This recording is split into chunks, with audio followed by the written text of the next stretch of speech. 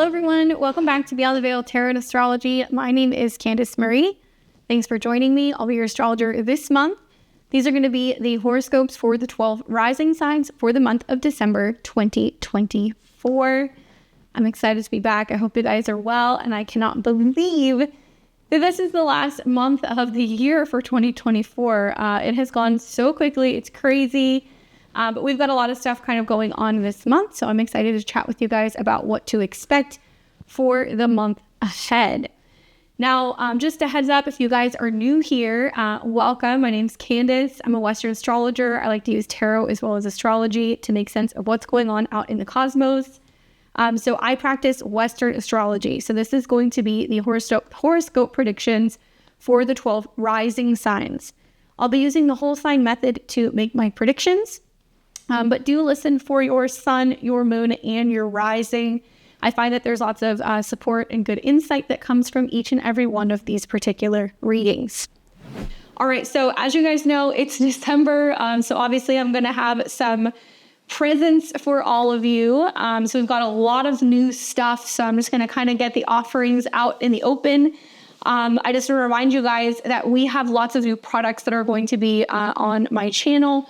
Also on my website. So Black Friday, obviously, and Cyber Monday is coming. So I've got all kinds of goodies that I'm going to be dropping the entire week of Thanksgiving. So by the time you guys are watching this, we are already starting to put stuff on my website for sale. We're going to have things like digital calendars, 2024 Astro calendars, 2025 Astro calendars, bags, mugs, and much, much more. So there's all kinds of cool stuff there. If you're wanting to pick something up on sale, or if you're wanting to get a gift for someone, you can check that out. I will also be issuing my Black Friday, Cyber Monday discounts on all of my courses. They're heavily discounted. We only do this once a year at these particular discounts. So if you've been wanting to study tarot or astrology with me, we've got beginners courses and intermediate courses. It's a really great time to pick those up. Equally, I have a new service that I'm going to be providing. I'm only going to be doing this at the end of the year. Basically, it is a new kind of special 2025 annual reading. So usually when clients work with me, sometimes I'll see them and talk about transits, and I'll talk about a solar return. But I decided to do something a little bit, I think, more in-depth for people who want to know the entire year and what to be expecting. So it is very limited. I'm only going to be taking about 12, slots for people. And these are going to be really cool because they're going to be recorded. It is going to be my take on assessing your astrology for the entire year of 2025. I've got a format that I'm working with. So basically, I'm going to give you the insights of the most important time periods for this year. We're going to talk about what's going on with your Time Lord, what's going on with your chart ruler, how the eclipses are going to be impacting you, the best times for money stuff, financial stuff, travel, health, relationships. The list goes on. So if you have been wanting a really in-depth reading to kind of plan your year ahead and know what to expect, and you'd like to get that from me, check it out. All of this is available on my website. Now, we are also getting ready for my annual New Year's Day preview. So every New Year's Day, I do a several hour long live webinar on YouTube. It's on a private link. We do this basically just to be able to kind of give back to you guys and let you know what the astrology for the next year is looking like. It is going to almost be like a prequel to me doing some other webinars and discussions in the spring about some of the major ingresses that are going to be happening. We've got Saturn that's going into Aries next year. Neptune's going into Aries. Uranus is going into Gemini. And Pluto is now in Aquarius. And they're all aspecting one another. So obviously there's a lot to talk about. But we decided that we wanted to put these tickets for sale early. So if you guys want to get your early bird tickets and be a part of my live presentation for the 2025 astrology, you can do that. Pick it up by December 15th. And you're going to get a minimum of 20% off on your ticket. So it's a really good deal, and it's a fun place to kind of hang out for New Year's Day. And if you're looking for Christmas gifts, I really recommend checking out my website. We have obviously lots of stuff that's going to be available. Great gifts are the calendar, the printed or the digital version, or if you want to gift somebody. a digital 1 year ahead transit. Super affordable. It's like $20 to be able to gift that for someone. And it's 12 months of basically their own personal transits, or you can check out the general 2025 astrology calendar, which comes with a cool QR code. You can scan it, gives you all the transits for the year ahead, and you get a tarot card reading once a month. And we also offer digital gift cards. So if you're wanting a reading for Christmas, or if you're wanting to gift a reading to someone, if you're playing Santa, check that out. It's really easy. You can pick up a gift card on my website and give the gift of forecasting for the year ahead. Please, as always, if you guys like my work, there's a number of ways that you can support me. You can consider joining my YouTube memberships if you would like. I've got several different levels of membership. All of those levels support me as a full-time content creator. It helps me be able to have the funds to continue to keep creating educational long format content on my channel. You can also consider scanning the QR tip up there if you want to give me a Christmas bonus. It is appreciated. That's my digital tip jar. But honestly, all you really need to do is click the subscribe button below. Hit the bell button. This subscribes you to my channel. It helps my channel grow. Equally, you can like this video. You can share this video if you want to share it on your social media or with other astrology enthusiasts, or leave me a comment and a thumbs up. I love reading your guys' comments. I can't always get back to everybody, but I will say thank you for your comments. It's fun to kind of go and look at it at the end of the month. A lot of you guys will make notes on the predictions that I make, and then you'll come back and let me know how things kind of played out. So make sure that you like, comment, share, and subscribe. Now, I'm generally here most Fridays. You can catch me here at 4 o'clock p.m. Pacific, 7 p.m. Eastern time. We alternate every other Friday by doing tarot or astrology readings. That's why you want to be subscribed, so you can get the alerts on the community tab. You can sign up early. Usually on Thursdays or Fridays, we'll post the link in advance. You can go and donate and get your reading. It's really affordable, pretty much sliding scale readings. We take as many people as we can on Fridays, answer your questions, and give you a little bit of insight about your natal chart, or give you a tarot reading. But if you want to book like a personal one-on-one reading with me, if you're wanting to talk a little bit about your transits for the next year, or maybe you're just interested in picking like a special date for a wedding or a business launch, you're curious about your synastry with your partner, or you're wanting to look at a solar return reading, I practice tons of different types of reading. I have lots of different offerings on my website. And readings with me are now opening in February. So I'm generally booked out about 2 to 3 months at a time. So if you know that you have a birthday coming up, if you're a Capricorn, if you're an Aquarius, if you're a Pisces, it's a good time to kind of get booked for your birthday reading if that's something that you'd like. All of this is available on my website at beyondtheveiltarot.com. So check that out. I hope you guys like it. We have lots of cool stuff for you, and I'm really interested in seeing how all of this kind of plays out, because we've got some stuff that's a little bit different than usual. Okay, so with that being said, I just want to go through this list really quickly, give you guys the 411. So basically, if you're new to my channel, this is going to be primarily the readings that are for the 12 rising signs. My whole MO is to focus on how this is impacting you personally. So if you want a generalized forecast, come back at the end of November. I'll do a December month ahead, and you'll be able to kind of get my hot takes on what the energy is generally for the next month. But it seems like every month this list gets longer and longer. You guys know I'm very detail oriented, so it's hard for me to kind of like minimalize some of the transits that are taking place. So these are the transits that I will be touching on. So I'm not going to spend too much time getting into it, because I'll focus more on this in the general. But we always talk about the ingresses. So this basically is when a planet changes signs. We also talk about when planets are going direct. So that means when a Mercury or in this case, Neptune retrograde this month is ending. So that planet is able to be a little bit more fully functional, and we're going to see things a little bit more clearly in regards to that planet and the house in your chart that's being activated. Now, we do have a retrograde that is taking place this month, a pretty significant one, so we will be talking about that. Some planets are going retrograde, some planets are going direct. And obviously, we always have a new and a full moon every month. These are the lunations, okay? So we talk about those, and then we've got a whole other list of transits that are kind of going down. So essentially, for the ingresses for the month, we're going to be seeing two of the major ingresses. one on the 6th of December. This is when Venus, goddess of love, relationships, romance, finances, money, she will be changing signs, okay? And she's going to make a pretty significant aspect the very next day, okay? So we know that, you know, Venus is about relationships. It is about socializing. It's also about harmonizing, beauty, right? Venus will be going into the fixed air sign of Aquarius. So if you're an Aquarius sun, moon, or rising, great transit for you, maybe bringing you a little bit more beauty, a little bit more love, a little bit more attraction. You get a little bit more oomph when it comes to your personal appearance. And obviously Taurus and Libra risings, you guys are going to be impacted by this change. You're going to want to listen to that when I get into your horoscope.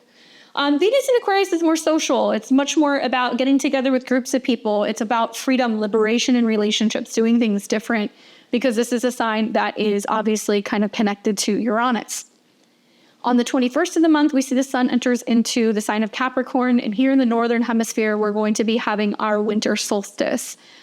So obviously the solstice and equinox points that we have every season are very significant. These are kind of turning points where we see some shifts energetically with that particular quarter of the year. So if you guys are watching my channel later in the month, we'll definitely look at that chart and see what it looks like.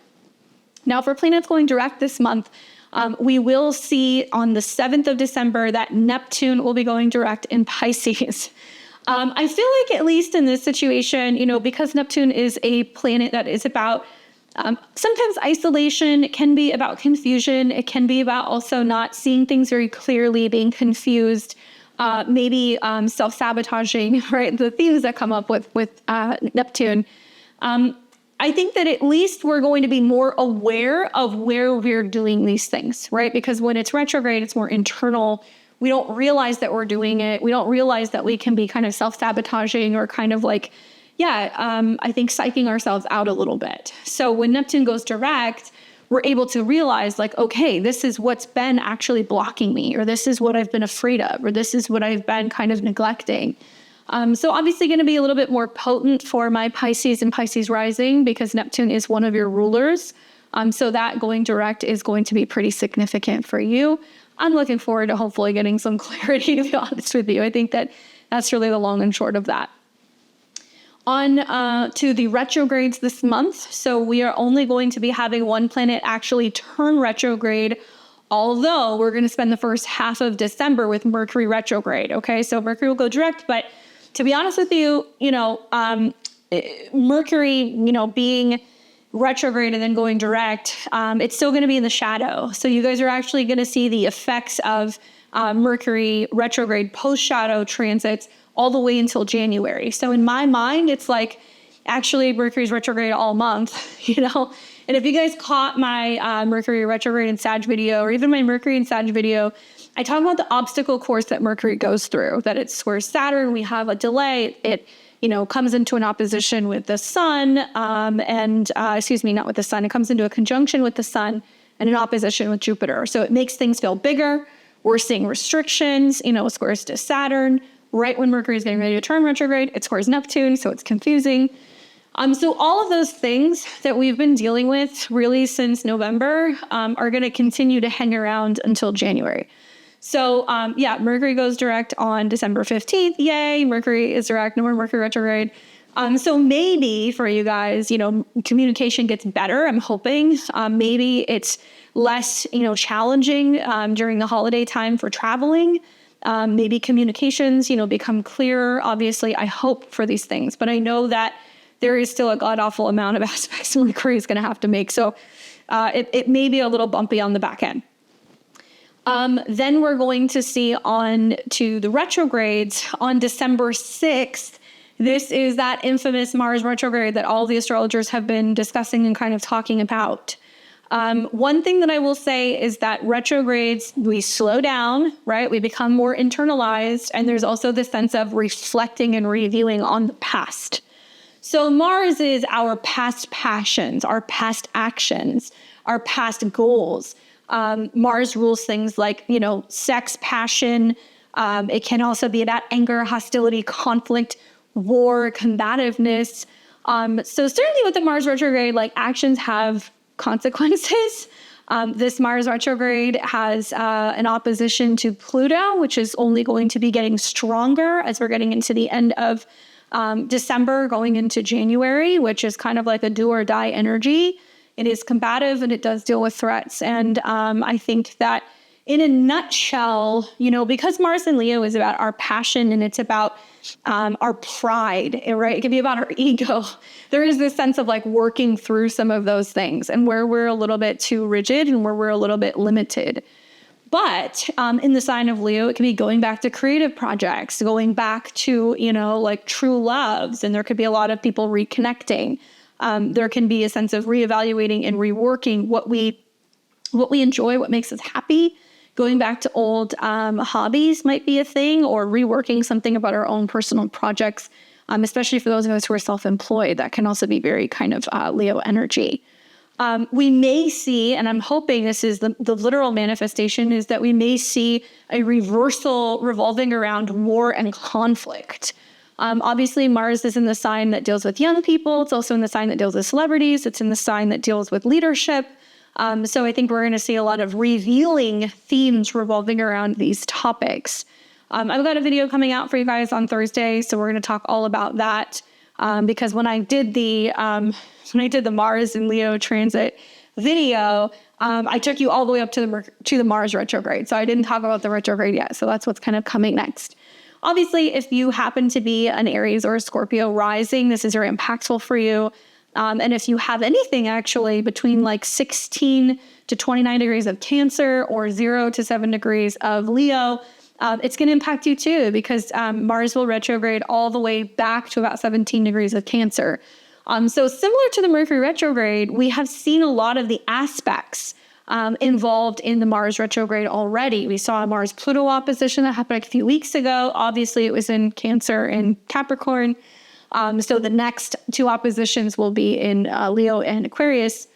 Very different vibe. It's much more like individuals versus collective. It's very much about kind of future leadership and goals and feeling brave versus, Pluto and Aquarius, which is kind of like, it's the end of the world. Definitely nuclear tensions comes up because, Pluto's in Aquarius. It's about terror in the sky. And also I think we unfortunately will see, I think, some civil unrest. Obviously, I hope not. But I do think that tensions and pressures generally do kind of rise when we see this opposition. So anyway, some of the aspects that we've seen, we're going to continue to keep seeing them play out. And I think the positive is that, when Mars gets back into Cancer, it's going to be trining Neptune, so we can be more compassionate, more sensitive, more forgiving. We can heal. Mars will also make a trine to Saturn, which can be very stabilizing. But until we get back into that point here, tensions rise between now and the end of December. And truth be told, the end of December it's a little intense with some of the aspects that we're going to have. All right, so the lunations for the month, the new and the full moon. So on the 15th of the month, we are going to be seeing a full moon in Gemini. This will be at 23 degrees. So if you have any personal planets around 22, 23, 24 degrees of Gemini, it's more impactful for you.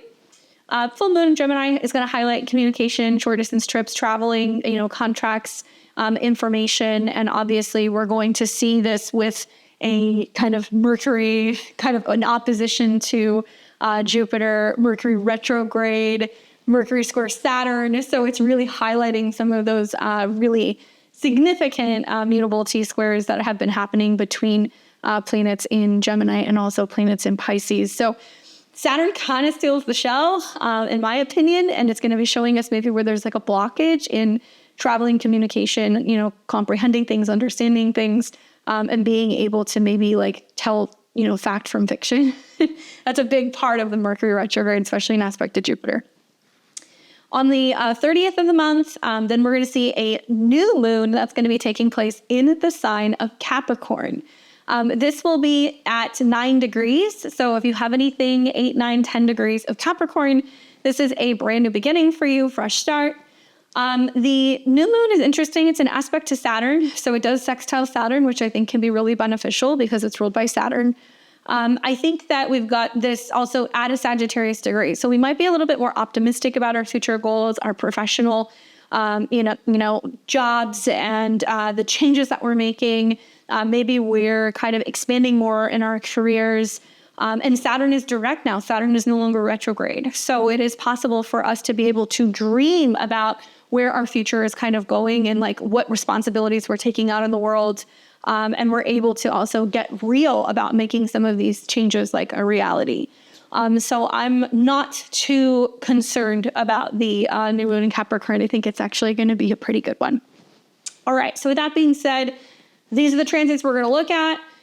December 2nd, Venus in Capricorn trines Uranus in Taurus, essentially where love, money, and professional kind of relationships and opportunities come into some fortuitous, unexpected, positive changes, right? When we see like Venus harmonizing with Uranus, change in relationships, money, and style can come very easily. It can come suddenly. And it can also mean that, there's some positive changes. Venus in Capricorn can mean that people are getting bonuses, they're getting raises, they're getting new positions, they're getting new jobs. And like suddenly that's changing, right? Uranus and Taurus, their financial situation. So it's a good day to make positive changes when it comes to relationship style, money, anything in regards to career. On the 4th of December, we're going to see Mercury in Sagittarius oppose Jupiter in Gemini. So we'll see this aspect actually several times. You're going to see this kind of ping pong between, Mercury and Sag and squaring Saturn and Pisces and opposing, Jupiter and Gemini. Mercury, communication, travel, business, right? Opposing Jupiter, which makes things bigger. So communication feels bigger. If I remember correctly, this is the second opposition to Jupiter. So I think we actually had one in this last week. So you might want to think back to what was kind of happening, what big conversations and ideas and back and forth you were kind of experiencing.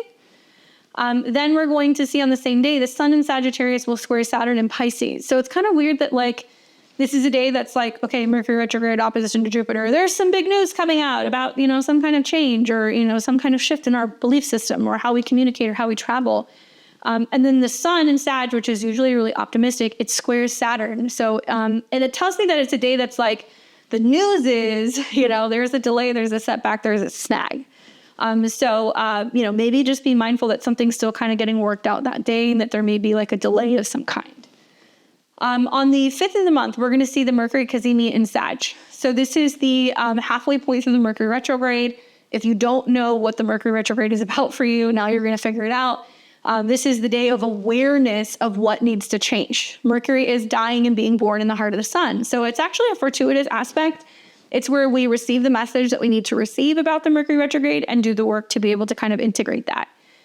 It can be a day where if something's missing, you find it. If you've been looking for an answer, you get it.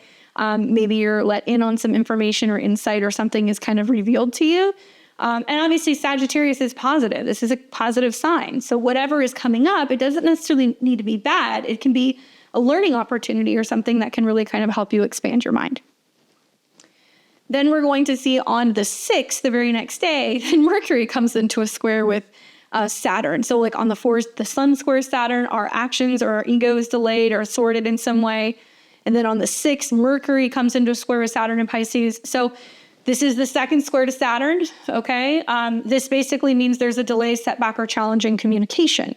Not a good day for traveling, not a good day for signing contracts, not a good day for signing leases, purchasing vehicles, anything like that. Business negotiations, okay? This is a day to like stop, pause, and think about it before we actually move forward with commitment of some kind. On the 7th of the month, we're going to see Venus conjunct Pluto in Aquarius. So right after Venus moves into Aquarius on the 6th, then it comes into conjunction with Pluto.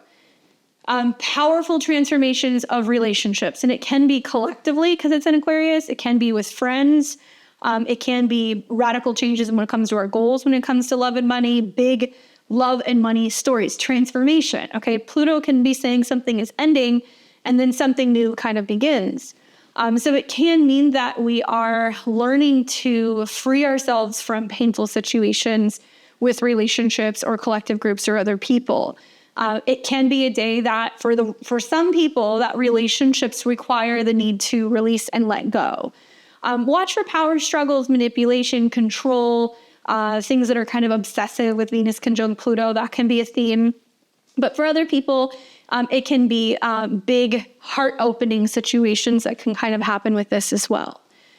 The very same day on the 7th, the sun in Sagittarius comes into an opposition with Jupiter in Gemini. So it's very similar to what happened with Mercury on the 4th. Sun in opposition to Jupiter is kind of like anything's possible. We can go the distance, especially in Sag and Gemini. It's like once you wrap your mind around it, you can actually make something happen, even if it seems like it's going to be a big idea, a big goal, a big trip, something like that. It's like anything is possible. And it's generally a pretty fortuitous aspect the day that we see the sun in opposition to Jupiter. So something about that, and then the Venus-Pluto opportunity is like, okay, this big thing is coming from outside of ourselves. And if we're willing to kind of take a chance or take a risk, it could be big risk, big reward. On the 12th of the month, we're going to see Venus in Aquarius oppose Mars in Leo. I think that, at this point, Mars is retrograde and Mars and Venus rule the North and the South node. So karma revolving around our own agenda, our goals, where we're going, right? North node and Aries, ruled by Mars, which is in Leo, is like we are rethinking and reworking something about our own personal, our own personal self-love, our own agenda, our own projects, our creativity, our children. And when Mars and Venus are in opposition, they're star-crossed lovers. So yes, there can be like love at a distance. There can be a little tension. There can be some competitiveness and kind of like, being a little flirty and kind of pulling pigtails. But it's not necessarily a bad aspect. I feel like it can create a little bit of tension, which can actually be good. And it can incentivize us to want to kind of create change. On the 18th of the month, we're going to see the sun in Sagittarius come into a square with Neptune in Pisces. Sun, action, travel, philosophy, growth in Sagittarius coming into hard aspect with Neptune. It can be a time where we're not seeing something so clearly. We can have lower energy levels. We can get catfished. We can get kind of bamboozled. There can be lenses or filters on things that are being distorted that we don't see very clearly or understand, or we can't really comprehend. So proceed with caution on the 18th because not everything is as clear as it may seem. On the 19th of the month, we're going to see Venus in Aquarius trine Jupiter in Gemini. Probably one of the better days all month. Obviously, Venus and Jupiter only trine twice a year, okay? So when we take Venus loves money in the sign of Aquarius, so it's about socializing, connections, group, humanitarian efforts, the trine to Jupiter basically means that something fortuitous is going to happen. Better communication, better networking. I feel like it may be about a group of people or like a collective of people coming together and either creating or purchasing maybe, or being involved in some reboot of media. So it might be that there is some, funding group that comes in and decides they want to buy out a media company or a news company or a magazine or a website. And it's going to be some new group coming together to be able to kind of like revitalize it. For you guys, Jupiter, obviously, in Gemini is about expansion through thoughts, words, and learning. And Venus in Aquarius can be about where we come together with other people. So it can be a time where you're offering something to a group of people. Maybe you're planning some kind of trip with friends. Maybe you are presenting something, to a collective or a group of people online. Maybe you're offering a new service or a subscription. So it's a good time if you're a content creator, if you work online, to be kind of putting that out for people. Then we're going to see on the 24th, Jupiter in Gemini squares Saturn in Pisces, right around Christmas time.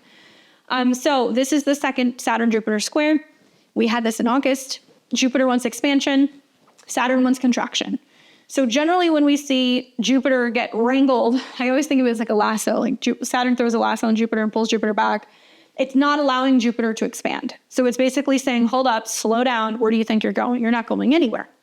Saturn is about consistency, maturity. It's about limitations, restriction, patience, persistence. And now Saturn is direct versus in August, Saturn was retrograde, Jupiter was direct. So Jupiter technically, because it's squaring on the left-hand side of Saturn, it doesn't have as much power for growth. And also now Saturn is direct. So Saturn's kind of running the show. On one hand, Saturn in Pisces can be about lack of responsibility, lack of clarity, lack of transparency, lack of awareness, lack of leadership, but it can also be lack of compassion, and people not being sensitive and people not being caring and not being compassionate. And Saturn squaring Jupiter in a mercurial sign has materialized over the last year of people condemning other people for their thoughts, their words, what they say on social media. There's been limitation of speech. There has been still shadow banning, censorship, these kinds of things. And when this happened actually in August of 2024, a few months ago, this is when we saw, people in the UK that were being arrested for things that they were saying online on social media, things they were posting. So, is that going to happen again? Maybe. We may see another wave of trying to control certain narratives. But essentially, it thwarts or limits our ability to think, speak, move around more so freely in Gemini. So my advice is that, be mindful right around the 24th, 25th, 26th, that in itself could say there's travel delays. It could be due to weather because mutable signs definitely, they bring those issues up. It's also possible that this is going to be connected directly to, issues with people not feeling as optimistic about job numbers, the economy, things growing, moving forward. Obviously, also that we saw in August, right around the time of the square, is the market just dumped. So it is possible that, there isn't as much hope or optimism about what's kind of going on economically the second half of December, which is traditionally not the case. Usually I think we see the Santa Claus rally where things are a little bit better and people are a little bit more optimistic before, we kind of go into the new year. So, with that being said, just be mindful of that. Be very careful also because Saturn in Pisces has really shown me that there's been lots of issues with bridges, water, driving over water, transportation involving water. And I think the Jupiter-Saturn square could mean that we see another issue with infrastructure, another issue with a bridge, another issue with a boat, something hitting a barge, something like that can also kind of happen. And that can be making major headlines, impacting and limiting where we've been able to go. Literally all year since we've seen Saturn in Pisces, there's been so many weird things that have happened, so many infrastructure things, so many bridges that have, been impacted, whether there's been accidents or there's been fires. We have seen barges that have been impacted. We have seen flooding, levees and dams that give out. So obviously I say this touch wood, right? But any of these things are really possible right around that time. So if you're traveling, if you're going to be around water, or anything like that, just be extra careful, please. It's really, really important. All right, we're going to then see on the 26th, Mercury and Sag will oppose Jupiter and Gemini. Okay, so that's happening again. So it happens first on the 4th, and then it looks like it's happening on the 26th. Big ideas, big words, unexpected kind of conversations. And then the same day, right, then Mercury in Sagittarius comes into a square with Saturn. All right, so this is the same aspect that we also saw that was taking place right around December 6th. Mercury in opposition to Jupiter is oh my God, this thing's happening. It's big news, and the square to Saturn is oh no, we're not talking about that. Or, we don't want that information getting out, or we want that to be kind of held secret, we want it to be hidden. And it's not, it is possible that we find out that something is, potentially being leaked that they didn't want out. The mainstream media. There is potentially some news that's breaking on social media that you're not going to hear about on legacy media. It is possible that we don't hear about it to the end of the Mercury retrograde, and we're getting into the second half of, December going into January when Mercury is coming out of these aspects that only then we're starting to kind of see what it means. Now, obviously at the end of December, Mercury is no longer retrograde. So it's coming out of the retrograde, but it's still making the same aspects it's made throughout the retrograde cycle. So essentially Mercury opposed Jupiter is big ideas, information exchange, but Mercury square Saturn is where we can't get the information, we can't get it out, or we're being blocked. And then Jupiter square Saturn is we're trying to talk about it, post about it, share about it, travel, and we're getting blocked. So it tells me that some big information, big news is coming out in December, and only certain people are going to be able to have access to it. And they're probably going to make a big deal about the fact that there's a media blackout about something that only makes its way onto certain platforms.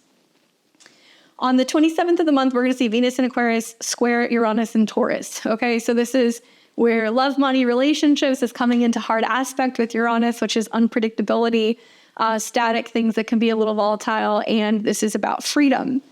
So we get a little antsy, we get a little anxious. There is obviously some curveballs when it comes to financial situations, relationships as well.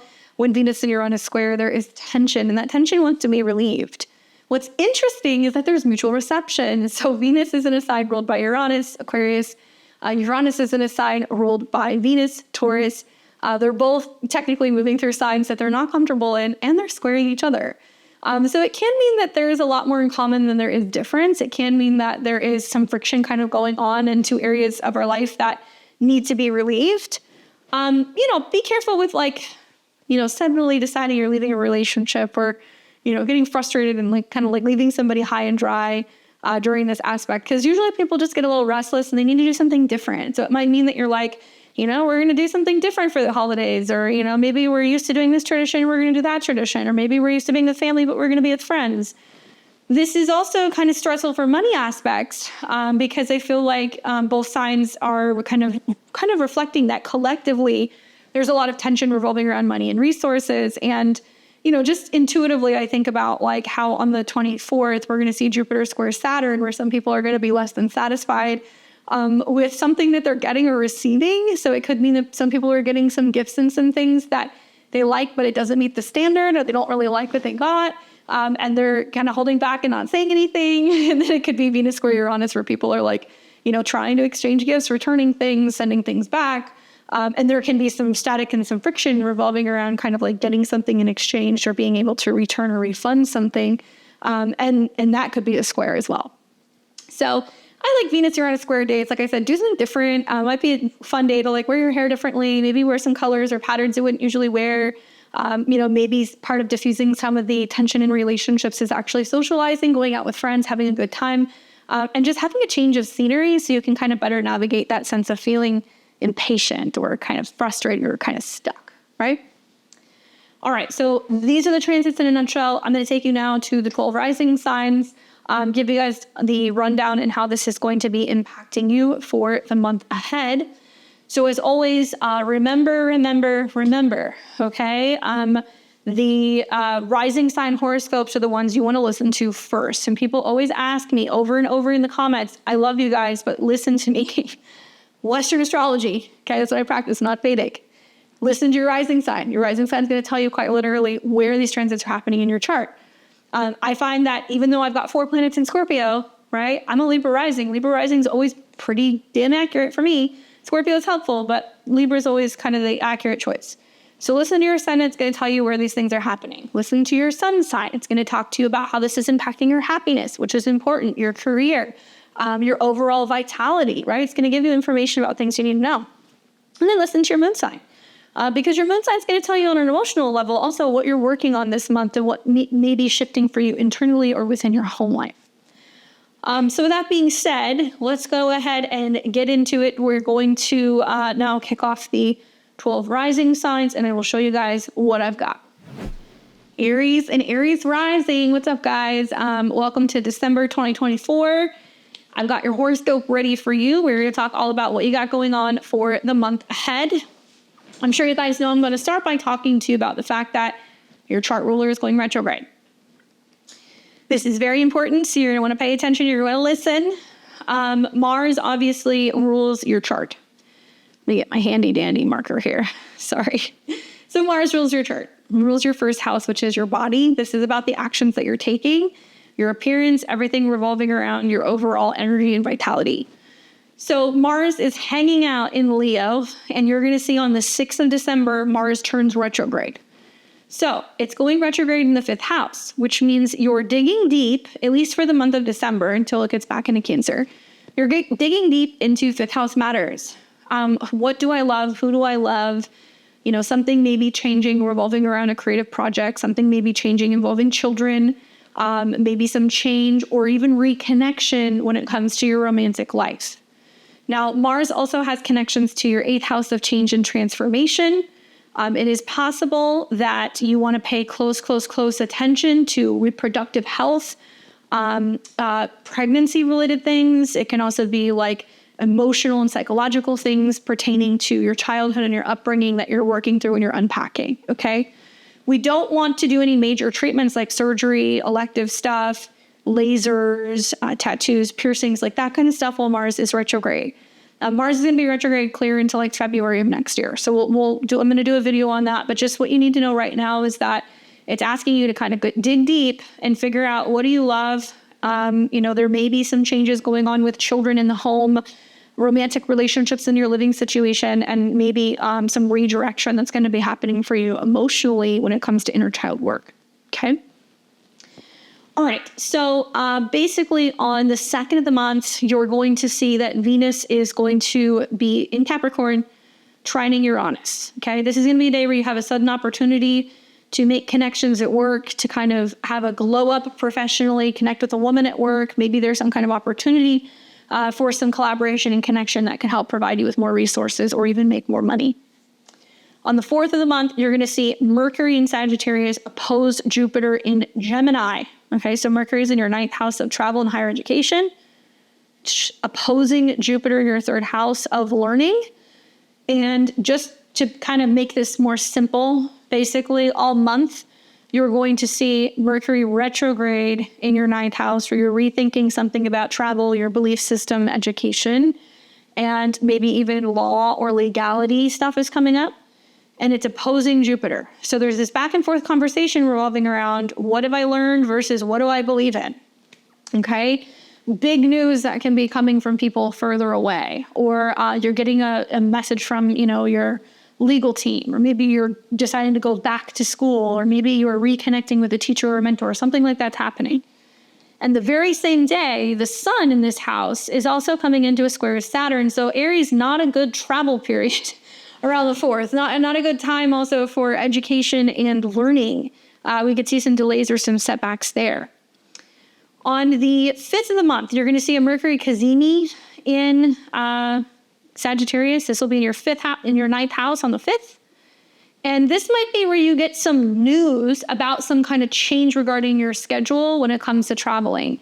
You may get some news revolving around education and applying for courses or classes. You may get some news revolving around health and wellness, okay? Or maybe health is impacting travel, or maybe your schedule is impacting travel. There's some kind of information that pops up here. Now, the positive is it can also mean there's some kind of like enlightenment. You end up learning something, shifting your beliefs, you have some kind of breakthrough, and you're kind of more open and optimistic about what the future holds here. All right, then we're going to see on the 6th of the month, then Mercury comes into a square with Saturn. So this is a challenging day for traveling, communicating, and learning. Not a good day for contracts or international travel or applying for programs or anything legal. That's a setback or a delay as well. So if you're trying to kind of apply for citizenship, or if you're trying to get passports, visas, that'll kind of slow down those days. Then you're going to see on the 7th, Venus will conjunct Pluto in Aquarius. This could be either a meeting with a very powerful new alliance, a new friend joining a new group. This could also be some kind of financial support coming from someone you meet or collaborate with. Or it could be talking about a rebirth that's going on in regards to a relationship that you're having with a friend. It could be that there's a friend going through some kind of crisis and you're getting wind of it, or that there is some changing situation going on with your social life. Now, the very same day, you're going to see the sun in Sagittarius oppose Jupiter. So even though there's this kind of going on in the background, the opposition to Jupiter says, well, you're getting support or a phone call or somebody who's calling you or willing to kind of visit with you, or they're saying, hey, come and see me. Like there's somebody who's working with you to support you, and they're helping kind of change something about your beliefs about something going on in your life right now. And it can just be good news, honestly, after there's been a little bit of like some friction earlier in the month. We're going to see on the 12th, Venus in Aquarius will oppose Mars. So this could just be love at a distance. It could mean that, there's a relationship that is developing, or maybe you meet somebody through a party or a group or a social gathering, and there's a strong attraction. So if you're single, it can be a strong attraction through somebody you meet socially. If not, it could mean that you have some changing circumstances with friends or your social life, and it's asking you to rework or rethink, your creative hobbies. It's like, okay, do you want to be focused on what you're building and what you're working on, or do you want to go and like work with a group of people or a collective? Do you want to join others? Do you want to collaborate?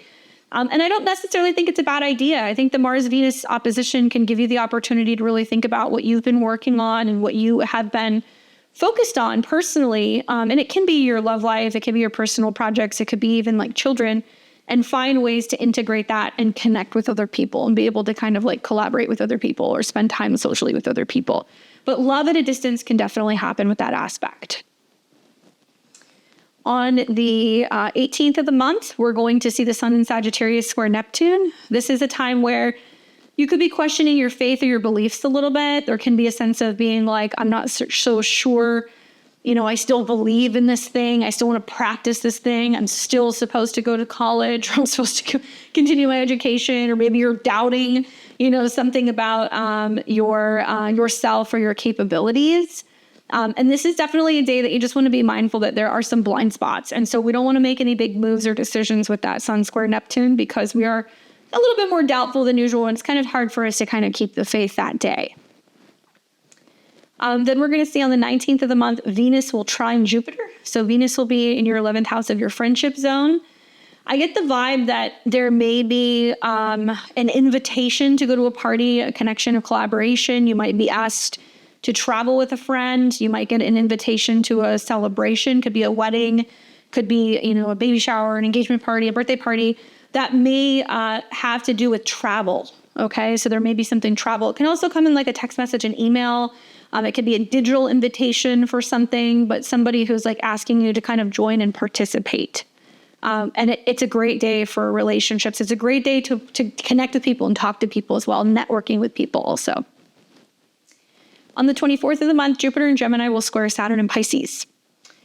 So this is a day where you may feel a little hesitant to share something, to communicate, to tell somebody how you feel or what you're thinking. This also does kind of sort something about, communication, traveling, learning. It might mean that, you're just a little hesitant or you're feeling like you want to relax and you're not really wanting to be active on social media. You're not wanting to travel. You're not wanting to talk to people. You're kind of wanting some downtime. I would advise you that if there's a conversation you're wanting to have, or if there's a trip you're wanting to plan, or if there's something you're wanting to write and you're feeling stuck, just give yourself a couple days to kind of get out of that. And the mindset will kind of shift in a more positive direction. And then on the 26th, you'll see Mercury oppose Jupiter again. So big news, big information, especially revolving around travel, documents, writing, learning. And it squares Saturn. So it's almost like you're trying to kind of work your way through some kind of either creative or emotional block. There's been a block in talking about something or sharing or learning or planning a trip. And that's a day where you're still experiencing, okay, I want to make the change, but Saturn in the 12th house is saying it's not the right time yet. I'm not feeling like it's the right time. Then you're going to see on the 27th of the month, Venus in your 11th house of friends squares Uranus. So watch out for friction when it comes to difference of opinion on money, values, resources. Borrowing, lending stuff can also be a little tense when it comes to other people. And you may not see eye to eye with another person about values or financial situations, and there could be some tension. We are going to see on the 6th, Venus will be in your 11th house, bringing sweetness to socializing, friends, connections, and other people. On the 21st, we're going to see the Sun enter into Capricorn, where there's more kind of a spotlight when it comes to your career, your work, and your professional life. And on the 7th, Neptune will go direct in your 12th house. So if you have been feeling a little hesitant or blocked or unsure about your dreams, maybe you have been confused, maybe you've been afraid, Neptune going direct is going to give you, I think, some more clarity in regards to those matters and help you proceed forward. You are also going to see on the 7th, Neptune goes direct. On the 15th, Mercury goes direct. Okay, so where there's been this back and forth about, do I, publish a book? Do I travel and book something? Do I go back to school? Do I reconnect with a teacher or a mentor? What do I believe in? All of that stuff is going to get kind of worked out after Mercury goes direct, but keep in mind that the shadow is going to be in effect all month long. So you're still feeling something still kind of working itself out until January. Obviously, we talked about how on the 6th, Mars goes retrograde in your 5th house, and you'll see next month it'll dip into your 4th house, where then there's more reworking, rethinking something about home and family. Some of you guys might be renovating, moving, going back home, reflecting on the past, and maybe dealing with something revolving around a parent. Then you're going to see on the 15th of the month, we'll have a full moon in Gemini in your 3rd house of communication and learning. So this could be trying to finalize a contract, trying to buy a car, trying to move, trying to, travel. And we talked about how it's going to oppose Mercury square Saturn. So it's kind of bringing that up for you pretty much all month long. And then on the 30th of the month, you're going to see a new moon that's going to be happening in Capricorn, and that's going to be in your 10th house, which deals with your career. So if you're looking for a new job, you want to launch something new, you want to put yourself out there in a very big way, if you want to be seen, this is a good moon for you to be doing that, focusing on your long-term goals. Now, as for the cards that you get for the month ahead, the card that I get for you is the Ten of Cups. Great card. Happiness, completion, career, family. Like, this is like the everything card. I feel like this is more about emotional fulfillment and completion. I feel like this is really connected to Mars retrograde in your 5th house, where you're like, how can I have more playtime? How can I spend more time with my family? How can I be thinking about more of how to develop more of the inner world that I want and the relationships and like the happiness that I want? So you're really seeking your joy and trying to figure out how to fulfill that and make that possible in the month of December. I hope that's helpful for you, Aries. I will catch you guys back here next month in January for the new year. Take care. All right, so we've got Taurus and Taurus rising. What's up, Taurus? Welcome to your December 2024 horoscopes. I hope you're doing well. I'm excited to chat with you. Obviously, you know, I'm going to start by talking to you a little bit about Venus this month. We've got some Venus stuff happening. Okay, so for the most part, most of the month, you're actually going to see Venus in your 10th house of career, right? But before that happens, you're going to see Venus that's going to be hanging out in your 9th, and it'll be going through Capricorn. And the 9th house is like about traveling.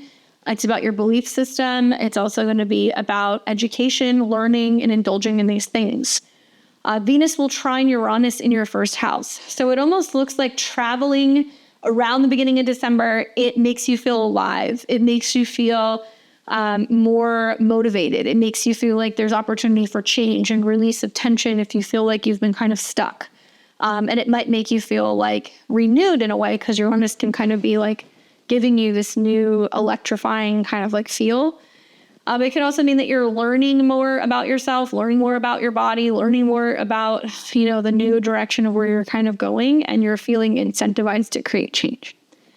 And then after that, you're going to see, like I said, you know, Venus is going to spend most of the month in your 11th house. So around the 6th, your 10th house. Around the 6th of December, Venus will be in your career house, okay? What this does is it brings you more opportunity for visibility out in the world. People might recognize you more for your work. They might be giving you a pat on the back. It's really great for business dealings and relationships with people professionally. Obviously, it's going to be meeting with Pluto right off the bat around the 7th. So this means that there can be some powerful union taking place. A business, partnership could be happening. It could also mean that there is a dramatic change or shift or transformation in regards to your public reputation. And it can mean it's because of another person. So this could be good or bad, basically. But Pluto is in a very, prominent part of your chart. So it does look like most likely this is a positive transformation in how you look or how people perceive you, especially when it comes to your professional power, right? The only other transit that you want to be mindful of is at the end of the month, Venus will come into a square with Uranus, where it's almost like you're super focused on work and it's been work. And you're out there, you're getting stuff done and you're being productive. And then you're going to get a little restless and you're going to be like, I feel like I have to be on all the time and I'm having to kind of be places and be meeting with people and being professional and like being mature and responsible. And that you're getting frustrated because you want a break or you want some freedom. It can also be a time where you're not seeing eye to eye with somebody at work. And that can happen with the Venus-Pluto transit as well, by the way. If there is somebody at work that's like a woman that's like causing a problem or kind of like on a power trip, there can be some friction. If you work with a business partner or if you work with your spouse, there can be some friction. It could also mean that there is a dramatic change in your status. And so it can be those of you guys who are changing your relationship status, or if you've been a part of a partnership and now you're breaking away, you're going to be independent. That could also be the Venus-Pluto conjunction. But at the end of the month, you're a little over it. You're a little burnt out. And you're like, I've done a lot and now I need a break and I just need some me time. So just be mindful that you're going to get a little restless as you're kind of getting into the latter part of December. With that being said, Essentially on the 2nd is when you're going to see Venus in your 9th house trine Uranus, and we talked about how that's invigorating for you. On the 4th of the month, you're going to see Mercury, which will be in your 8th house all month long, retrograde until mid-month. You're reworking, rethinking something about money, resources, investments, shared money, taxes, investments, spousal support, child support, inheritance, taxes. There is some back and forth that you're doing in regards to this topic all month. Now, Mercury makes some of the same aspects several times. So one thing that you're going to see is that on the 4th, it's going to oppose Jupiter. So there's some big back and forth, big conversation about your money and another person's money, okay? And then you're going to see the same day that it's going to come into a square with Saturn. Okay, the sun is going to come into a square with Saturn. So it almost looks like there could be like some home, money, property, investment stuff. There could be some conversation revolving around inheritance, property taxes, mortgages, and like kind of feeling like there's a bit of like a setback or a delay in like meeting some of those goals. If you're trying to refinance or if you're trying to restructure some kind of debt, or if you're trying to kind of like sell something, like there's like a little bit of a delay here. And then on the 5th, you're going to see Mercury, cazimi, and Sag. So this is where you're getting some insight and information revolving around your bottom line in a financial situation, right? So like Mercury rules your money. And when it conjuncts the sun, it's going to be like you're finally getting some kind of like answer. There's some kind of solution, or you get some kind of clarity about, you know, what direction things are going with your money, your home, or your finances. Or a tax matter, or an investment matter, or an inheritance matter, something like that. Okay, so that's going to get kind of worked out there. On the 6th of the month, we will see Mercury square Saturn. Okay, so this is the 2nd time it's done that now, where not a great communication day with others about money and investments. There could be some challenges in terms of not seeing eye to eye about that stuff, especially with friends or like with groups or collectives. Then we're going to see on the 7th of the month, Venus will make that connection to Pluto. So that's about the powerful transformation.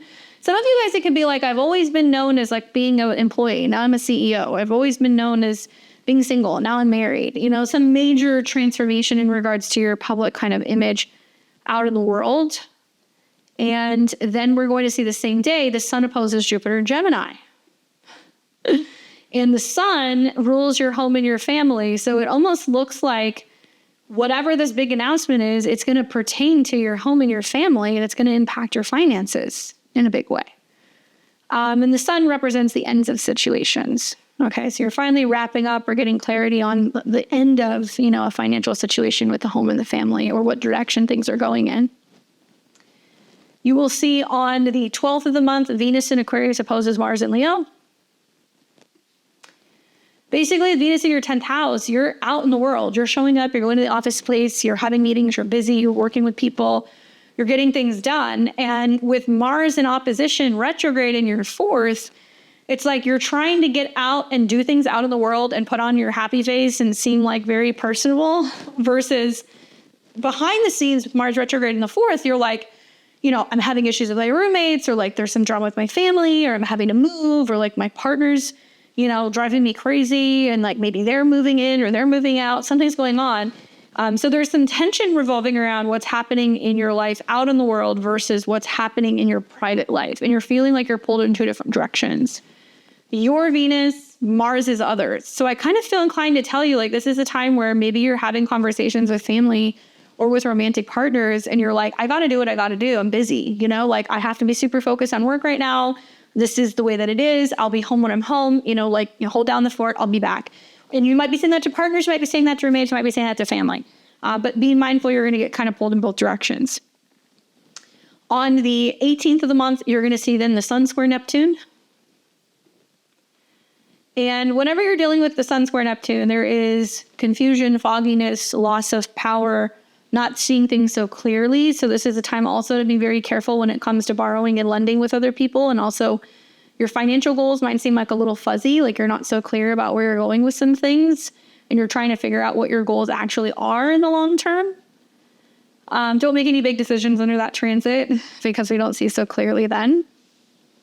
On the 19th of the month, this is when Venus is going to trine Jupiter. And this is one of the better transits all month for all 12 signs, but obviously it's really good for you because it looks like all of the focus in being in the office, the hard work, the dedication, it pays off. And, Venus coming into a trine with Jupiter means you could quite literally get a job, you get a promotion, you get a bonus, you get a raise. Something like that happens that allows you to have some kind of growth and expansion when it comes to your money.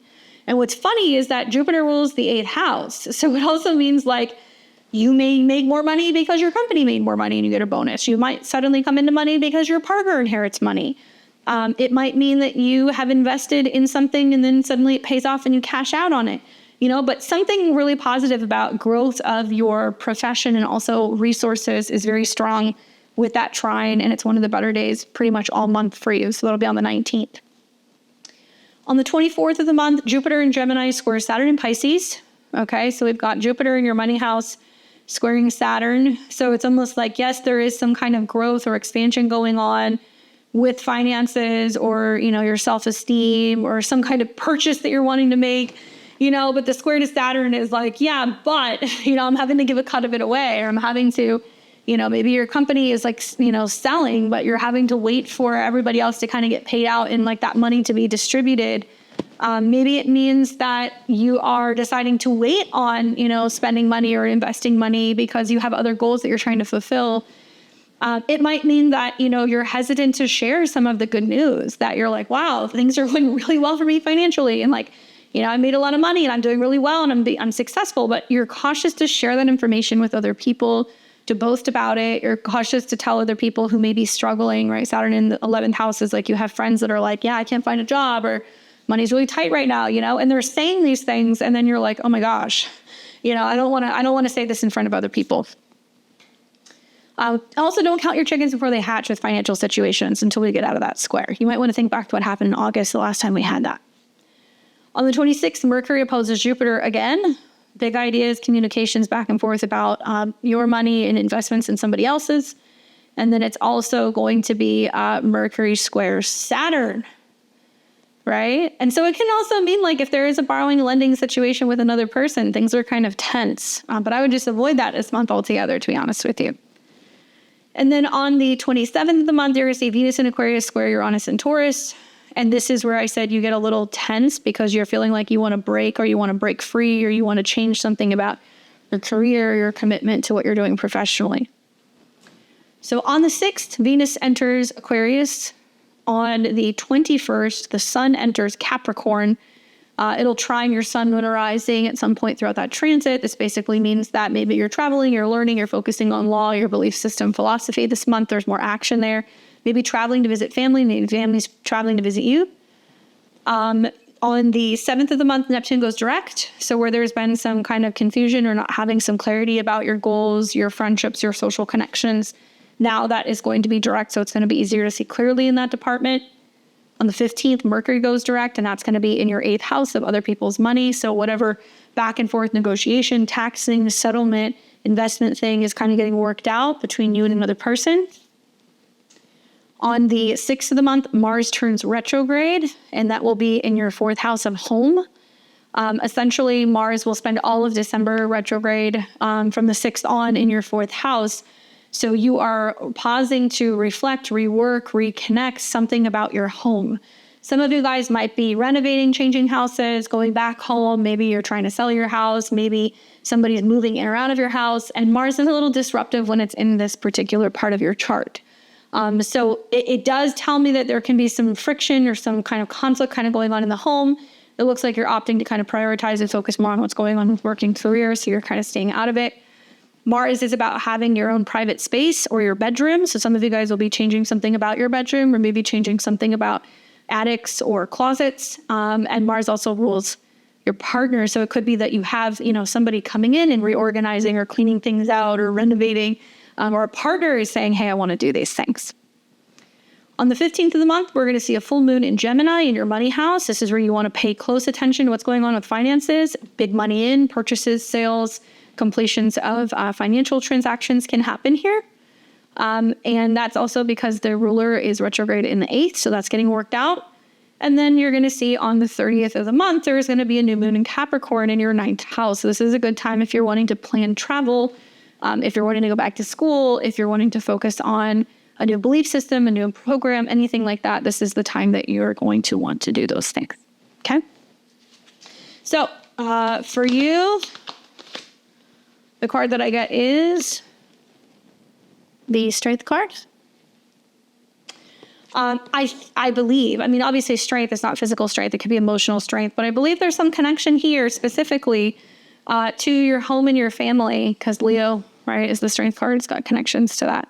The Sun too. But I kind of see this as like really reevaluating, digging deep and going inward and being like, okay, I need to like find some emotional strength. I need to find the strength to complete this home project. I need to find the strength to, confront the family member or deal with the home issue. And it's going to take a lot, but the retrograde takes time. So it's going to take time for you to kind of work through some of those more internal things. And it will go into your 3rd house. So some of you guys are moving. Some of you guys are going to move. Some of you guys are moving in with family or visiting family. Some of you guys are purchasing cars. So this could be saying that it's taking a lot of strength for you to be able to overcome that situation. Okay. Anyway, I hope that is helpful for you. And I will catch you guys back here next month. All right, so we've got Gemini and Gemini rising. What's up, Gemini? I hope you're doing well. Welcome to your December 2024 horoscopes. Obviously, I'm going to talk to you all about what's going on with Mercury this month, and there is some Mercury madness happening. So by the time you start December, we're already in Mercury retrograde, okay? So Mercury is obviously you. It's your mind, your communication. It's anything revolving around business, sometimes travel. And Mercury has connections also to the past, your home, and your family. So Mercury is turning retrograde in your relationship sector. This means that you may be reflecting, reconnecting, reevaluating what you need from another person. 7th house can be committed relationships, partnerships, spouses. It could be business clients, business partners. It can be counselors, therapists, your astrologer. Going back and forth with any of these people. So you're wanting to reconnect if Mercury's retrograde here. Mercury is making a ton of aspects throughout the retrograde. Okay, so I know I've said this a lot, but basically, not only is it in a sign that is in its fall, but it's opposing Jupiter that's also in its opposite sign. So it's in a mutual reception. To me, this means that you're trying to be optimistic about some back and forth in regards to a relationship matter. Maybe it means that you're like, hey, I want to kind of reconcile, or I want to, kind of get closure, or maybe I want to get clarity, with another person about your long-term plans, the square to Saturn. Are we going to work together? Are we going to be able to stay together? Are we going to get married? Are we going to have a deal? And when Mercury is retrograde in the 7th, even if it's not your rising sign ruler, it's annoying because other people don't communicate well, and, they lose emails and they forget to get back to you, or they're taking a long time kind of going back and forth and processing something. So be patient with other people. Know that it is possible for exes to come back. It is possible that you're wanting to reconnect with exes as well. This is a time where with your 7th house lord in your 1st house, you don't have issues meeting people. So if you're single, people will find you. And when we have retrogrades, usually karmic things happen.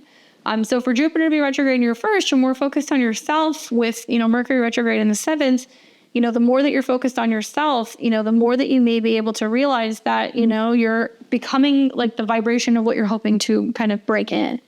So you're working on yourself to better yourself, to bring in a better partner.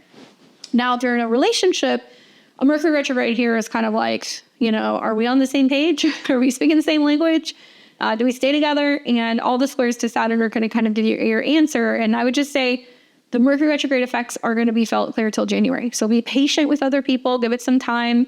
For some of you guys, it's reevaluating whether or not you want to work with people, if you want to continue to have certain clients, if you want to work for certain companies, and maintain your position. I would also say be patient. We don't need to make a decision with that right now. All right, so with that being said, the other big piece of information that's important is that there will be a full moon that's going to be in your sign. So you're going to see a full moon in Gemini on the 15th of December. This is going to be around 23 degrees. Full moons in the 1st house are big conclusions or completions. So it can mean that you suddenly, are starting to see all the intentions that you set 6 months ago now coming into fruition. Are you suddenly seeing a big change in your appearance? You have a new style change, a new haircut? Are you, wearing new makeup or aesthetics? Is there some big glow up that happens, right? And what's funny is when the full moon happens, the ruler is in the 7th. So it means other people are going to be seeing you, approaching you, connecting to you, talking to you, reaching out to you. Let people come to you. Make it be about you. It's not about you kind of connecting with other people. I do feel like you're going to be a little bit more visible. So the full moon, just be mindful of like how you're looking if you're going out and your appearance, because you're going to be attracting a lot of people with that full moon in your first house. Obviously throughout the month, the retrograde square Saturn, it does make me feel like you're thinking more seriously and long-term about relationships or about your career. And you want people around who are going to be reliable that you can kind of stick with. You're not really looking for something that's kind of casual based off of that aspect. Since we're on the topic of the moons, I'll kind of work my way backwards. But on the 30th of the month, we're going to see then a new moon that's going to be in Capricorn. And the new moon is going to be in your 8th house, which deals with joint resources, taxes, income that you get from like alimonies, child support, refunds, insurance-related matters. Obviously, the 8th house is other people's money, so you're setting intentions to be able to have access to that. You're setting intentions also for emotional health, psychological health, and it's about embracing change.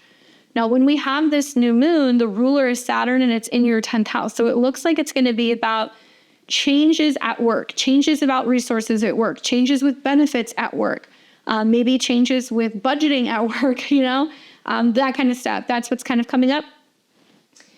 We will see on the 6th of the month, Venus will enter into the sign of Aquarius, and it's going to go into a fellow sister air sign, so it's friendly with you. Venus will be in the 9th house, where it's going to be bringing about beauty, luxury, relationships under the realm of travel, education, philosophy, love at a distance, meeting people in other places, meeting people at airports, traveling. That kind of stuff comes up with a Venus transit in the 9th house. And it can also be about a female teacher or mentor of sorts. And Venus will conjunct Pluto. So it might be about you meeting someone that is going to teach you about health, or they're going to teach you about wellness. It can also mean that there is a very powerful connection that's somehow related to law or legality. A very powerful teacher who's going to teach you about fitness. That's something else that can kind of come up here as well. Then you're going to see on the 21st, the sun enters into Capricorn. It'll be in your 8th house of joint resources and other people's money. So it's shining a light on change and transformation for the rest of the month. And then we're going to see on the 15th of the month, Mercury goes direct. So no more Mercury retrograde. Mercury retrograde's over, even though you're going to feel the effects until January. I'm hoping that this is when the communication with other people gets better. You have some awareness of what you do and don't want in relationships. You've figured out where you stand with another person. Maybe you've gotten your answer about something. And that's going to be a time where, in general, because Mercury rules your chart, you're going to be feeling a little bit better about these things. On the 6th of the month, you're going to see Mars go retrograde in Leo. So Mars will be turning retrograde on the 6th. The entire month, it will be retrograde in your 3rd house before heading back into your 2nd house of money in January. But for right now, what you need to know is that when you have a retrograde in the 3rd, we're reworking, rethinking, literally, making a change in 3rd house things. You may go back to an old blog or website and, rework it. You may travel to a place you've been before. You may go and review or revise something that you have written, or maybe you are deciding that you want to return to learning something. Watch for conflicts and squabbles with neighbors, issues with siblings. We can also see that there can be some breakdown or some issues revolving around gadgets or vehicles. Things that overheat is generally what we see with Mars retrograde. So your phone overheating, your car overheating, that kind of stuff. Obviously, I hope not, but this is what you want to watch for. Mars does rule the 6th house, which can be about service, or it can be about accidents or health or illness. So this is also managing frustration, managing anger, and how you communicate in words, and learning how to be able to kind of better handle that. It can be really helpful for going for a walk or for a jog or doing some journaling to kind of work out some of your frustrations rather than kind of blurting things out if you're finding that you're getting frustrated.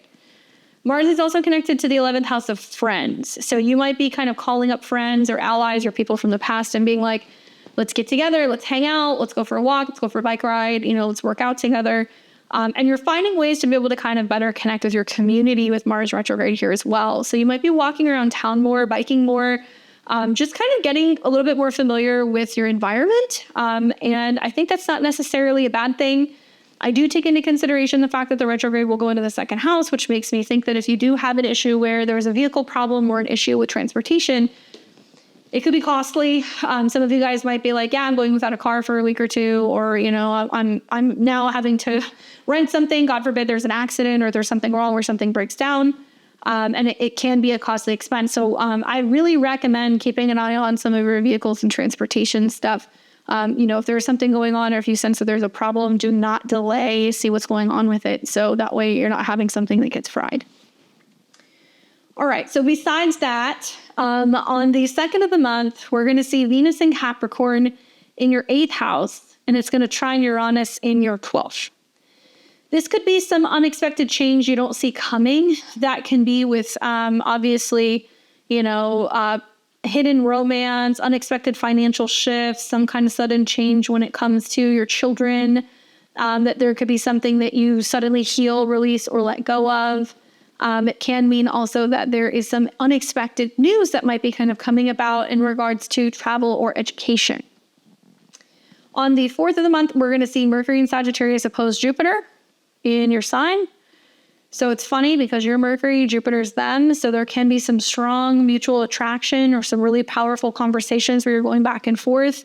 But these are all squaring Saturn. So it means like it's about the future, the future of the relationship, the future of working together, the future of your career endeavors. Like there was some back and forth where you're having to make a decision about that. And it looks like that you're kind of between a rock and a hard place. You may also be, reevaluating clients that you're working with and whether or not you want to take them on again or if you want to continue to work with them.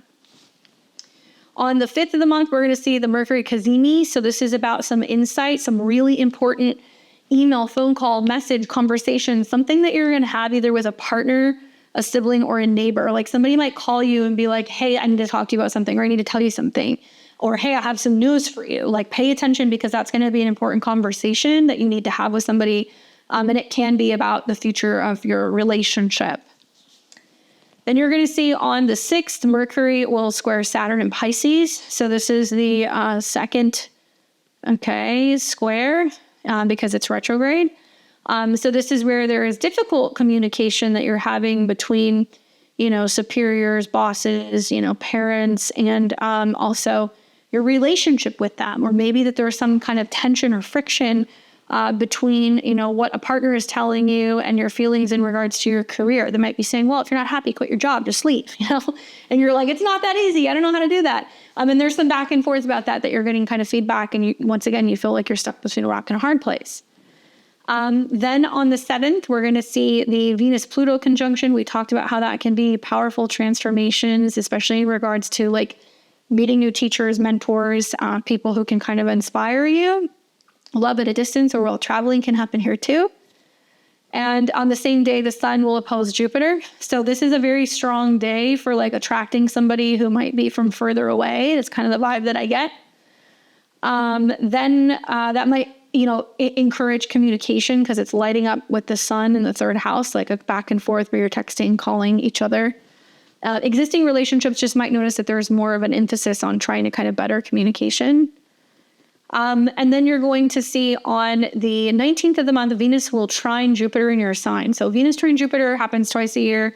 It's a time where love and growth and abundance and travel harmonize. Venus in the 9th house could be that travel, that trip, that connection at afar, that child or younger person or, somebody who's culturally different or foreign. You're connecting with them, right? And it's bringing you the opportunity to travel together, to grow together, to have abundance together, to have some kind of beautiful connection. Then you're going to see on the 24th of the month, Jupiter will square Saturn. So Jupiter in your sign is squaring Saturn. I feel like this is where you're like, think back to what happened in August, because this is the second time it's happened, where it's hard for you to be optimistic and positive about, just the heaviness of the responsibility on your plate with Saturn in your 10th. You want to travel, you want to be free, you want independence, but you have responsibilities, but you have a job, but you have a boss that's breathing down your neck, but there's a lot of work to do. And you're like, I just want to be free, and it's just, good problems to have if you're employed with this aspect. It can also be a time where you're feeling disgruntled with finding a job, maintaining a job, finding the right position. You might be feeling like you're kind of losing hope, and you're less than satisfied with what you're seeing right now, but it's temporary. It will pass. You will then see on the 26th that Mercury opposes Jupiter again. And then it comes into a square with Saturn. Okay. So once again, more going back and forth with another person regarding, do we move forward together professionally or romantically? And there is a process with the Mercury retrograde where you're going back and forth with this all month long, and you'll be feeling this clear into January. So this is a month of kind of unpacking all of this and kind of seeing who is meant to go with you long-term into the future, who are you meant to work with long-term into the future, and whether or not you're feeling like people are being a team player or if they're a good match for you. And then on the 27th of the month, Venus will come into a square with Uranus. So Venus will square Uranus, which does lead to some tension in relationships. It can mean that there is some unexpected, relationship or financial things that can kind of happen. For you, I feel like this is more shifts revolving around your beliefs and how it kind of leads you to being a little bit more open-minded and optimistic about what the future holds. It can promote sudden spontaneous travel, sudden spontaneous kind of education, learning something new, shocking or unexpected kind of revelations that you have revolving around relationships or money. Okay? One heck of a Mercury retrograde for you guys all month long, I got to tell you. So hang in there. And really, I feel like the squares to Saturn is, are the people that I'm with, are they going to go the test of time? And a lot of it's about integrity. And making sure that you're working with people who have a really good integrity, that they really are being honest and they're showing up and they're reliable.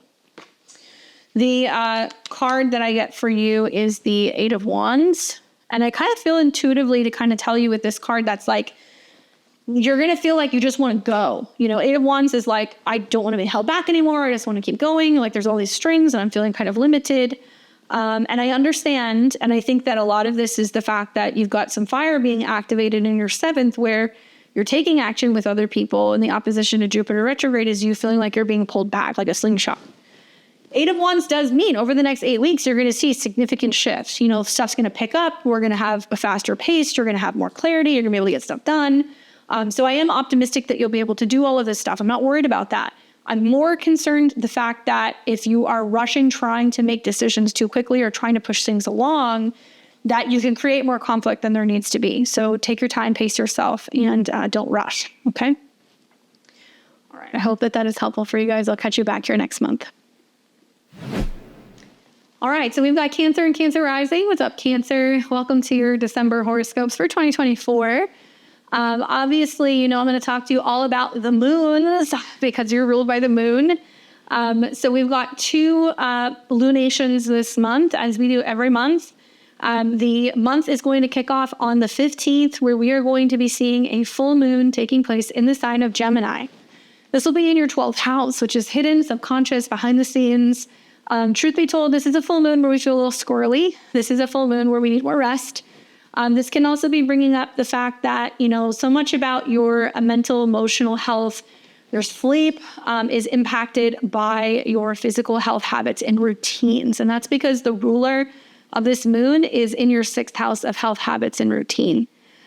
12th house is where we get healing. So hospitals, treatment centers, facilities, that kind of comes up with the 12th house. And to have the 12th house Lord retrograde in the 6th tells me some of you guys are you have an injury and you're healing. You're needing to go and see a specialist. You're getting some kind of treatment. Or you are dealing with rehab, or you're dealing with mental health stuff and the impact that has on your physical body. Something is going on here that needs to kind of get worked out with that full moon. So take care of your health. Make sure you rest. Make sure you're taking adequate downtime. Then you're going to see on the 30th, there will be a new moon in the sign of Capricorn. And this is in your alternate sign.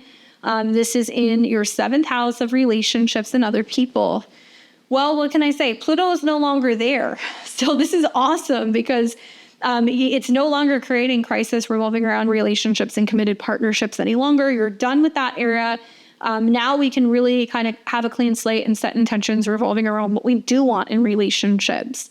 What's cool about this new moon is that it is in harmony with Saturn, which means, we can have growth in relationships. We can sell new products. We can connect with new clients. We can take on new business collaborations, as long as we believe. Saturn in the 9th house, It could bring about traveling with partners, meeting partners at a distance. It could also mean that there's opportunities for you to work with someone who might be like a teacher, a mentor, or an educator. And Saturn's also trine your sign. Okay. So actually pretty nice new moon. If you're single, this is the new moon that you want to set intentions revolving around finding new relationships in people. If you want to meet someone, you might have to travel or get outside of your usual kind of haunts to meet someone, but it's a good moon for that if that's what you're trying to do.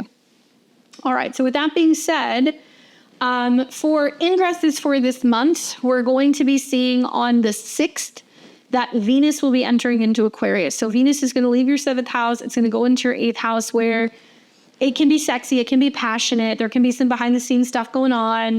You may have more access to other people's money. People can be more generous. You can get bonuses, inheritances, refunds, exchanges. There can also be a little bit more kind of like sexy time with Venus being in the 12th house, in the 8th house as well. Major transformations happen when Venus goes through the 8th house, especially when it comes to love and money. So transformations of home, family, friendships, those things kind of get popped up here. Then we have on the 21st of the month, the sun goes into Capricorn. We have winter solstice here in the Northern Hemisphere. In your 7th house, this basically means that it's putting the spotlight on relationships, your partnerships with other people, clients, your therapist, one-on-one with others. And it's giving you the opportunity to focus on investing more, I think, time and energy into these areas of your life. Now, on the 7th of the month, Neptune goes direct in your 9th house. So if you've been feeling lost or confused about your purpose, your life direction, your belief system, your spiritual practice, a legal matter, a travel matter, like something is going to become a little bit more clear now once Neptune goes direct for the next several months. We will also see Mercury go direct in Sagittarius on the 15th. And truth be told, the first half of the month, Mercury is retrograde in your 6th house. So you are still reworking something revolving around your health, your habits, where you're working. There can be some changes going on with your schedule. There could be some changes going on with your pets.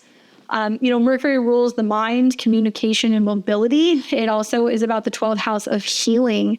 So some of you guys are healing issues that impact your mobility, that impact your ability to walk or to work. Some of you guys are, attending to, a schedule matter, or maybe you're taking care of a pet that has some kind of ailment or issue like that. So be mindful that that's kind of getting worked out clear into January because of the post-shadow period. On the 6th of the month, Mars turns retrograde in your 2nd house of money and income. All of December, Mars will be in this part of the chart before it retrogrades back into Cancer, which will be the beginning of 2025, and it'll be there for about a month and a half. Well, what can I say? I would say this to anybody who's having the retrograde happening in their 2nd house. You got to watch your money. Okay, you have to watch your finances, because when Mars goes retrograde in the 2nd, suddenly we feel like we can't or we don't want to spend as much money, or we've had income that's been coming in. Maybe it slows down. Maybe it trickles.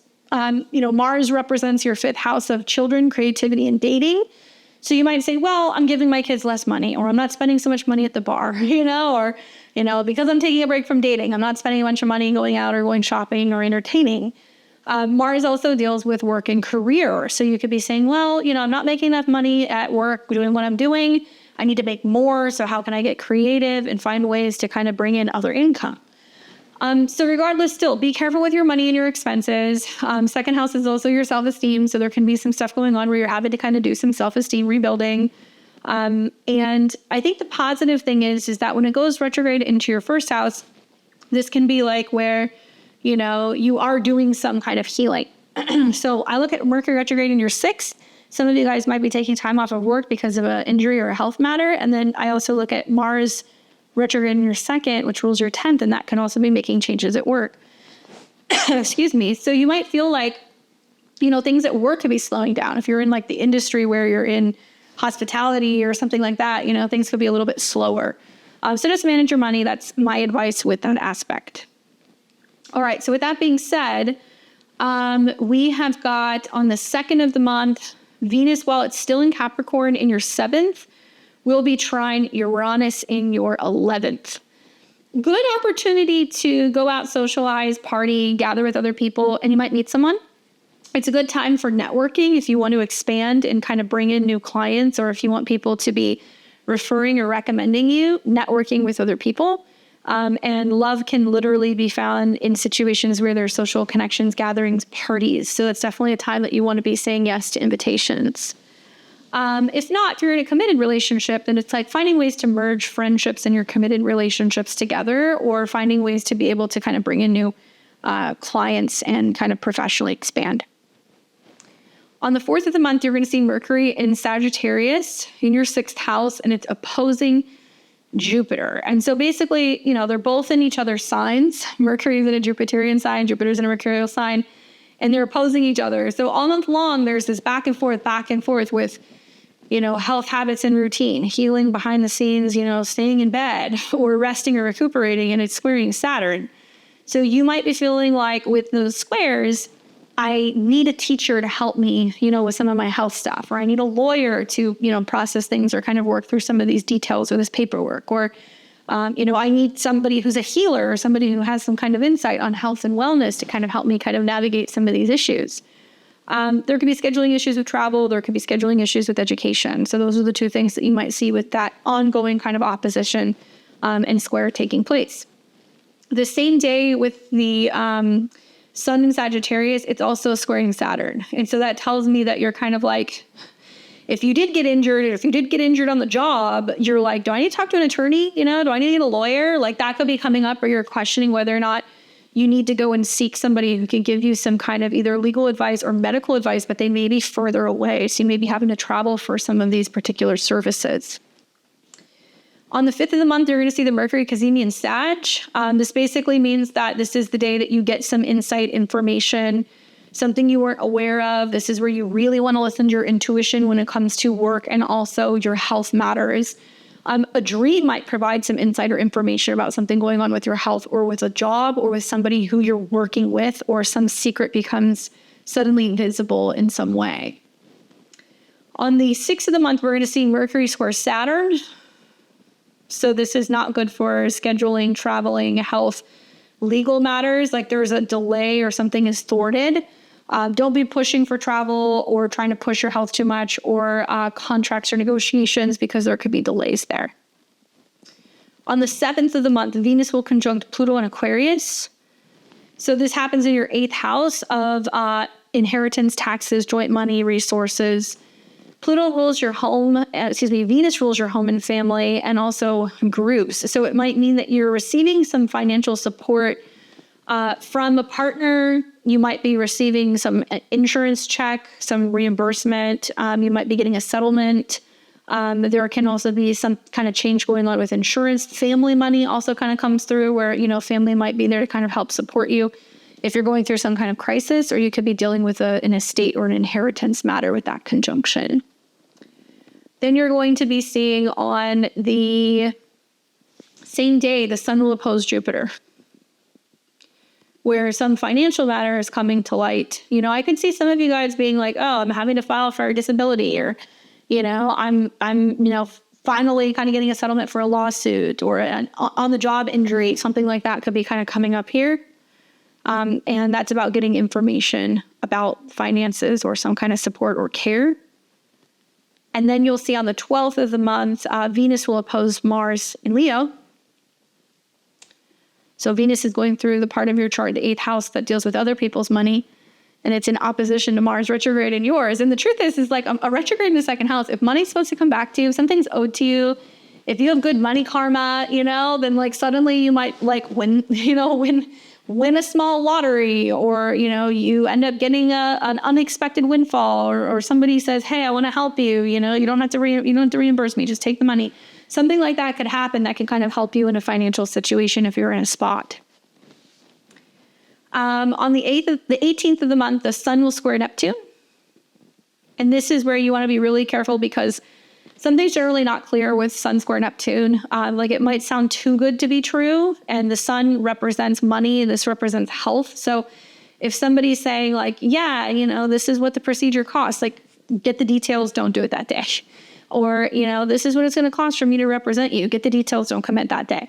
Anything with health, law, legality, or jobs, travel, like there's going to be something that's going to be skewed that you're not going to see very clearly. So we want to avoid making decisions when we see hard aspects of Neptune. So that'll be on the 18th. And then on the 19th, we will see a really great aspect where Venus in Aquarius is in a trine with Jupiter in Gemini, where it's very likely there is some kind of support or increase in your joint income or resources or some positive money kind of coming in that you don't see coming. Jupiter in your 12th house is like your guardian angel, and it's covering you and helping you recoup from losses that you're having at work. Maybe it helps you get a new job, a better paying job. It can also give you some clarity about your health. If you're having to detox or clear something out, or even go to like therapy or be working through trauma, you can heal something, and you may heal it through hypnosis, meditation, past life regression, therapy. Something like that can kind of help you clear that out. And then we're going to see on the 24th, the second Jupiter squares Saturn. So Jupiter in your 12th house, expanding your subconscious, expanding kind of behind the scenes, your emotions, your sensitivity. Endings and completions is the 12th house, and it's squaring Saturn. So you may feel like you're ready to stop working with a mentor or a teacher. You're ready to finally, graduate a program. You're ready to kind of finally, take a break and kind of step away. There could be some crisis of faith and belief. You can feel like you're a little bit kind of blind with these squares, where you're like, okay, I'm trying to believe, it's hard to keep the faith, and I need something to kind of practice or stick to. So look back at what happened in August of this last couple months. You had a square here, and I really feel it's like more like faith-related things than anything. But some of you guys may have delays getting back into school. You may have delays traveling. That can certainly happen with that square. On the 26th, you're going to see Mercury and Sag oppose Jupiter again. Big communication ideas, back and forth. And it's going to square Saturn. So if you're trying to schedule courses, you're trying to schedule travel, or you're trying to kind of meet somebody somewhere, it's like because of either your schedule or your health or something going on where you just can't quite commit yet. And it's still kind of keeping you in that landlock even after, towards the end of the year, unfortunately. And that can also be delays with legal related matters as well. And then on the 27th, you're going to be seeing Venus in Aquarius square Uranus in Taurus. So this is Venus that's hanging out, obviously, in your 8th house. It's squaring Uranus. There can be some friction revolving around borrowing and lending, especially with friends. There can be some friction revolving around feeling like you're getting what you need from other people, and you can be getting kind of restless, and you can be feeling like you want to break free and you're wanting to make money in another way. It is also possible that the squares can materialize as somebody giving you something, because Venus is in the 8th house. So it can mean that because of some kind of stress or tension, you've got friends that are like, oh, I've got you, I'll take care of it, I'll pay the bill, I'll loan you the money, and somehow it's coming from another person. So sometimes it's about opening up about the stress or the tension that's going on, and it can actually provide you with the opportunity to kind of receive something. Okay? So that's pretty much the transits in a nutshell. Please take care of your health this month with the moon that we're going to be having in your 12th house, and also with the retrograde. You guys really want to take care of your health. That's very important, because I can see some of you guys might be having some setbacks a little bit health-wise or work-wise, okay? The card that I got for you is the Justice card. All right, so this is a card that deals with balance, support, connection with other people, fairness, equality, give and take. There's a lot of that going on in your 2nd and your 8th house. It's like, what am I putting in and what am I getting out of it? Am I getting enough out of this? But also the balance that you're trying to do in your 6th and your 12th house. Libra can be relationship oriented, so it might also be kind of touching on that new moon in your 7th house, that you're trying to kind of bring in other people who are going to kind of help you find the balance. A lot of, I think the Justice card is about cause and effect. So things that have happened in the past, now they're coming up and you're kind of processing them and you're dealing with them. But there's a lot of in my time of need, who's there to help me? Okay. And I think you're going to be thinking about that a lot this month. Who's there to help me? If you have a relationship, are they cutting it? If you don't have a relationship, do you wish you had somebody to kind of help you through some of these difficulties? Or are you needing a therapist? You needing a support system, somebody else who can kind of hold you accountable and help you along the way? So that's something to think about for this next month. I hope that was helpful for you, Cancer, and I will catch you back here in January in the new year. All right, so we've got Leo and Leo rising. What's going on, Leo? Welcome to December 2024. I hope you're doing well. This is going to be your horoscope for the month ahead.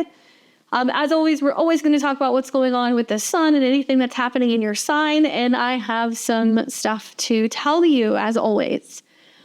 So just kind of wrapping a little bit off of like the sun, probably one of the bigger transits you're going to want to watch is going to be the new moon that we're going to be having in Capricorn.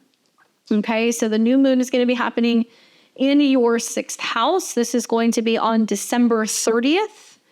And new moon is new opportunities, fresh, brand new start, and it'll be happening in your 6th house of health, habits, and routines. So if you want better health, if you want a new job, if you want to commit to a new schedule, if you want to focus more on productivity and organization and cleanliness and all of these things, better health, better habits, this is the new moon that you want to do that.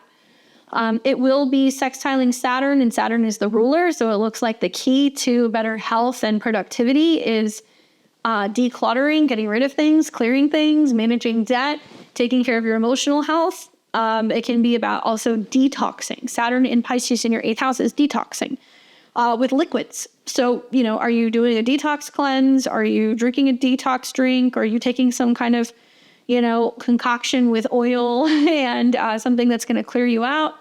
Are you better improving or taking care of your immune system? Also emotionally and psychologically, the impact of having a schedule, having a routine, and how that actually really benefits you emotionally. I think that's part of this as well. Now we will see 2 other pretty significant aspects involving the sun this month. We are going to catch a Sun square Neptune that's going to be happening later in the month and kind of mid-month actually. And that is a time that you're going to want to be paying attention, because I feel like for you, it's going to be some like question marks and some issues with clarity. Okay. So the sun will be going through your 5th house of children, romance, creativity, and it's squaring Neptune, which means you could be feeling a little unsure about your love life and intimacy. You could be feeling that something is lacking in terms of that, not feeling the love. You could also be feeling like you're kind of unsure about whether or not you want to take a risk when it comes to investments, when it comes to gambling. You're like, I don't know if I want to risk this money. And that's already kind of happening with a Mercury retrograde in your 5th house. There can be whether or not you want to take risks in love or relationships as well. So there's like a sense of being a little iffy. When that aspect comes up around the 18th, you're going to want to be a little bit more cautious because something is not clear. The other aspect that's going to be happening this month that I think is going to be important as well will be when Mercury cazimis with the sun in your 5th house. Basically, you're the sun. Mercury represents your money, your investments, and also your goals, and something maybe that you tell your friends or your community or the collective. And so Mercury is going retrograde through your 5th house. So you're trying to kind of figure out, do I want to launch my own business? Do I want to get back into dating? What am I creating? What do I love? What do I have to say? And that's getting worked out all month long. And it's squaring Saturn, where there's some kind of sense of feeling scared, or like there's some delays or setbacks. And it's opposing Jupiter, which means that you're getting a lot of feedback from other people. So when you have the cazimi, I think it's a time to actually like shut the world out a little bit. I feel like you don't want to hear what friends and allies and other people have to say, or peers. You don't need to also get scared and get freaked out and kind of, shut down and say, no, I don't want to create anything, or I'm not ready. And that also means like criticism maybe that comes from partners, or concerns that comes from partners. The 5th house is you, right? This is what you love, what you enjoy, what you create. And then the sun is also you. So I feel like this is about kind of going, screw what everybody else thinks. What do I want? What's going to make me happy? And I'm giving you the okay this month to be inherently selfish for a number of reasons, but this is one of them. The other thing that's happening this month, and this is why I'm giving you the okay to be selfish, is Mars is turning retrograde in your sign. Okay, so it's going to be in your 1st house. It will retrograde around 6 degrees. So if you have anything 7, 6, 5 degrees of Leo, really pay attention. When a planet retrogrades conjunct a personal planet or an angle, things happen. Especially if it's your first house, it's going to be relating, I think, to your health. I think it might be about something changing in direction in regards to where you're living. You might be moving in or out of a place. You might be going back to a place you used to live. You might be saying, I'm just too cooped up. I need out of the house. Something like that could happen because Mars is connected to your 4th house of home. And the 9th house is about traveling or education. So you might be like, all I know is I don't want to be home. I got to be somewhere else. Where am I going? And you're trying to figure out if you can either buy time in another place or if you're going to be relocating to another place further away, or maybe you're making a decision about where you're going to be living long-term. Maybe you're going back to school. I don't know. But something is changing here in regards to that. Now, Mars rules things like cutting, piercing, tattooing, blades, lasers, surgery, all of that stuff. So, for any Leo rising, I would be like, look, babe, not the best time to be going and getting a tummy tuck or getting your boobs done or going and getting laser on your face or going and getting that big Leo tattoo that you want. No, because during retrogrades, sometimes we regret what we do, and there can actually be burns and other things that can happen, or there can be scars when you're dealing with Mars. So I would just say, get a temporary tattoo, buy a wig, don't do anything permanent. If you still want to do it in the beginning of next year when we have some better aspects, then you can do it then if that's really what you want. For many of you guys, though, it's just that you're feeling like you're losing momentum. You're running out of steam. And Mars is about that. So you might be like, you know what, I'm just tired. I just need some time. I need to rest. Because Mars is getting ready to go back into your 12th house. But yeah, I think the cazimi in your 1st house, Mars retrograde, cazimi in your 5th house, Mars retrograde in your 1st house is like, you got to get in check with number one. You got to kind of make sure that you're on the same page with yourself. And there is a need to kind of, turn within to kind of do some of those things. Okay. All right. So with that being said, on the 6th of the month, Venus will enter into your 7th house, where she is going to be kind of bringing up lots of themes revolving around romantic relationships, partnerships, your marketplace, what you're selling, connecting with other people. If you're single, it can be a time where you can meet somebody. If you're in a committed relationship, you might get a little bit more kind of passionate with the person that you're connected to. Just know that on the 7th, the very next day, Venus conjuncts Pluto. So it can be a very intense, passionate draw attraction that's very magnetic and very sexual. But Pluto also rules your 4th house, so it can mean that you're becoming aware that there is some kind of challenge that you're having with a committed relationship in a whole matter, with somebody that you're maybe working with. All of a sudden, they're kind of being a bit of a problem, and like they're kind of showing up and presenting you with a situation where you have to defend or stand up for yourself, okay? And that's especially true because Mars is in opposition to this while this is happening. So you may feel like, you know what, this person's not changing, and it's becoming something that's difficult or dysfunctional. And it could be a friendship, it doesn't have to be a romantic relationship. But you're just seeing the darker side of a relationship with another person, and you're realizing, like, I gotta kind of turn within. On the 21st, the sun enters into Capricorn, and that is going to be putting an emphasis on health, wellness, productivity, organization in your daily routine. Obviously, the sun being there, it's going to have you focus on your health, and you're probably just going to feel like you're just busy and you're having to kind of stay on top of some kind of a schedule. On the 7th of the month, Neptune turns direct. So where there's been some confusion in regards to joint assets, joint investments, money that you have in another person, emotionally, psychologically, energetically, now there's going to be a little bit more clarity now that Neptune is no longer retrograde. And if there's been some confusion about a tax matter or inheritance matter, there can be some clarity here as well. On the 15th of the month, Mercury goes direct. So the first 2 weeks of December, Mercury is still retrograde. So you're reworking and rethinking something about your 5th house. Reconnecting with romantic partners, revisioning or reworking something about creative creative habits. Maybe you are thinking about getting back into dating. Maybe you are, wanting to reconnect with your child. Mercury rules money and your goals. So be very careful with taking risks, unnecessary risks this month, like the stock market or gambling. Be very careful because not only are you having this Mercury retrograde where there could be a change in direction one way or the other, but it's squaring Saturn. And it might mean that you're like, okay, I dipped into my savings to make some investments or to kind of gamble a little bit, and it may not pay off. So just be careful. Obviously, we talked about the 6th, Mars turning retrograde. It'll be retrograde in your sign all month. Next month, it's going to go into Cancer in your 12th house, which is more about resting, healing, and retreating. And that is the long and short of it. So we talked about the new moon and the full moon as well. All right. So as for the other transits that are kind of taking place this month, on the 2nd of the month, Venus, which will be in your health and kind of work sector, it will trine Uranus. So it tells me that good change of circumstances, relationships, maybe somebody you hire, maybe a woman that you're working with at work, maybe some kind of support system helps you kind of innovate and make some really great changes when it comes to your career and your scheduling. So it's possible that maybe you hire somebody, maybe you have an assistant, maybe you make some improvement in your office space and it helps you feel like more productive and like things are kind of free flowing. On the 4th, Mercury will oppose Jupiter. So you've got Mercury in your dating, romance, children sector. It opposes Jupiter. Honestly, the oppositions aren't bad. It can mean that, there's some kind of changing circumstance going on with your love life or your creative life or your children, and you're sharing this information with other people, right? Jupiter in the 11th, your friends, your audience. The problem is that they're going to be going back and forth and they're squaring Saturn. So that means that you might make some announcement about your kid, but it might change. You might be making an announcement about your business, but it's not quite ready yet, or it's not ready to launch, or it's not making money yet.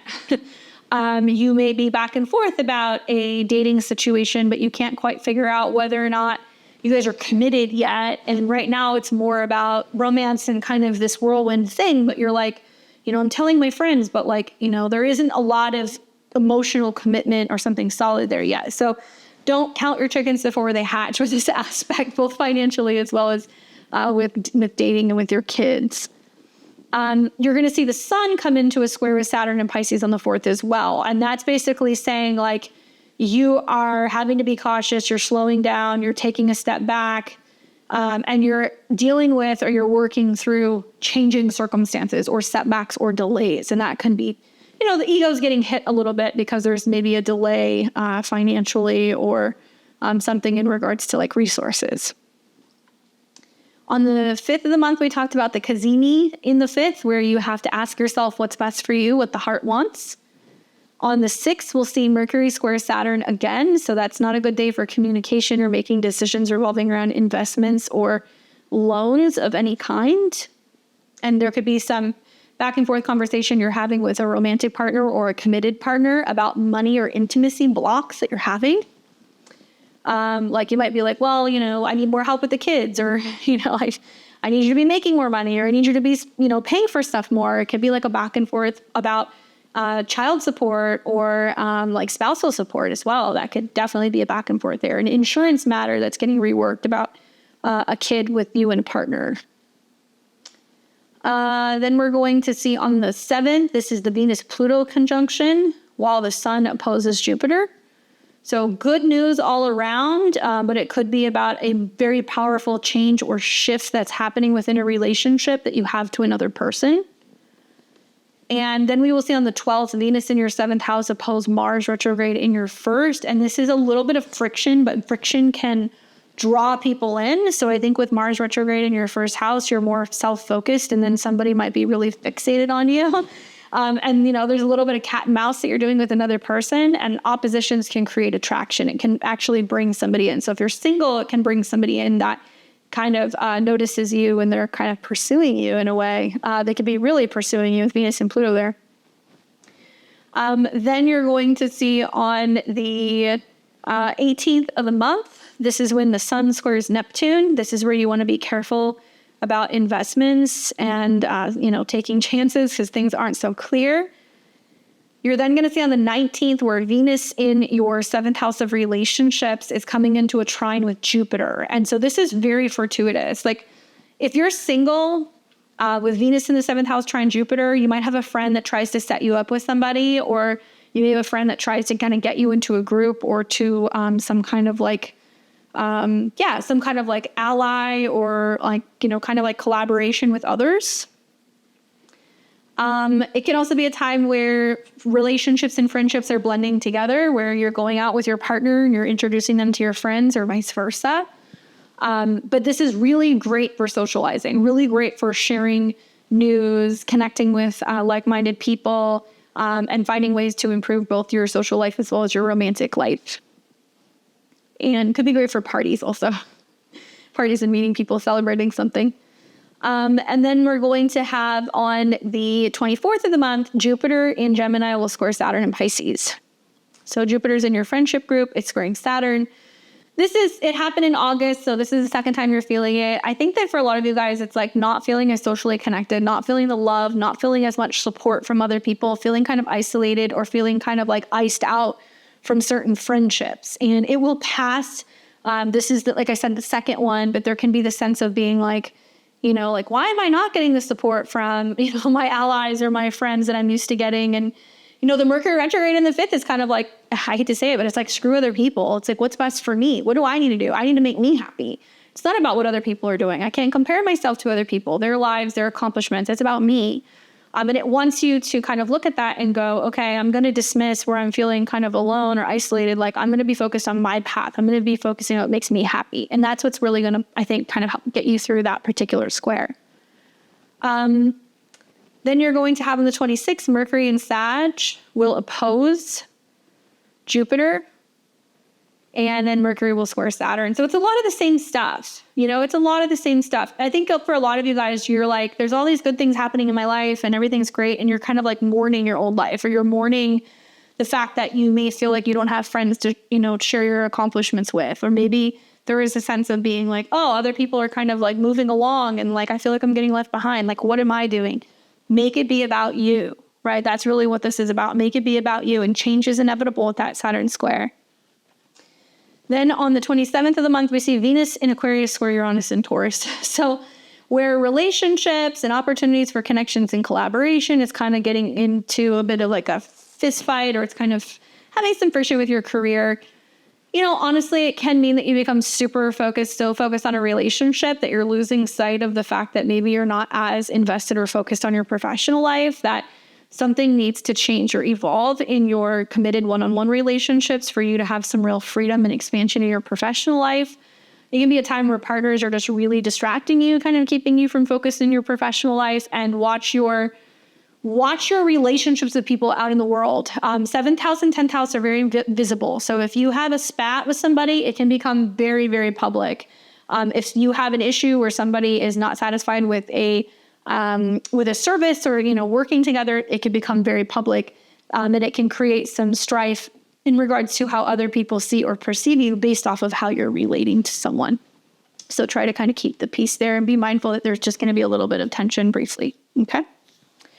With that being said, let's see what cards you get. You get the Judgment card. I feel like that's like the Pluto, Venus stuff. You get the Judgment card. Big decisions and judgments revolving around what comes next. It's interesting because, this card is about big decisions, but it's saying decisions that have been long in the making, things that are inevitably going to kind of come up. You may not feel like you have as much control over them. There's also like this message, right? And this is also about, obviously this is kind of like seen as like the resurrection, right? You see everybody kind of coming out of the graves. And so I think about Venus and Pluto, are you resurrecting, things from relationships? Are you bringing people back? Are you able to resolve conflict and drama? Are you able to stay in some of these friendships or relationships and have renewal? Like, that's what I'm kind of wondering. Obviously, so much more of the astrology between Mars retrograde and the Mercury retrograde in your 5th house is more about you. It's about how you're changing. And this is how other people respond to that. So much of Pluto in your 7th house is about other people going through shit, other people going through crisis, other people going through major transformations. And I would say, let them go through it. Don't interfere. Don't fight it, but don't take any shit either. Because a lot of this is about you being like, you know what, they're going through something. I got to do what I got to do. I'm focusing on me. And if they can change and if we can evolve together, awesome. Otherwise, it's being like, yeah, if you're going through that and it's affecting me negatively, I can't partake in that. And maybe that's part of the Judgment card that's coming up as well. But there's some real definitive things coming up, either regarding your relationship with your family or your relationship with another person, and whether or not this is something that can really evolve. If you guys can continue to be together, work together, or be friends, to me, that seems like that's what's coming up in a very big way this month. Okay? All right, Leo, good luck.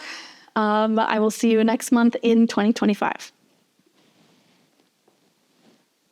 All right, so we have got Virgo and Virgo rising. What's going on, Virgo? I hope you're doing well. Welcome to your horoscopes for December of 2024. I'm going to start by talking about this Mercury madness. So take a breath. You're kind of already in it, though. It's so interesting to see like the retrogrades and the things happening like in the mutable signs this year, because it's like all over the place. And I'm sure you're feeling a little all over the place. So I want to ease your concerns a little bit. So let's start off by talking about Mercury. Obviously Mercury rules your chart. So wherever Mercury is where you are. Mercury is about communication, organization, business, health, sometimes movement and travel. And Mercury is spending the entire month in your 4th house. So basically all month long, you're like, your mind is on your home matter. Your mind is on moving, reorganizing, changing of systems, schedules within your home. Maybe family's coming to visit with you. Maybe you're moving back home. Maybe you were reflecting on a home or situation. Maybe you're fixing something in your home. I don't know. But there's something like that going on. And Sagittarius is about like making something bigger. You might be reevaluating if you're open to moving somewhere further away. You might be debating whether or not you want to move or if you want to renovate your home. Something like that's happening. Okay. And Mercury also rules your 10th house of career and reputation. So essentially mid-month Mercury will go direct, but even when Mercury goes direct, it's going to still continue to make the same aspects it made in the pre-shadow and in the retrograde. In a nutshell, Mercury has been square Saturn, which means that there's something changing on the home front or for you emotionally, and it's bringing up some tension in regards to relationships. It can mean that you're so consumed with something going on with your home or your family or a move that you can't possibly imagine dating or making time for another person, or it's been really difficult to maintain a relationship. It's been also in opposition to Jupiter, which means you're getting pulled into different directions between possibly making a change in your home life or making a change in your career. And it might mean that you've got a job offer in another city and you could relocate and move. It could mean that you're considering, moving and then finding a job, right? It could mean that, you're actually taking a step back from working because you're trying to be more focused with like a home or family matter. And both of these planets, both Mercury as well as Jupiter, are squaring Saturn.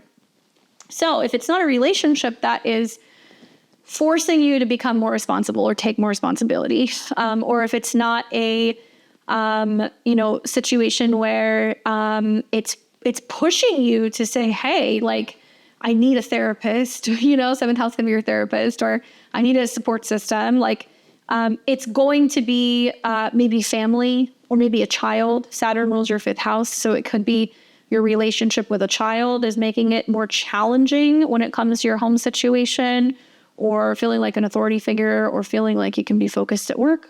Could be your second child too, because Saturn rules the 5th and Saturn's in the 7th.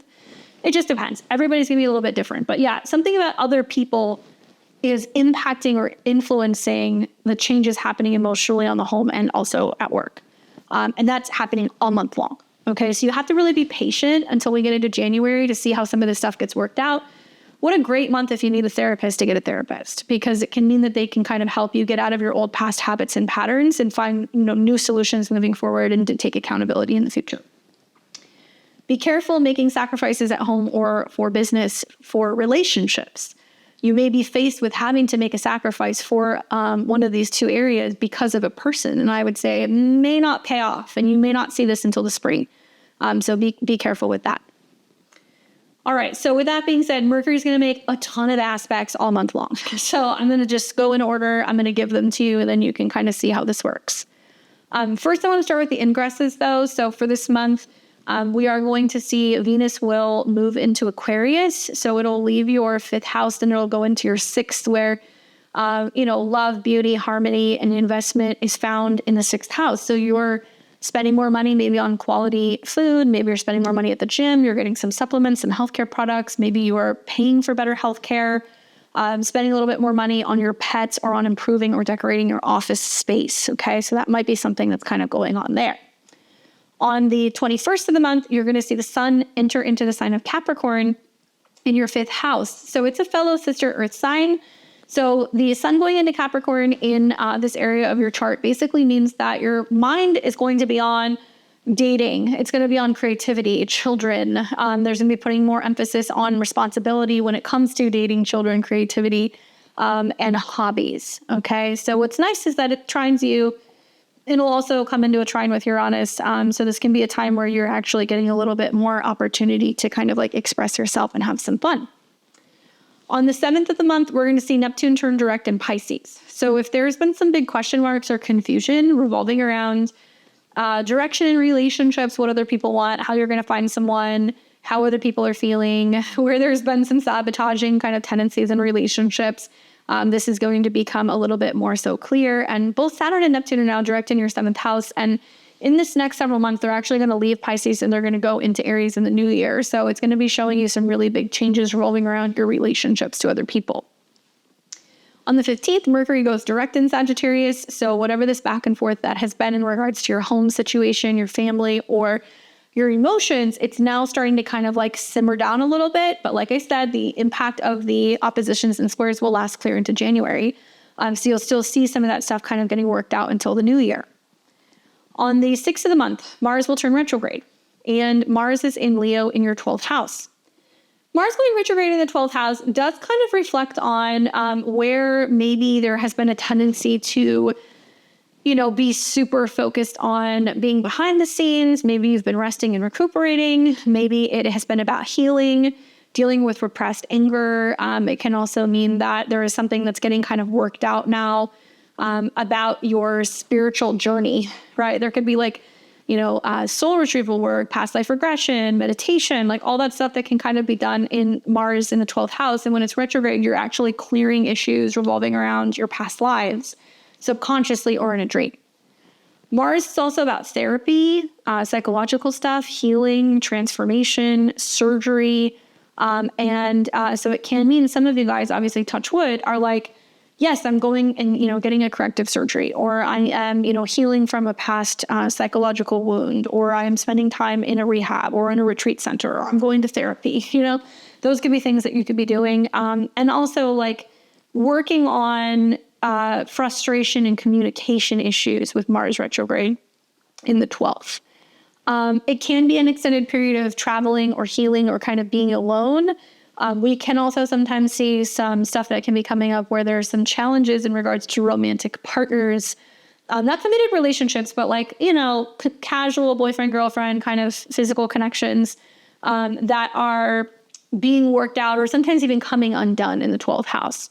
The positive is that the 12th house is about our hidden talents. And like Leo could mean that you're going back and you're like, oh, I'm returning back to a dance studio, or I'm going back to my private paint lessons, or, something that you could be doing that's creative. And maybe you're just deciding to do that as a way of like kind of blowing off some steam. But be mindful that the 12th house is going to sometimes be about healing and health stuff. So we want to make sure we're really taking care of our health. Now, on the 15th of the month, you'll see a new moon that is going to be, a full moon that's going to be taking place in Gemini. So this full moon will be in your 10th house of career and reputation, Virgo. This basically means that there is some big completion or conclusion that's taking place in regards to your career. Changing jobs, quitting jobs, getting, some kind of job offer. It can mean that there is a boss that's stepping down. There is some big news with your company. Something like that generally happens when you have a full moon in the 10th house. And it can also be about announcements. Now, the challenge is when this full moon comes through, the ruler is going to be retrograde in the 4th house, getting ready to go direct. And this basically means that there's a big decision that's happening in regards to your career or your status that is about to really impact your home or your family life. It means that maybe you're taking time away from work because you're like, hey, I'm having a baby, or, I have to go and be with my family for something, or it's, my family's moving, so, we need to take time off work. Something like that could be happening. And obviously it squares Saturn, so it does put the pressure on relationships, and it also squares you. So take a deep breath when that full moon comes through. Know that like everything's going to be fine. There's just changing circumstances at work as a result to what's getting worked out at home. Then you'll see on the 30th of the month, a new moon that will be taking place in the sign of Capricorn. Fellow sister earth sign, so it's friendly. In your 5th house, which is setting intentions for new creative projects, new hobbies, getting back on the horse and dating, trying to get pregnant, focusing more on happiness and self-expression, art and self-employment. Now, this new moon is going to sextile Saturn in the 7th. So if you're looking for a serious committed relationship and you're wanting to date, this is a good time to set an intention because Saturn says we can help find somebody who's stable, mature, and reliable. Saturn's direct. It also means that you're focusing more on enriching and kind of growing together with a partner through 5th house matters. Do you plan date nights, right? Do you get a babysitter for your kids so you can go out every now and then? Do you decide that you want to have a child and that somehow kind of helps you kind of develop and grow stronger in your relationship? Any of these things are possible, and I would definitely use this new moon to set some of those intentions, especially if you're creative too, and if you have your own business, this can be a good time to set those intentions. Now, on the 2nd of the month, you're going to see Venus in Capricorn come into a trine with Uranus in Taurus. So Venus will be in your 5th house of dating and romance, trining Uranus. Love, spontaneity, travel, education, holidays with another person, that all kind of comes in. It might be a day that is worth kind of making an investment to do some of that stuff. On the 4th of the month, we will see Mercury oppose Jupiter. So this is where there's that back and forth about your expansion in your career or your relationship and how that's also impacting and reworking something about changes on the home front. The same day, we will also see the sun in the 4th house square Saturn. So there is like making a sacrifice, loss of sleep, giving up some of your private time or your private space, to help or support another person or to kind of be better in relationship. Then we'll see on the 5th, this is when you have the Mercury cazimi. So there's some big news or some awareness or realization that's coming up about your home life, or a family member. It could be a male family member in your family. It can be about you connecting with someone or realizing that something is coming to an end or a change in regards to your home or family situation. Then you're going to see on the 6th, Mercury will square Saturn. This is a day where it's going to be difficult to kind of relate to roommates, family members, or romantic partners. You guys may not communicate well in regards to home and family situations. Just be patient. Try not to be too frustrated, because somebody may not be kind of communicating very well, and there could be some kind of disputes that you could have within the home. Then on the 7th, you're going to see Venus conjunct Pluto in Aquarius. This is about health, healing, and, possibly focusing more on investing in services or some kind of help. So, whether it's walking the dog, having your clothes taken to the laundromat, hiring a maid, getting an assistant, somebody to kind of like do the lawn. There are some things worth investing in that's just going to make your life easier right now. And I would just say consider that with that conjunction because it can really kind of help expand and get some of your odds and ends done. The same day, the sun will oppose Jupiter. So it does seem to me like, some of you guys are like, oh, I got to get a moving truck, or I got to get movers, or I got to rent a U-Haul. And that's what you're doing. Because there may be some sudden change that's going on with your career, which leads to a home change. Then you're going to see on the 12th, Venus in Aquarius will oppose Mars in Leo. So Venus going through your health, healing, productivity kind of house, opposing Mars means that you're like, I'm having to invest in my health, or I'm having to make sacrifices for another person, and I'm staying up later, or I have less privacy, or I have less free time, or I have to kind of spend money on healthcare right now because I've got some, accident or injury related thing that's kind of popping up. So it's worth spending money to kind of have somebody help me remedy the situation, take care of your health with that aspect, because it can be costly, some of the effects of health stuff if you're not careful. Then we're going to see on the 18th of the month, the sun in Sag will square Neptune in Pisces. So it's interesting, Mars retrograde in the 12th, ruled by the sun, sun in the 4th, square Neptune, rules the 12th, Mercury retrograde in the 4th, square Neptune. There's a lot of I feel like questioning what's going to happen in a relationship or what's going to happen in a home and family matter. And when the sun squares Neptune, you could be feeling really emotional and kind of oh, I'm at my wit's end. Like, what am I going to do in regards to this relationship or home situation? And you could feel like worst case scenario. And I would say, just take a breath, take a step back, whatever is changing, it's not a bad thing. And like, this is teaching you that there's something going on where you may not have the same support from relationships. And it could be like a therapist that can't see you for 2 weeks. It could be a friend that's not answering the phone. It could be a partner who's going through their own mental health journeys right now. And you're like, I need you. Like, something's coming up where you're kind of questioning whether or not you have the support that you need. And when the sun squares Neptune, it's a time where you don't want to be hopeless. You just want to let the emotions kind of ride and let it pass. On the same, let's see. Okay, so that happens. So then we're going to see on the 19th, Venus will trine Jupiter in Gemini. So this is nice. So Venus in the 6th house of healing, work, health, trines Jupiter. This could be a time where there's a new job, there's a new schedule, there's a new assistant, there's a new system, there's a new office that's helping you feel more expansive, productive. There could be opportunities to make more money, so it could be more lucrative. Something that's changing in your daily routine that's meant to kind of help you expand your career. And it could be that you're getting word that you're moving into new offices next year, or there's a schedule change because you're anticipating making this job change next year. So that could be the change that's happening, but I see it being fortuitous, especially if you're looking for a job, especially if you're looking for better health or assistance with your health or some kind of assistance at work. This is a good transit. Then you're going to see on the 24th, Jupiter will square Saturn. So Jupiter is expanding your career and reputation zone, but it's squaring Saturn. So you're like, work needs me. I got a lot going on. I got to be front and center and really present with this stuff. And it may be feeling like it's cutting into your ability to spend time with your spouse. Maybe you feel like it's limiting your ability to date and meet people. Maybe you're feeling less optimistic about your relationships and you're like, wow, my career is doing well, but like at what cost?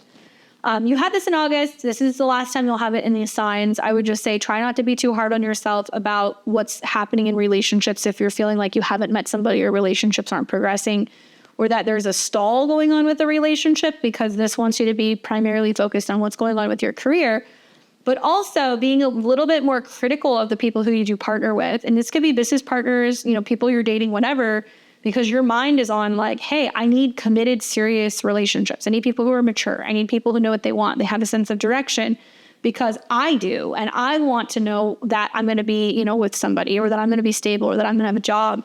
You care about those things. And so I think the square to Saturn and ultimately Neptune is going to mean you're less tolerant of partners who are like Peter Pan syndrome, that they don't know what they want. They don't know where they're going. And you're going to get frustrated if you're going to feel like other people are not as mature and kind of like goal-oriented as you.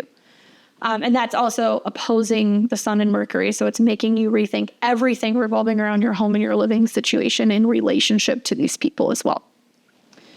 All right. So then we have on the 26th, Mercury will oppose Jupiter. This is a big day for you in terms of communication with home and family. And then Mercury will square Saturn. You might be like saying like, you know what, I made my decision. I am taking the job in the other city. And I think we should break up, unless you're serious about me, I have no interest in continuing to live together, and maybe it's time for me to go. These are the kinds of things that might come up for some of you guys. So just be mindful of that. And it's getting worked out all month long. And then the month kind of wraps up and it finishes off with Venus in Aquarius square Uranus in Taurus. So Venus will be in your 6th house, where we do air out issues in relationships here, by the way.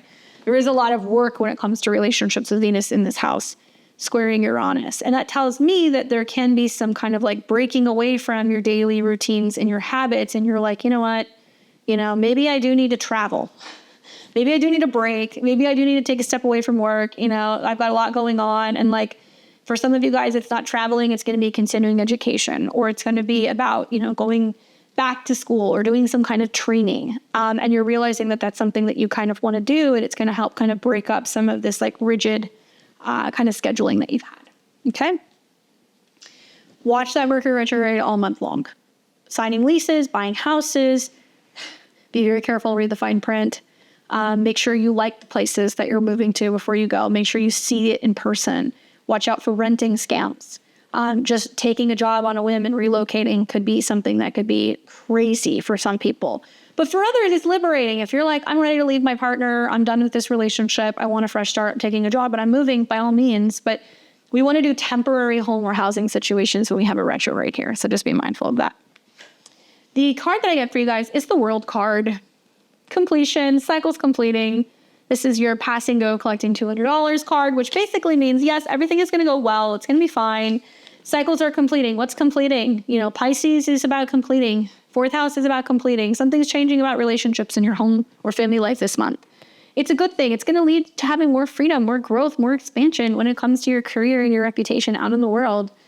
Cut the dead weight. Let stuff go. That's my advice, because I feel like if you can do that, it's really going to help you proceed forward and really get what you need.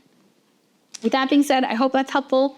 I will catch you guys back here next year in January of 2025. See you soon. What's up, Libra and Libra rising? Welcome to your December 2024 horoscopes. I hope you're doing well. Excited to chat with you guys about what you got going on for the month of December. Obviously, I'm going to talk to you a little bit about Venus as she's your chart ruler. There is definitely some Venus things happening this month. Primarily good, but we're going to see some sweet and some salty aspects. So first things first, Venus is going to start the month in the sign of Capricorn. So before Venus makes her ingress into Aquarius, around the 6th of the month, you're going to be seeing that she is sweetening up, continuing to focus on home, your atmosphere at home, relationships with family, decor, anything in regards to making your home space a little bit more beautiful. So you're a little bit more focused on those things. Then you will see Venus change signs. She's going to be moving into Aquarius. Looks like this is going to be happening for you around December the 6th. And then Venus goes into a fellow air sign. So it is friendly for Libra. Venus in the 5th house is great for dating, romance, for children, anything revolving around self-expression, having fun, gambling, taking chances. And it's an overall very creative and romantic energy. Shortly after that, on the 7th, you're going to see Venus then come into conjunction with Pluto. So you are taking having fun very seriously. There could be an unexpected opportunity to fall in love with someone or something. Radical changes in regards to self-love, expression, as well as children. So that's like a very big transit for you. Sometimes Venus, Pluto in the 5th house can mean that there are big love stories coming up, things that we're afraid to kind of deal with or heal or open up to. It can also be revolving around our childhood. And I think that this is an opportunity for you to kind of maybe invest more in yourself or invest more in your hobbies or in your self-expression as Pluto is connected to those themes. Now, another big aspect that we're going to see involving Venus is we're also going to see Venus come into a trine with Jupiter. So Venus will be going through the 5th house and it's going to trine Jupiter in the 9th house. Basically, this means that you have the opportunity to kind of expand, right? Jupiter expands things, travel, your philosophy. It could just be positive, unexpected blessings, things that you're learning, positive things in regards to teaching, publishing, education, even legal cases, right? All kind of positively expand with Venus in your 5th house. So it might mean you're learning about art. There is some legal case involving children. There is some situation involving, something you've created and publishing. Maybe, romance and traveling, right, are all kind of coming together. So that's going to be one of the better days that you're going to have all month long on the 19th. And then you're going to see at the end of the month, this is where we have kind of like a disruptive energy with Venus. Venus is going to be continuing to go through the 5th house of children, creativity, self-expression. It will come into a square with Uranus. This basically means that if you're taking chances financially, with investments, with money, maybe with gambling, even with matters of the heart, nothing is guaranteed.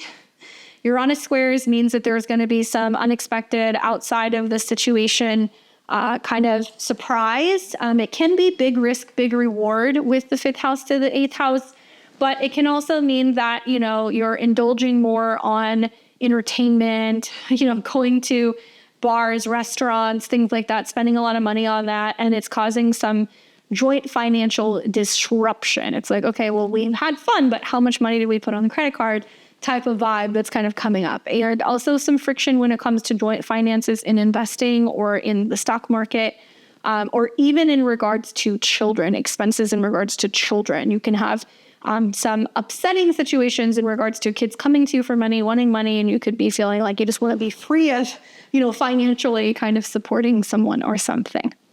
Okay, so those are the big kind of Venus aspects that you're going to see throughout the month. Now, outside of that, in terms of ingresses, we're actually going to see on the 21st of December, the sun is going to go into your 4th house, where it's primarily going to be focusing on, your home life, maybe getting things ready for the holidays, thinking more about real estate, entertaining parties, gathering together with people at home. And then the first half, it's going to be primarily in Sagittarius, which is more on learning, traveling, and also transportation or vehicles. Siblings, neighbors kind of come under the realm of that as well. That's a big topic because there's a retrograde there. You're going to see on the 7th of the month that Neptune goes direct in Pisces in your 6th house. So if there's been some confusion about some health matters, if there's been some confusion about scheduling or your productivity or anything in regards to like your workspace, now we can start to see more clearly what the problem has been and why there has been some haziness with productivity or commitment or a job.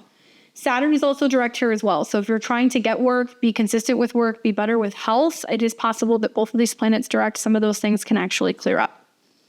Now you're going to see on the 15th of the month, Mercury goes direct in Sagittarius. Long story short, let's talk about the positives. Positives is that when Mercury goes direct, in theory, communication gets better. So where there has been setbacks and delays when it comes to vehicles, contracts, moving, communication, websites, dealing with siblings, dealing with neighbors, now those things can move forward much more clearly because the retrograde is no longer in motion. What's challenging is that Mercury has a whole obstacle of things that it's going through, and it's going to continue to go through these obstacles really all the way until like January of next year. Because the post shadow, we're going to see some of the same impact kind of happening with the aspects Mercury is going to make. So Mercury retrograde in the 3rd, cars break down, scheduling of plans and travel changes. We have to go back to school. We have to maybe fix a gadget. Maybe we're going back and forth trying to update a website, communicating with people, that kind of stuff.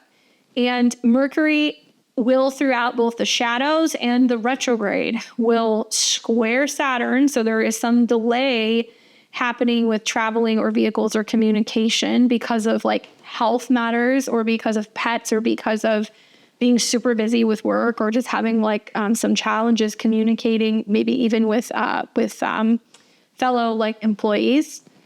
And Mercury will also oppose Jupiter, which is going to make this feel bigger. And also it's going to impact things like education, scheduling flights, like things revolving around like further away distance travel. So either a lot of work with little help, a pet issue or a health issue is getting in the way of traveling, education, or being like more optimistic, right? And so that's been in the air, and it's going to continue to be in the air until about January. But Mercury goes direct. So if you were like, hey, I want to buy a car, I want to sign a lease, I want to move, you can do those things after Mercury goes direct. On the 6th of the month, we're going to see Mars turn retrograde in Leo. So Mars is going retrograde in your community, friend, socializing zone.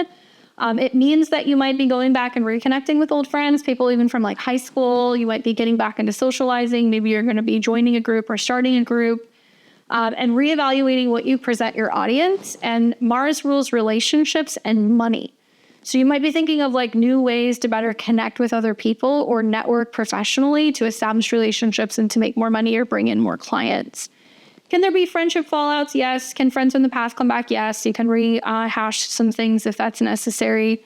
Certainly like the opposition to Pluto in your 5th house and Venus in your 5th house makes me feel like this is about people coming back around to you in your time of need. So if you need more love, if you need more support, if you're going through a major change with a child or with your relationships, or maybe there's just a sense of like kind of doubting yourself, other people will come back around and they'll remind you of just like how special and how important you are and how loved you are. So it can actually be helpful in that sense.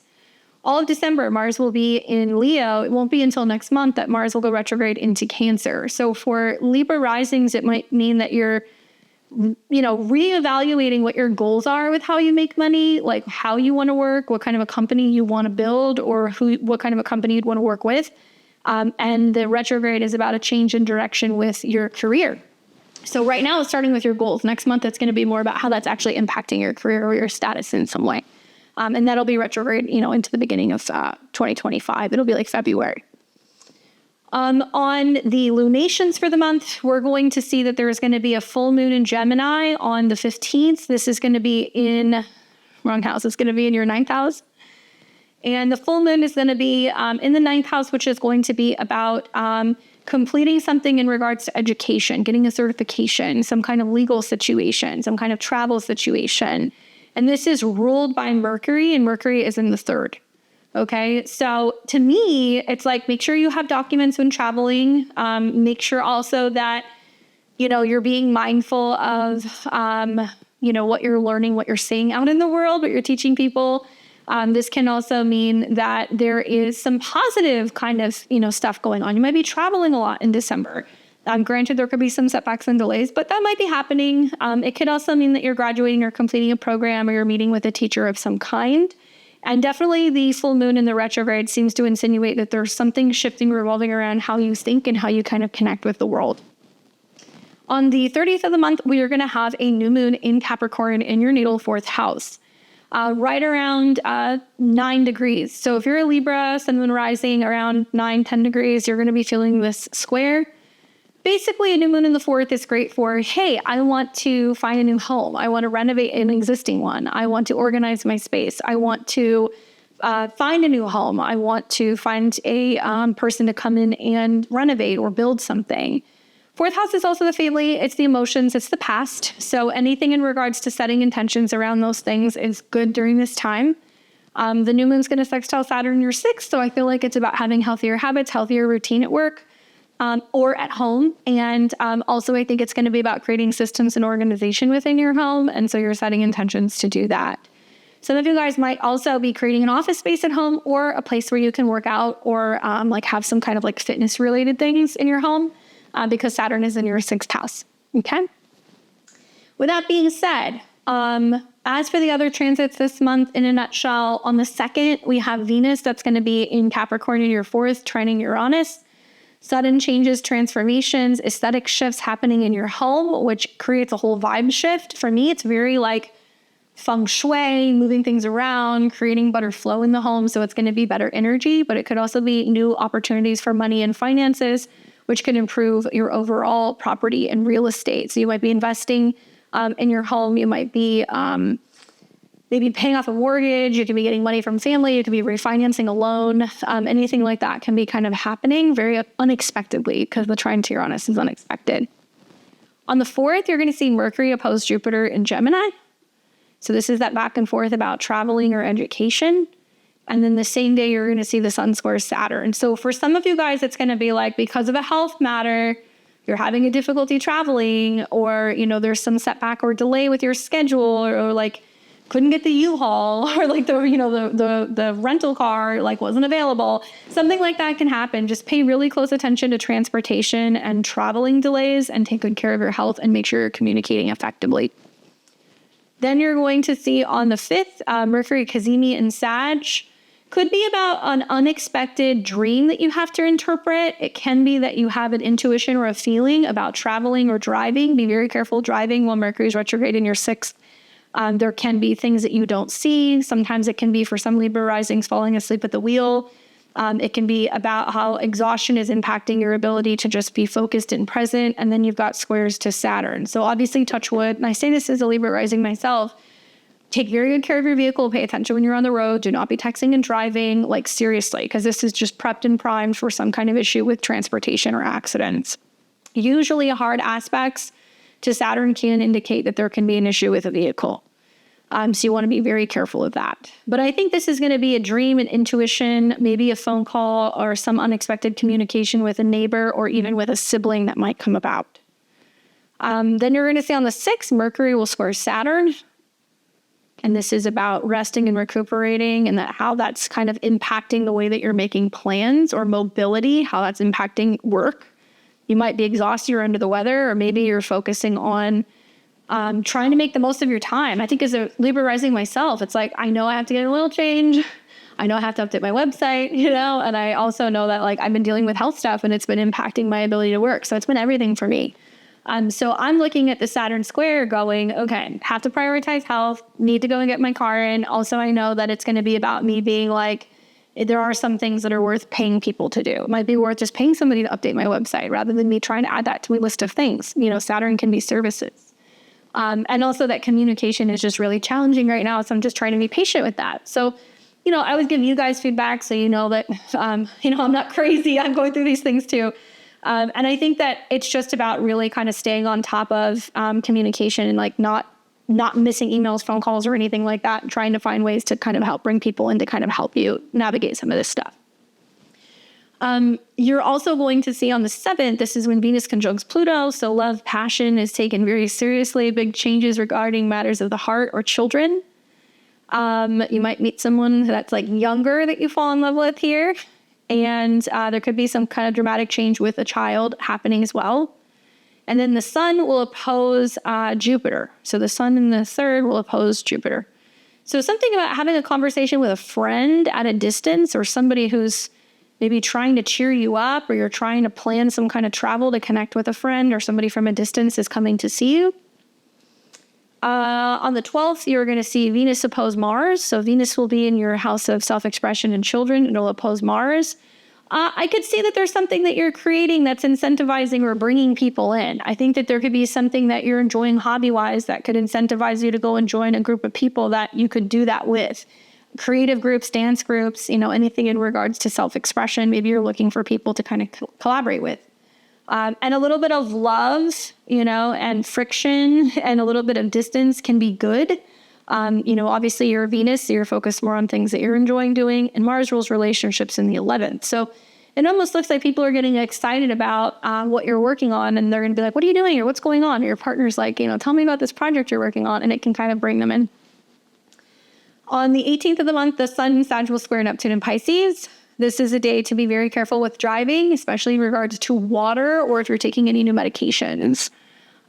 Be careful with communication. Stuff can be distorted. You might not see things so clearly. Somebody could give you some information or tell you something about health or make a recommendation about how to kind of solve a problem at work, and it might not necessarily be helpful. It could cause some more problems. Deception and communication issues do happen with the sun square Neptune, especially when it's involving Mercury in the 3rd house. So there can be some back and forth where you're like getting some information from a relative or a sibling or like a neighbor. Somebody's saying something to you and you're just kind of like, what do you want me to do about it? It's not my job to fix it. And maybe you're just being cautious in how you respond. On the 19th of the month, we're going to see Venus trine Jupiter. So we talked about how this is a day where there can be lots of growth and abundance and romance and travel and like good fortune that can come your way, especially involving creative, legal, or travel related things. And then on the 24th, Jupiter in Gemini will square Saturn. So we had this in August. Basically, for a lot of you guys, it means that you were hoping to travel, go back to school, plan some trips in the future. You were trying to be optimistic about something. Maybe you are trying to learn new skills, but you're like, I have to make the time to do that. Some of you guys have had to put off school because you have health issues. Some of you guys have had to sacrifice work so you can go back to school.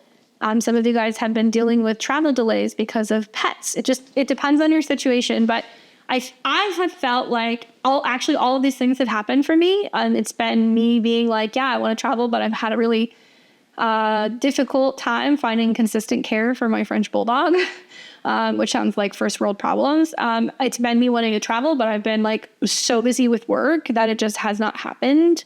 Been wanting to continue teaching courses, did not happen because I've been so swamped with work and prioritizing health this year. So all those things have happened. And I think that this is just that final kind of like, okay, are we doing our Saturn work? And I think this month it's going to be prioritizing health and productivity versus travel. And it might kind of stunt or delay making travel plans or going somewhere at the end of the month. Okay. And also bringing in teachers that can teach you about health and productivity and training of some kind. Then you're going to see on the 26th, Mercury opposes Jupiter. Again, big communication, big ideas, unexpected conversations. and Mercury squares Saturn. So this is also like not the best travel or communication day on the 26th. There can be some stuff that's coming up involving like pets or travel, health stuff as well. It's in the sky basically all month long. And then the month completes with Venus square Uranus in Taurus. So Venus is in your romance, creativity, self-expression house. It's squaring Uranus.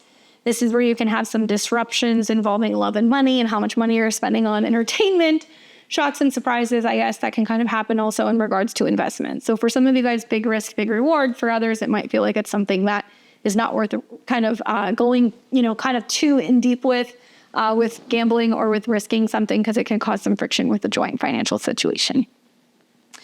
All right. So with that being said, let's see the cards that you get. You get the 8 of Coins. Working hard. Working hard, hardly working. You're working hard. I think that for you guys, the 8 of Coins is basically saying like you're getting very clear about where you're going to be dedicating yourself, right? And like perfecting something. I think a lot of this is, with Mercury retrograde square Saturn, like learning to kind of go, what is worth putting a real emphasis and focus on right now? What's going to actually bring me the most resources, the most reward? Obviously, Mars retrograde in the 11th has you thinking about how you want to make money. And then next month, it's about restructuring something about your career, what career you're in, if you're changing careers, if you're going to change how you're working, how often you're working, where you're working. And Mars rules money. So just Mars going retrograde means that you're reevaluating what you're working towards when it comes to your resources, what your goals are. I think it's going to be very busy. And I think a lot of you guys are going to be like, I have to prioritize work, but it doesn't just have to mean that work is your professional life. It could also mean you're working on your mental health, you're working on your physical health, and you're really prioritizing that throughout the month and trying to find balance. Okay? Good luck, Libra. I'll catch you back here in 2025. All right, so we have got Scorpio and Scorpio rising. What's going on, Scorpio? Welcome to December 2024, almost the 2025, 2024. It is the last month of the year, and we're going to be talking all about your horoscopes for the couple weeks ahead. I'm going to talk to you about Mars. Mars is retrograde this month. That's kind of a big deal for you and Aries and for Leo. Obviously, wherever Mars is where you are, okay? So Mars rules your body. Scorpio is about change, transformation, personal power. Mars turning retrograde in your 10th house means that you are reevaluating the direction of where you're going with your career. Your status is changing. It might mean that a boss is stepping down. You become, the manager. It might mean that you decide that you're closing your company and you're going back to school and you're starting a new area of work. It might mean that some of you guys are changing something about your status and you're going from being an employee to a CEO, you're going from being married to being divorced. There could be something changing there. Leo is also about your pride, your passion, your creativity, your children, okay? So it can mean that part of what's changing with your status is, well, I was always working, but now I'm going to be a parent, so that's changing. Or, I always worked in this field and now I'm going into something more creative, so I identify as an artist. Whatever it is, it's important. And you will see that Mars will be retrograde in Leo all month in your 10th house of career. And then in 2025, in the new year, it's going to go into your 9th house, which is why some of you guys are taking time from work to go to school, or you're traveling, or you're changing direction with what your priorities are going to be, I think, when it comes to your career for the better part of the next year. So that's important, and that'll be on the 6th, okay? Mars isn't really going to be making any major aspects, so I don't really feel the need to talk about it other than that.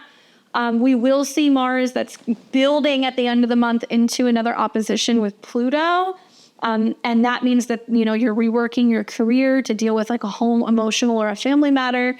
We are also going to see Mars and Venus oppose each other, so you're kind of hard work, dedicating your professional life, maybe taking a little bit of space or feeling a little bit of distance that's kind of going on with your family or with a romantic partner or somebody at home. So there's something that's kind of keeping you guys kind of apart a little bit. And it's not a bad thing. It's just your priority right now is kind of at work, not necessarily with home and family stuff.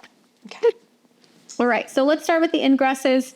On the 6th of the month, we're going to see Venus enter Aquarius. And that basically means home, beauty, decor, your socializing at home, what your comfort, your home looks like is getting worked out. And Venus in Aquarius is like unique, modern, and something that's kind of new or a little abstract. So you might be bringing in some like modern art, or you might be modernizing your home or improving your kitchen.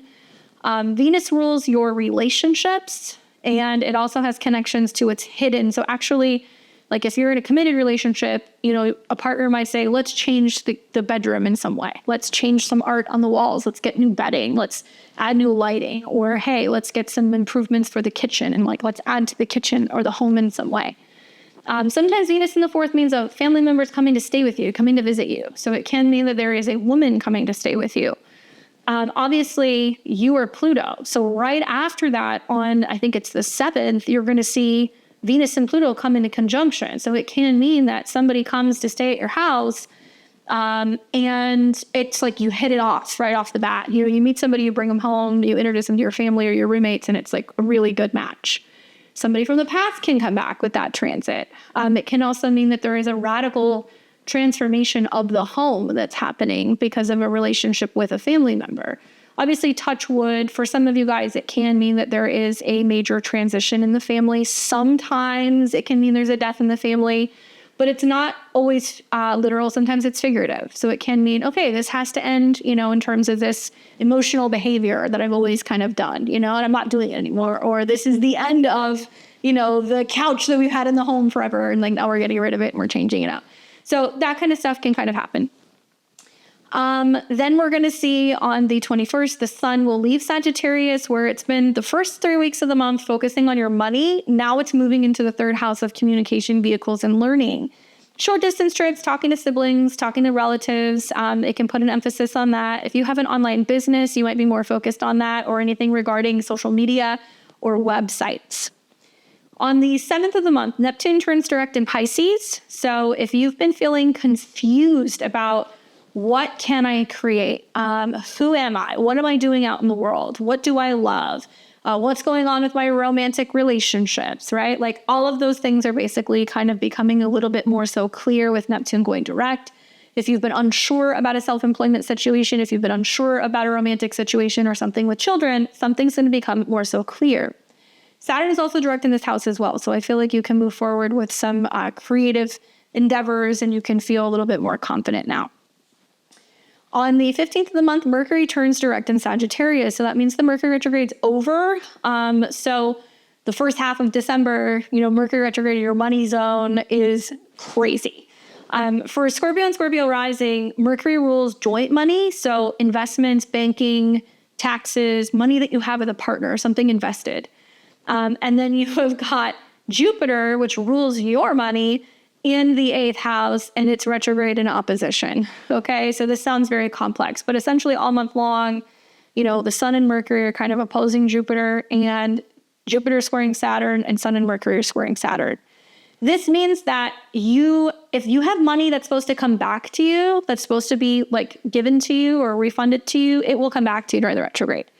If you have gone through a period of not making money or not being employed, you may go back to making money and being employed.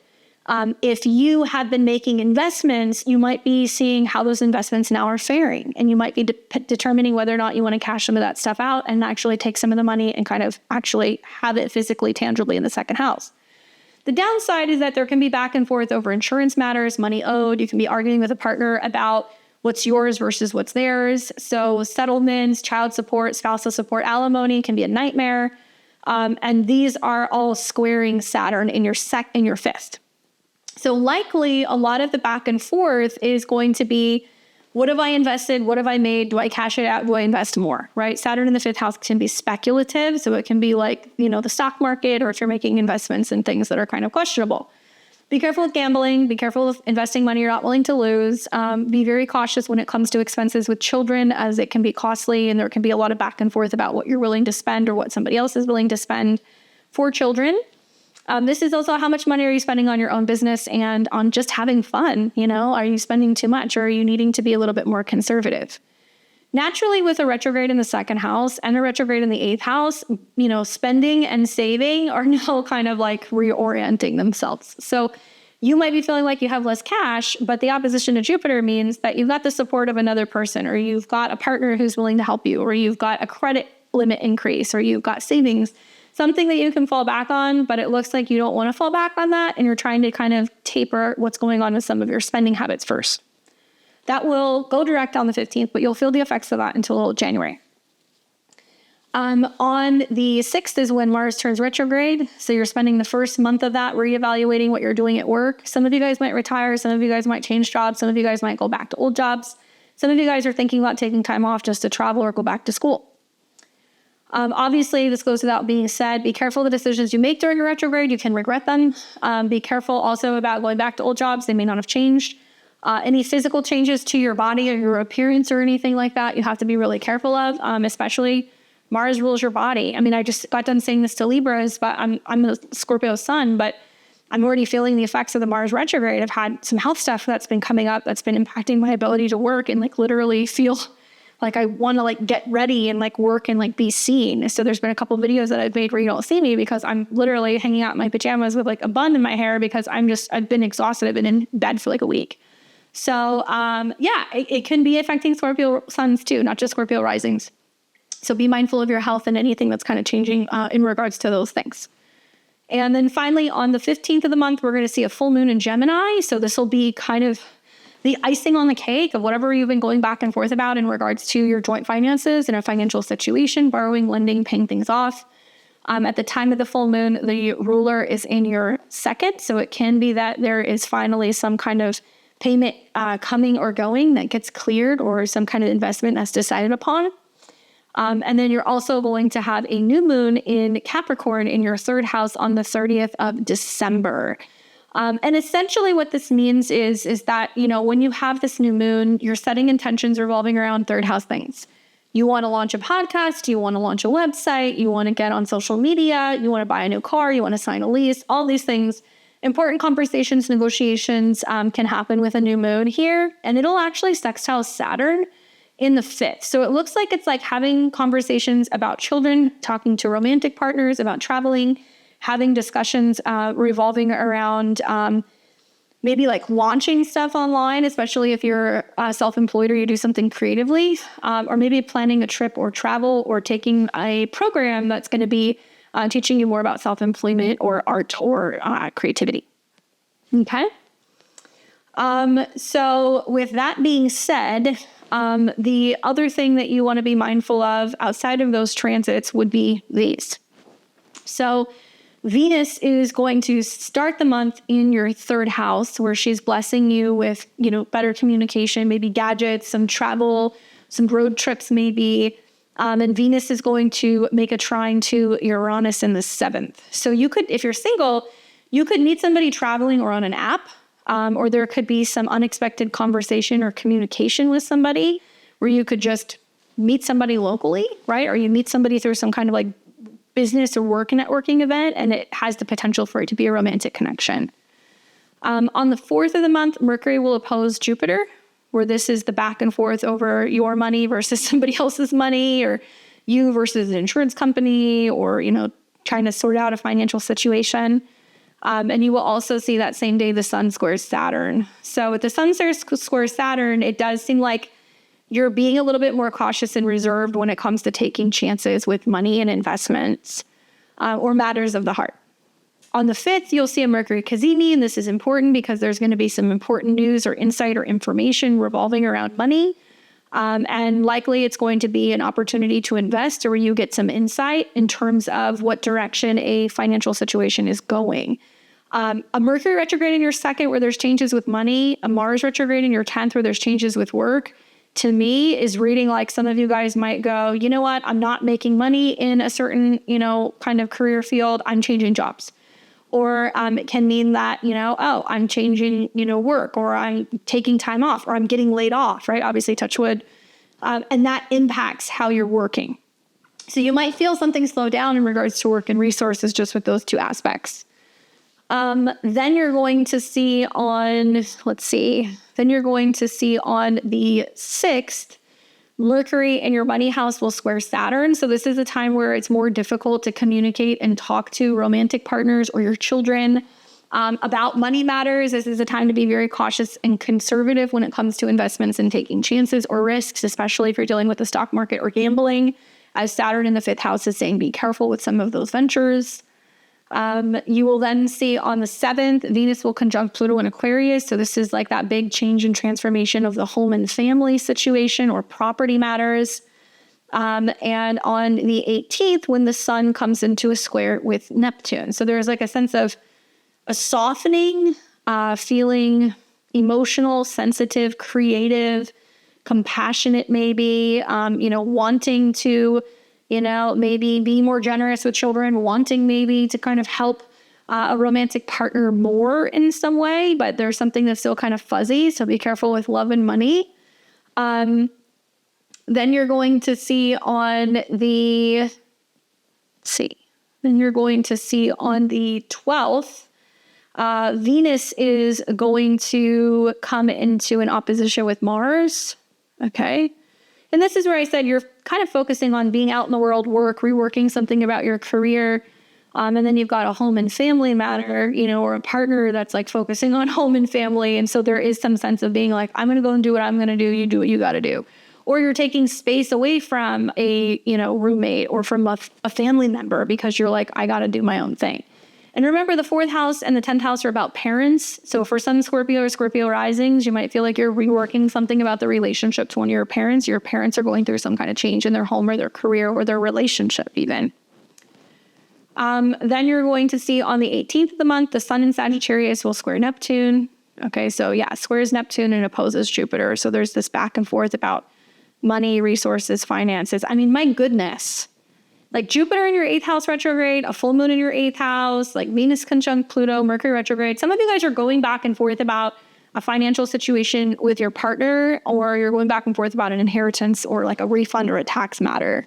And you're trying to figure out how to navigate all of this stuff. And you may be feeling like that money comes in, that eases things up so you're not having to focus as much at work. Like it could give you some relief with the Mars retrograde. That's possible as well.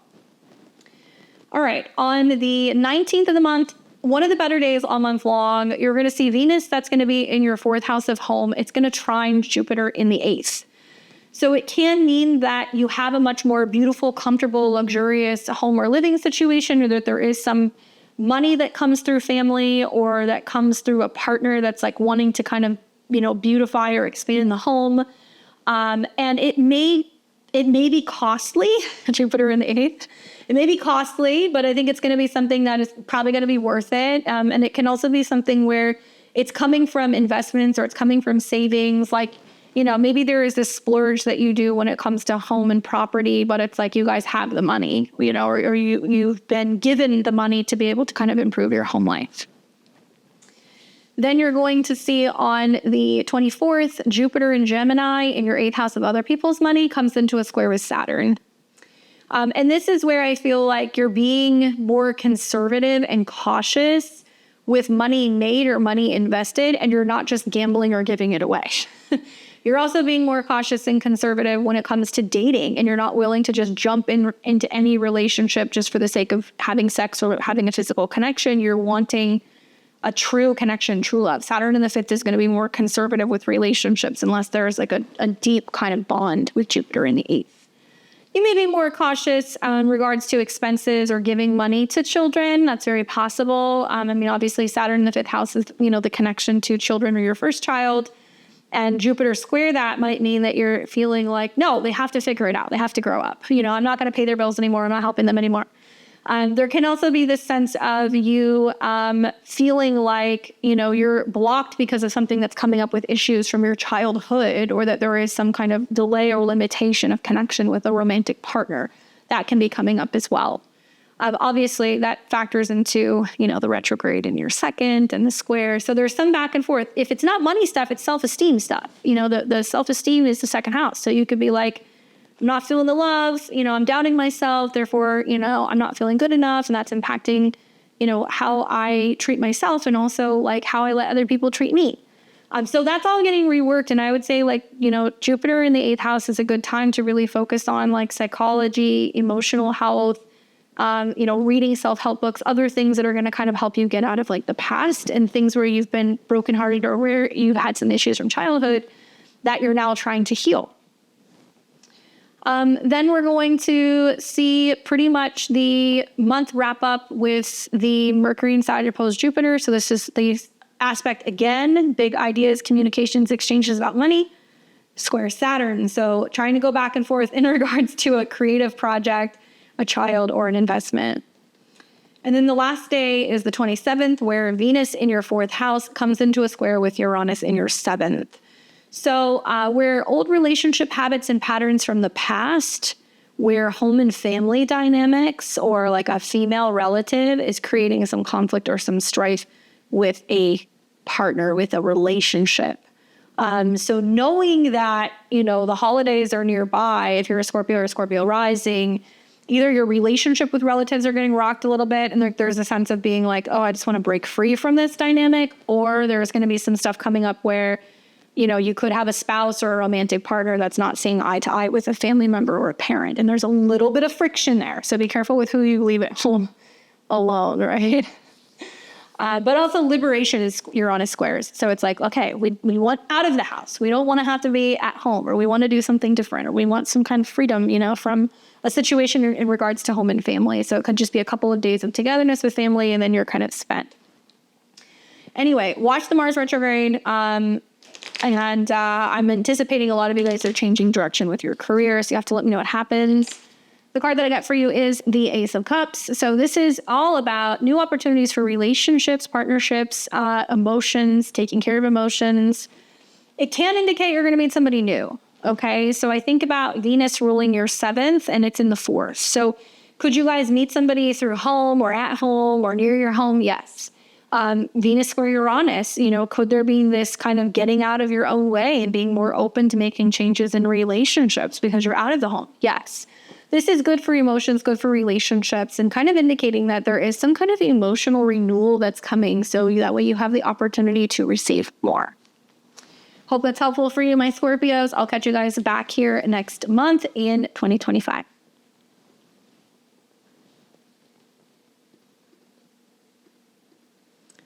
All right, so we have got Sagittarius and Sagittarius rising. What's going on, Saggies?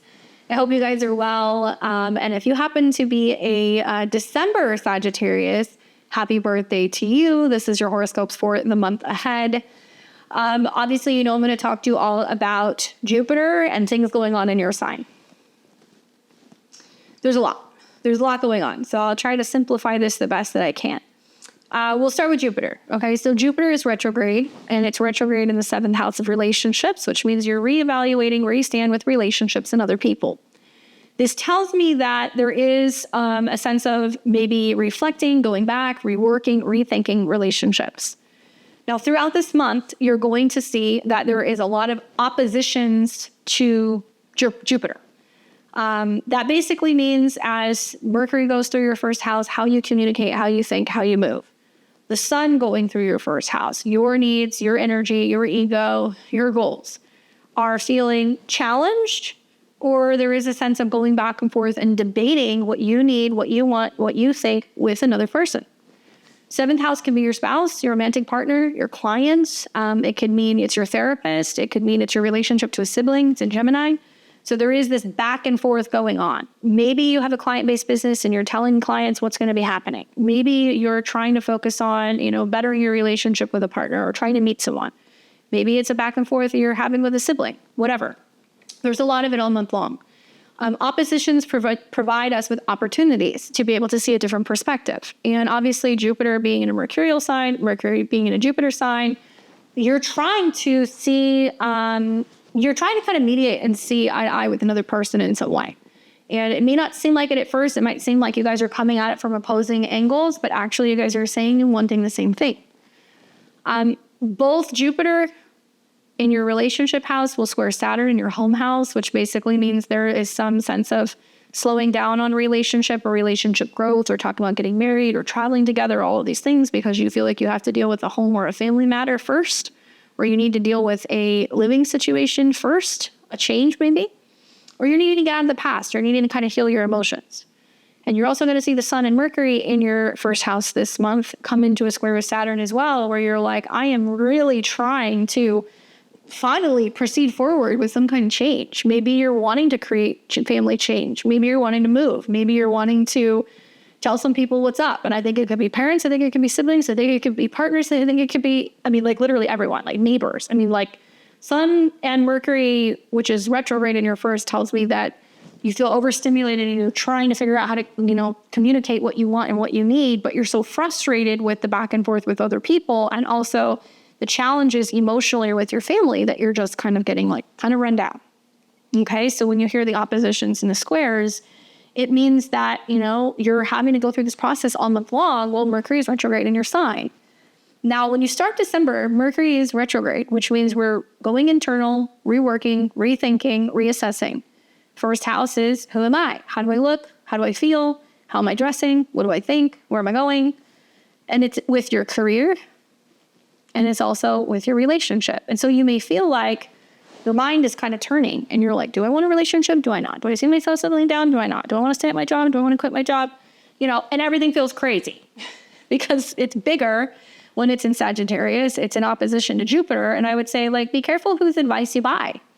You're going to get advice from everybody. Your partners, your family, your friends, your clients, they're all going to tell you what to do. But at the end of the day, you have to step away from all of the noise and you have to ask yourself, am I just doing what other people are telling me to do? Am I just doing what my therapist is telling me to do? Am I just doing what my partner wants me to do? My mom wants me to do? And the impact and the overload that has on you where you don't get a choice or you don't feel like you have a say in things. And so I feel like until you step away, and the retrograde can mean taking time for yourself, that then you can start making decisions about what's best for you. Even if that means you have to change your dynamic with home or family or roommates, even if that means you need some space from your partner, so be it. That's what you kind of need to do in order to kind of work some things out. For some of you guys, you're like, I actually want to find a relationship, and that's what this is about. Or I do want to move, and that's what this is about. And they all impact each other. So with that being said, watch your health. Don't make any big changes like, oh, I'm quitting my job or I'm getting married. During retrograde square Saturn, it tells me you're going to try to make these decisions, but you don't have the stability or the foundation or the place to live yet, or the next job isn't available yet. There's something that has not presented itself yet, and you're going to be feeling, even though Mercury goes direct mid-month, it's going to be going through the retrograde shadow until the end of December, early January. So you're going to need to go through this all month, basically. Okay. All right. So with that being said, on the 6th of the month, Venus enters Aquarius. It's going to go into your third house of communications, traveling, gadgets, and cars. Might be a time where you're wanting to splurge on education, buy a new phone, a new laptop, computer, or vehicle. The Sun's going to go into Capricorn on the 21st, highlighting money, resources, anything revolving around, financial stability and kind of growth. Then you're going to see on the 7th of the month, Neptune goes direct in Pisces. So if you've had some confusion or not knowing how to feel or where home is or what's going on with a family matter, or, trying to kind of figure out how to solve some kind of emotional or family problem, you'll get more clarity now that Neptune is direct. You will also see Mercury go direct in your sign on the 15th, which does make me feel better about your ideas, your communications, and your thoughts. But like I said, it's still going to square Saturn where there's going to be a delay, and it's going to oppose Jupiter where there's going to be some big ideas. I think a lot of Sagittarius are going to be asking partners or therapists or friends, how do I deal with this home situation? Or how do I let go of this heaviness? Or how do I deal with a mood? And some support can be helpful, but at the end of the day, like I said, you have to be the one to make the decision. On the 6th of the month, you're going to see Mars turn retrograde in Leo. So Mars will be turning retrograde in your 9th house, which basically means you are reevaluating, reworking, returning to education. If you're a teacher, you might go back into teaching or training. If you're wanting to go back to school, you could go back to school here. If you're wanting to travel and go back to countries or places that you have visited, you could do that. Because Mars rules the 12th house of the foreign lands and subconscious, and it's also the 5th house of creativity and holidays. So some of you guys might be like, yeah, I want to go back to this place that I used to love to kind of vacation to. I'm going to spend some time there. It could also mean that as like a creative form of self-expression, you're going to be writing or you're going to be advertising a product, or that you're going to be thinking about creating and selling something. So it could be learning more about import or export as well. Obviously, Mars retrograde in the 9th house. Be careful with lawsuits, legality, any kind of issues revolving around delays or setbacks with immigration, documents, or travel. That can definitely happen here. It'll spend all month in Leo. At least it's in a sign that's friendly for you. Okay, so there's that.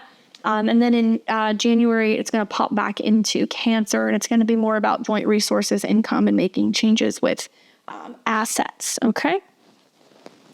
With that being said, in a nutshell, this month, we start the month on the 2nd with Venus in your money house, and it's going to trine Uranus in your 6th house. So you're making investments, you're spending money on things, you're buying things, you're improving the style to upgrade, update, or maybe make changes to your office space or something revolving around your workspace or your health or your daily routine, which is worth the investment.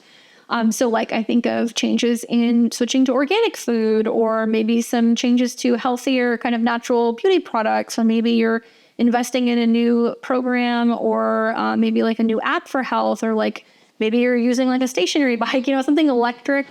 Or maybe you're joining like a new, new gym or something that's worth the investment of improving your health or your productivity or your work. On the 4th of the month, you're going to see Mercury oppose Jupiter. So what you're saying and how you're communicating, and that's bouncing off of a relationship with another person. And then the same day, you're going to see the Sun square Saturn. So you're going to be like, I've got this home situation going on, or a family situation going on. I can't handle it. I physically can't be there. I'm calling my partner. I'm calling my sibling. Hey, can you handle it? Can you take care of it? Can you help me? Because I'm in a spot. Then on the 5th, you're going to see Mercury cazimi in Sagittarius. So this is where you may have an epiphany, a download, a realization. You come to terms with something that seems very significant that you want to or you have to share with other people. It might be a moment of a realization of something that you want to write about, talk about, teach about. And it can be really spiritual for you as well, because the Sun's connected to your 9th house. Then you're going to see on the 6th, Mercury in your sign will square Saturn. So it's a difficult time when it comes to relationships and communications with home and family. You might be feeling like you're not seeing eye to eye with a parent, or you're choosing not to talk to them, or there's a difficult time in relating to them.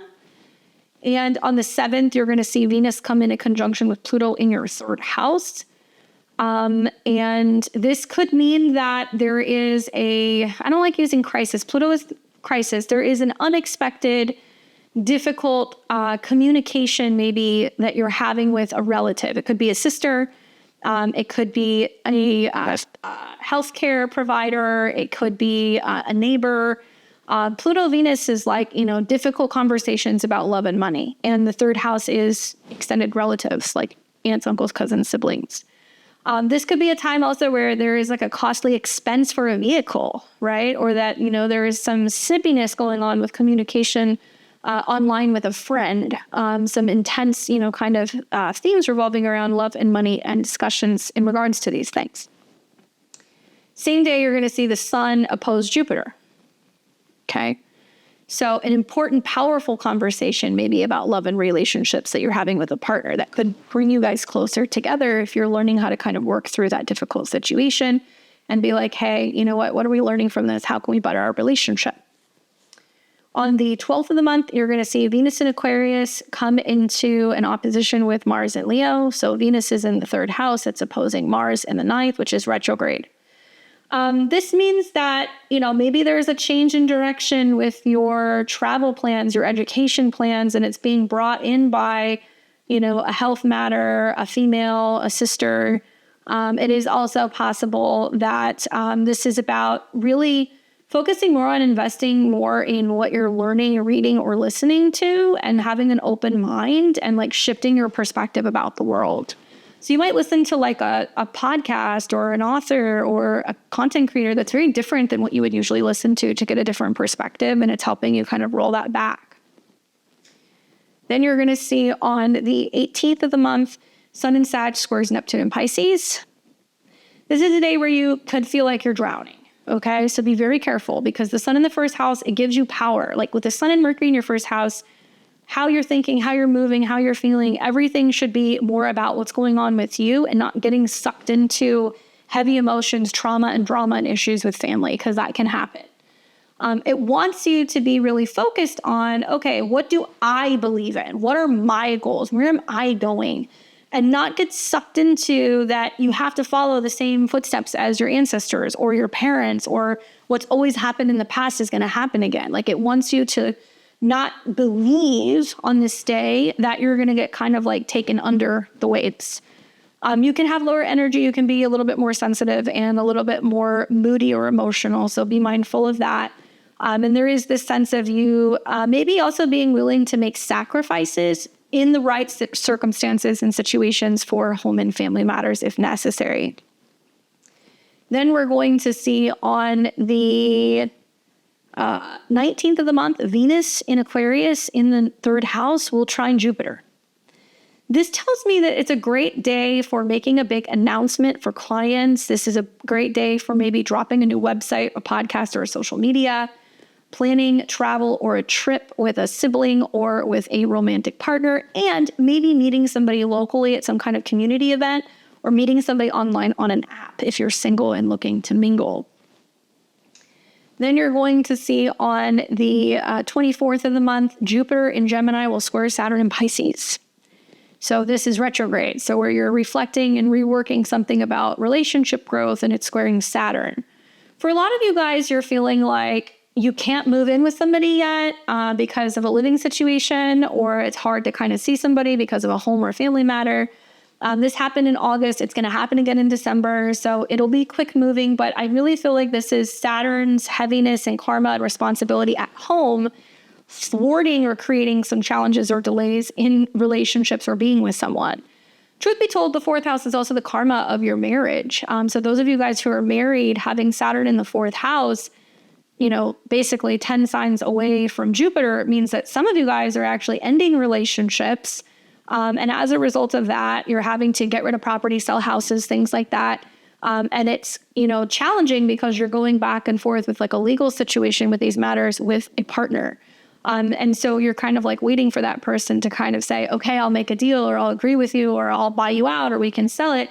And so that can be part of what's going on as well, that you can't really fully expand out and have freedom in relationships until you've dealt with some of this home and family stuff, and that's been cleared. On the 26th, you're going to see Mercury oppose Jupiter in Gemini. So there's big conversations, back and forth negotiations with another person, and Mercury will square Saturn. So it's the same aspects you're seeing over and over. Hey, let's make a deal in regards to home or family, or hey, I need some advice, and they're kind of telling you what to do. Seventh house could be your attorney, and Mars going retrograde in the ninth could be about reworking or slowing down or renegotiating something legally. So if you're going through a legal matter, it can be that you're going back and forth with that as well. Long story short, even though the retrograde is in your first house, the full moon's in your seventh. So it's going to be showing you some kind of significant change with a relationship. For some of you guys, it can be you're getting engaged or getting married, although it's not the best astrology for that right now. That there is some big conversation that you have or a big decision about a relationship, but it's being made by you because Mercury's in your first house. So some of you guys might be like, you know what, maybe it's not that, it's not working for us, or that you're not sure about me. Like, no, I'm sure, or I'm choosing me in the situation, not necessarily you. And what's best for me may not be what's best for us. And also, all of this is squaring Saturn. So there's something going on where it's either a financial situation or a home and family situation that is definitely bringing a little bit of friction between you and another person. So it is going to feel like a lot of moving parts this month, but I promise you, once we get into the new year, things are going to calm down a little bit. Interestingly enough, the card that I pulled for you was the Sun card. The irony that this is such a positive card. And obviously, sometimes when you're deep in it, when you're just going through it and you can't see the forest through the trees, sometimes it can be a situation where, shit's happening, things are falling apart, or like there's stuff that's breaking down or stuff that's ending. And you're like, why is this happening? And you don't realize that it's happening because you've been asking and praying for better things. You've been asking God, please give me something better. Give me a better relationship. Give me a new home. Give me a better job. Give me better health. And It might mean that it's shaken out a relationship this month so you can have better health. It may mean that there is some reworking that's going on with you right now and trying to figure out what's going to make you happy so you can get on with it already and stop waiting to get, the green light from your family to make change, or from your partner to make change, or from your job. This is success after turbulence, after challenges, after conflict. Usually it's career related, but it can be in regards to anything, sometimes even children. So with that being said, this is a really good card for what to me seems like a bit of a chaotic month, to be honest with you, but I know you guys will get through it. You can come back here and leave me your comments. I know that you will. I'm curious to see how this goes for you and what you guys realize this month in terms of what it is that you need. Okay? All right. Good luck. I'll catch you guys back here next time. All right, so we've got Capricorn and Capricorn rising. What's going on, Capricorn? I hope you're well. Welcome back to your horoscopes for December of 2024. Obviously, if you're a December Cappy, happy birthday. I hope it's a good one for you guys. I hope you guys are thriving now that Pluto is out of your sign. I'm sure that you are. You guys know that I'm going to talk to you about what's going on this month. We've got a lot of Saturn things that are happening this month. And we also have a new moon in your sign. So let's start with Saturn. Essentially, Saturn is still in Pisces. It's not going anywhere. It's going to be in Pisces until next spring. It is now direct though. So there's more power revolving around how you kind of exercise your communication, your words, your learning, how you're traveling, anything in regards to writing, social media, websites, that kind of stuff. This month we see a lot of squares to Saturn, okay? Which basically means that you're going to feel pressured from situations outside of you. Now, we'll start with Mercury. So Mercury's in Sagittarius in your 12th house. Your sleep schedule might be changing. You might be feeling a little squirrely, like you just want to hide out, like you just want to leave the country or go on a retreat or stay in bed and watch Netflix, and maybe you're trying to focus more on your mental or your physical health with that retrograde. And then you've got Jupiter that's also retrograde in your 6th house of health and daily routine. So the 6th house is more like, are you eating your vegetables, putting away your laundry, making your bed, walking the dog? The 12th house is like, how are you mentally? Are you drinking too much? Are you sleeping enough? Are you drugging? Are you self-sabotaging? So both of these planets, Mercury, the mind, and Jupiter, which rules your health and routines in this 6th house, is squaring Saturn. Okay, so like huge mental health check this month, huge. And everything comes down to how are you communicating? Saturn is direct, so it needs you to communicate now. And you can do it in a peaceful manner. It doesn't have to be combative. Yes, Saturn in the 3rd house is probably teaching you sometimes saying less is more. Maybe it's putting the pressure on how you're thinking, how you're writing, how you're negotiating, how you're moving. It can be actual movement themes, traveling themes, car themes, relocating themes, and you're getting it from all angles. So I would really recommend for my Capricorn risings, go hiking, start journaling, biking, walking, listening to podcasts and things that are going to be self-help related. So we can get on with being aware of where we're self-sabotaging and having some bad habits coming up in the Mercury retrograde.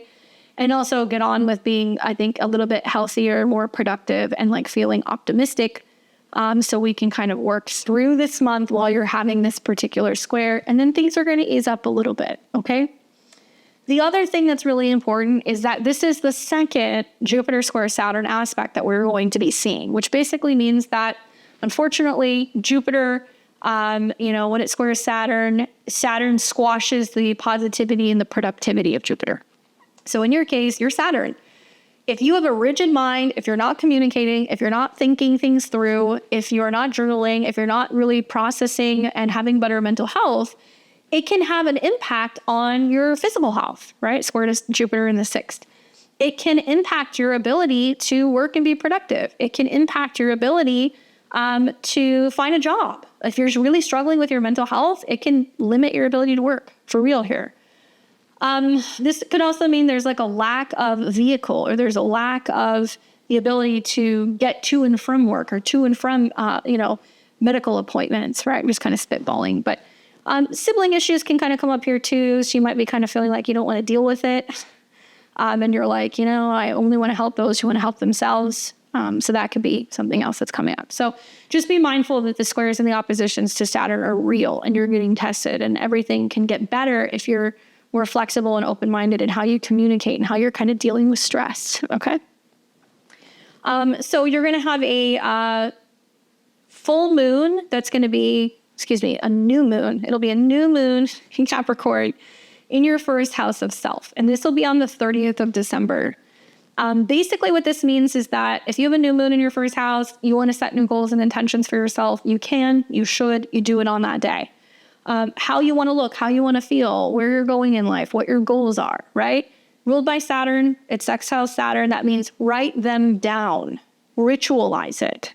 Saturn's in Pisces. I want you guys to literally sit down, write out your intentions, hold on to it, maybe put a crystal underneath it, put it somewhere special where you can read it in 6 months when you have a full moon. Or take it, write it down, put it in, a bowl of water with some crystals, let it dissolve, and then go and wash your front doorstep with it or something, something that's going to be bringing in something new. Maybe you have intentions for, I want to study this. I want to travel here. I want to get a new car. I want to move. Write these things down because it's going to be, I think, pretty magical with the sextile to Saturn. Like words are spells in themselves. You can literally manifest something with this new moon. You'll have a full moon that's going to be in Gemini in your 6th house, and that's going to be on the 15th. And this is bringing something to a head in regards to your workspace, your schedule, your health. You got to watch your health here, especially because the full moon is in close proximity to Jupiter, so it can make it feel bigger. And it's also going to be opposing Mercury, which will be in the 12th, which is retrograde, where you're working out something in regards to your mental health and your healing, right? And it could just feel very overwhelming. So you got to take care of both of those things, mind, body, and spirit. Okay. On the 6th of the month, Venus enters Aquarius, good transit for focusing on money and resources and improving your resources. Just after that on the 7th, it's going to conjunct Pluto. So big money storylines kind of coming up, goals in regards to finances, and also your spending power. There could be a really big dramatic shift with your finances. Then you're going to see on the 21st of the month, the sun goes into Capricorn. It goes into your sign. So it's bringing you a little bit more energy, more vitality. All eyes are on you. You have the capability of creating change with your 8th house ruler, the sun, in your first house. Then you're going to see on the 7th, Neptune will go direct in Pisces. So if you've been feeling like you can't find the words, you're confused, you don't know how to communicate or express yourself, get the point across in some way, now you can do that with Neptune going direct. You're going to have more clarity in regards to issues, in regards to education, communication with siblings or relatives as well. Then you'll see on the 15th of the month, Mercury goes direct in Sagittarius. I mean, it's been retrograde, about 3 weeks in your 12th. So it's probably changed something about your mental health, your schedule, maybe traveling, maybe even sleep. Dream interpretations galore. You get lots of visuals and like signs and symbols in your sleep. So pay attention to that. But Mercury going direct means that, you might be finally kind of overcoming some of these issues you've been having physically or mentally. Now you feel like you can kind of heal. You're ready to kind of come out of your cave. But granted, you're going to feel the impacts of the opposition and the square clear all the way until the new year. So the static won't really lit up until then. Then you'll see on the 6th of December, Mars will turn retrograde in Leo. Okay, so it's in your 8th house of other people's money. Inheritances, taxes, joint resources, spousal support, child support, all of that stuff is getting reworked in the 8th house. And Mars is about your goals or some kind of group or other people in home or family. So it looks like you're trying to kind of come to some kind of conclusion, some kind of agreement, trying to wrap something up. If you've been going back and forth about an estate matter, if you've been dealing with that with other families, other family members or relatives, if you've been wanting to refinance your mortgage, if you want to sell your house, if you want to renovate or transform your home, that stuff can be kind of coming up with Mars retrograde.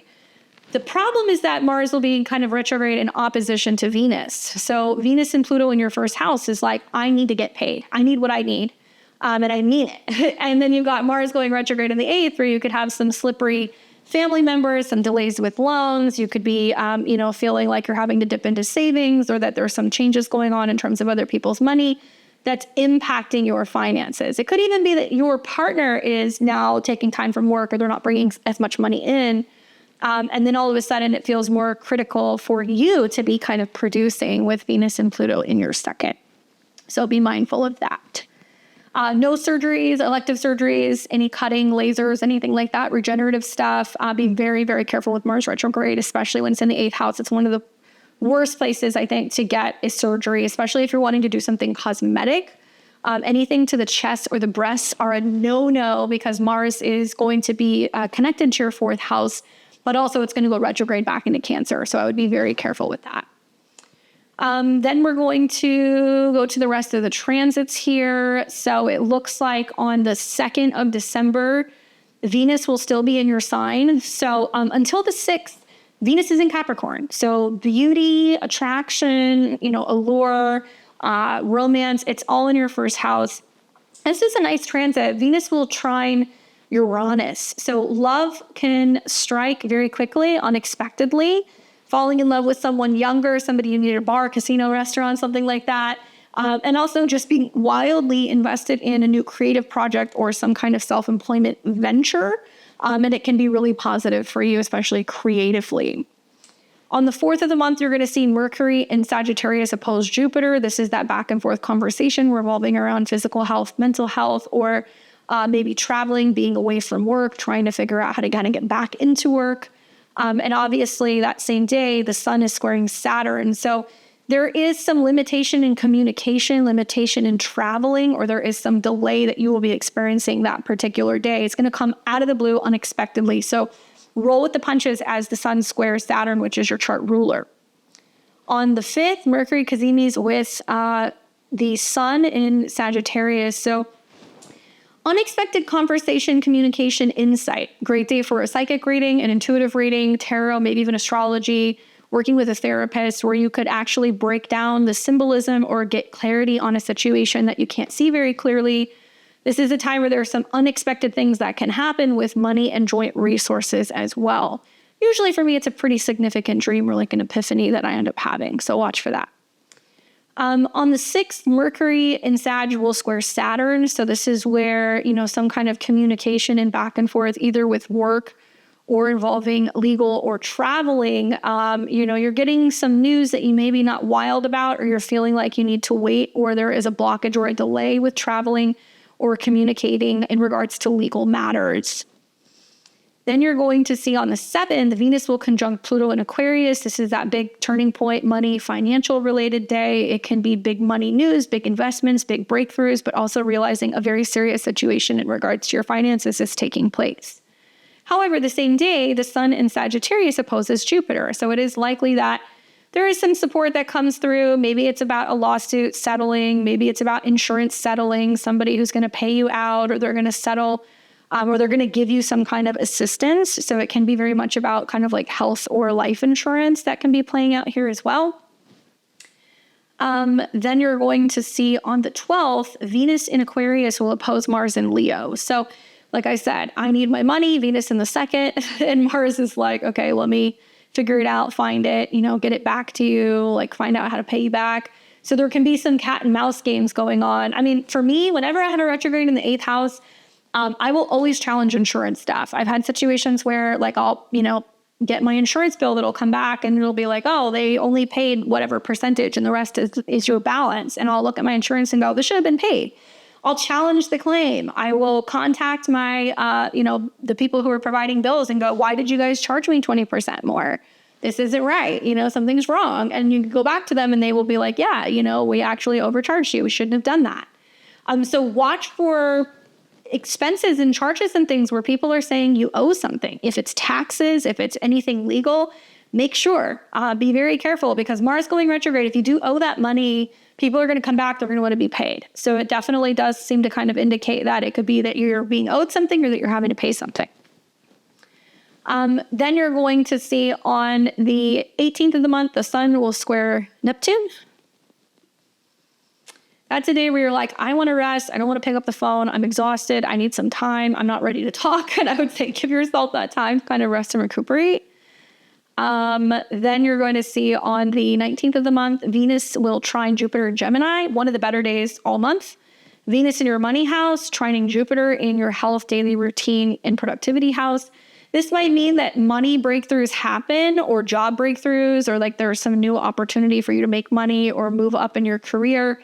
Quite literally because of somebody who comes in that wants to help you grow or offers you a job, or maybe says, hey, I want to work with you, or I want to assist you. It can be a day that's worth spending money and hiring an employee or getting an assistant, or coming and bringing somebody in to kind of help you get the workspace organized. Can be also really good for health as well, and money breakthroughs through people who are helping you either provide services, so legal services, accounting services, something like that that can help you with your finances. We will see on the 24th, Jupiter squares Saturn. So we talked about how that's kind of like squashing the positivity, but it's you. So you're like, no, I'm not ready to expand and take on a second job yet. I can't handle it. Or I'm not ready to move offices quite yet. I'm not ready. So you're kind of pumping the brakes before either work changes happen or health changes happen. And it's really mind over matter with this aspect for you. Same day, Mercury will also come into a square with Saturn. So I think this is like a day where you're kind of like, you need to take it easy on the 26th. You need to recognize and realize that maybe you're a little burnt out. Maybe you're saying, no, I'm not traveling. I'm staying in. I'm not going to be, getting on a plane or getting in a car. Like, I want to kind of stay put for the holidays and kind of rest and recuperate. And maybe you do put your phone on airplane mode or on silent, and you're like, I'm just going to hang out, watch some movies and relax because I need some downtime. I think that's what's going to happen here, where you're feeling a little burnt out with communication. On the 27th, finally, we see Venus in Aquarius in your money house coming into a square with Uranus. So looks like you want to spend some money. You want to blow off some steam. You want to have some fun. Maybe you want to shop. You want to invest in a hobby. You want to splurge on a romantic partner. You want to splurge in a creative project, go to the bar, go to the casino. You're feeling a little like risk taking, and you're like, you know what? I've got it. I'm going to spend it. I'm going to indulge a little bit. Just don't spend anything or gamble anything you're not willing to lose. And I would also say just be cautious, take your time when it comes to matters of the heart and romantic connections. Don't be too pushy, and just be patient and let love grow, because this is a time where you need some flexibility, you need some patience, okay? With that being said, the card that you guys get is Ace of Swords. Interesting that Saturn's in your third, and I'm like, you guys need to communicate, speak up, And then you get the card that's about communicating, directing your energy, information, relaying information, better connecting to people, being honest, issuing contracts, laying down the law, telling people what's up, what you think, how you feel, being honest and being direct. And like, maybe there's a lot of anxiety that's impacting your health because of things that you're not saying, things that you're not bringing up, things that you're not discussing. Great time to start writing, putting your ideas onto paper, learning something new, and initiating some new beginning that's about communication and matters of the mind. Okay. Hope that's helpful for you guys. And like I said, have a happy birthday if you're a December Capricorn, and I will catch you guys back here next month. Take care. What's up, Aquarius and Aquarius rising? Welcome to your December 2024 horoscopes. I hope you're doing well. I'm excited to chat with you about what you got going on for the month ahead. Well, this month, we're definitely seeing some stuff going on with both of your planetary rulers. Pretty much hard aspects. We're going to see some squares both to Saturn in Pisces in your second house of money and income, personal self-esteem, and financial security, as well as a square that you're going to see towards the end of the month involving Venus and Uranus, your traditional ruler. Be mindful that when there are squares, it means there's pressure. You're just being pressured to react or to change something about your kind of behavior or your way of life. And Saturn in the second house is trying to kind of get your attention when it comes to your financial health, your goals, your spending habits. So that's going to be the focal point of these squares this month. Now, aside from that, that's pretty much the big news. We do have Venus going into your sign. You're actually going to see that on the 6th of December. And even though Venus does not rule you, moving through your first house or your sun or your moon sign does bring in more beauty, more love, more opportunities for harmony, and also personal attraction. I'm especially interested right after the ingress on the 6th. Then on the 7th, we're actually going to see Pluto and Venus coming into conjunction. So that is very powerful for attraction, bringing people in, getting recognition, especially when it comes to your professional life. You might act like a magnet where you're just pulling in business. getting attention, or being seen in a very powerful, transformative way. Changing something about your status, changing something about your career, changing something about your relationship even to yourself. Okay, so that's a really big kind of aspect that's going to be happening as well. So let's start off first with the ingresses this month. Obviously, like I said, on the 6th of December, Venus moves into your sign. So it's going to be putting the highlight on your appearance, your body, your relationship to self. And also you may be feeling like you're needing more beauty or changes, or you're the person who's creating some kind of change on the home front with property, family, or your home.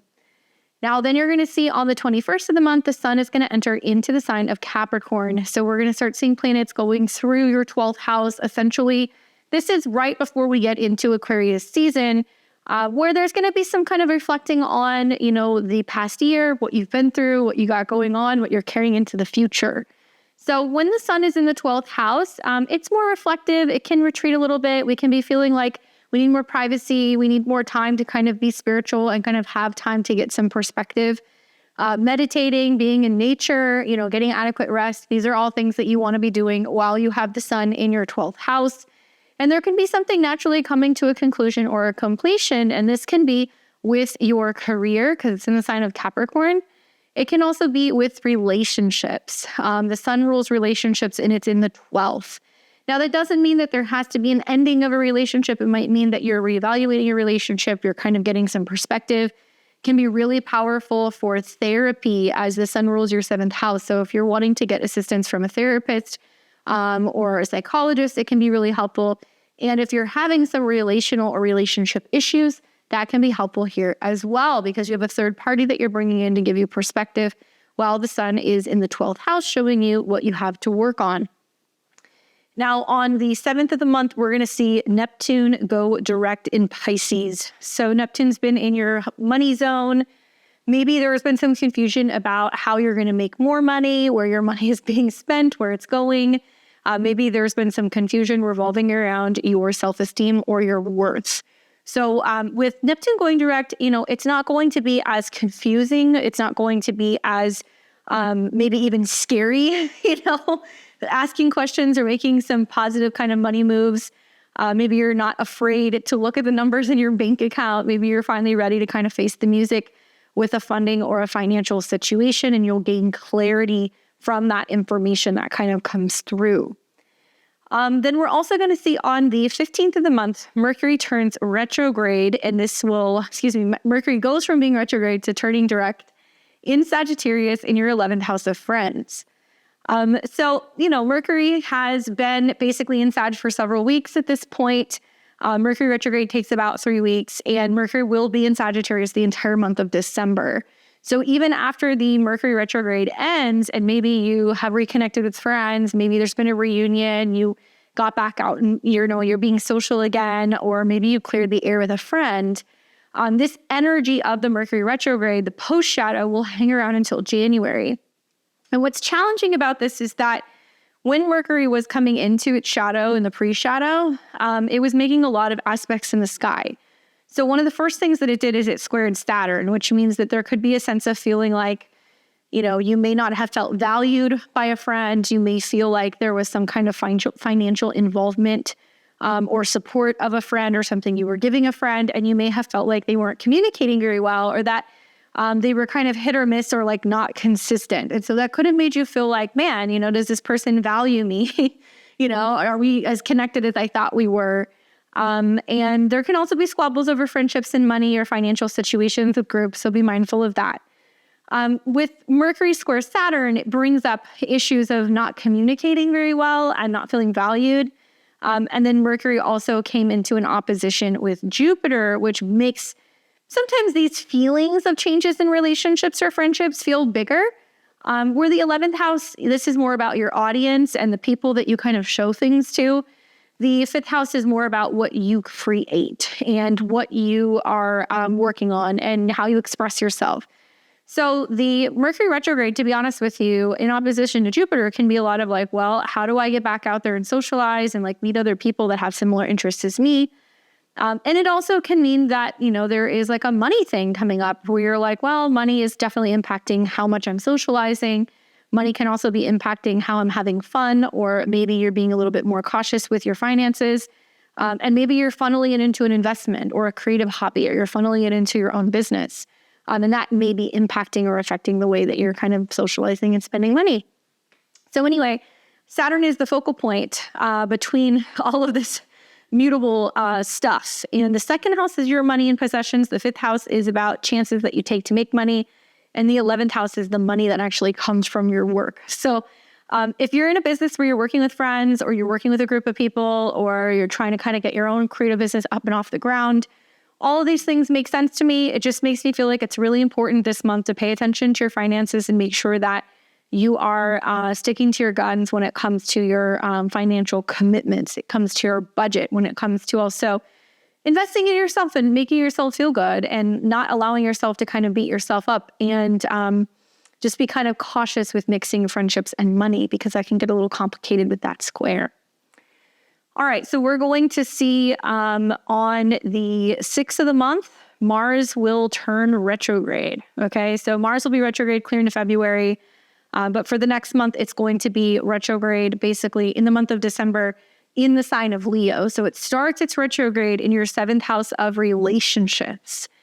So this can mean that you are reworking, rethinking, redirecting, reviewing, revising, relationships. And Mars is connected to the 3rd house. So this could mean like people call you, people can be texting you, you can run into people locally, maybe you're traveling and you meet someone. Somebody can be reaching out to you on social media. 3rd house can be applications and phones.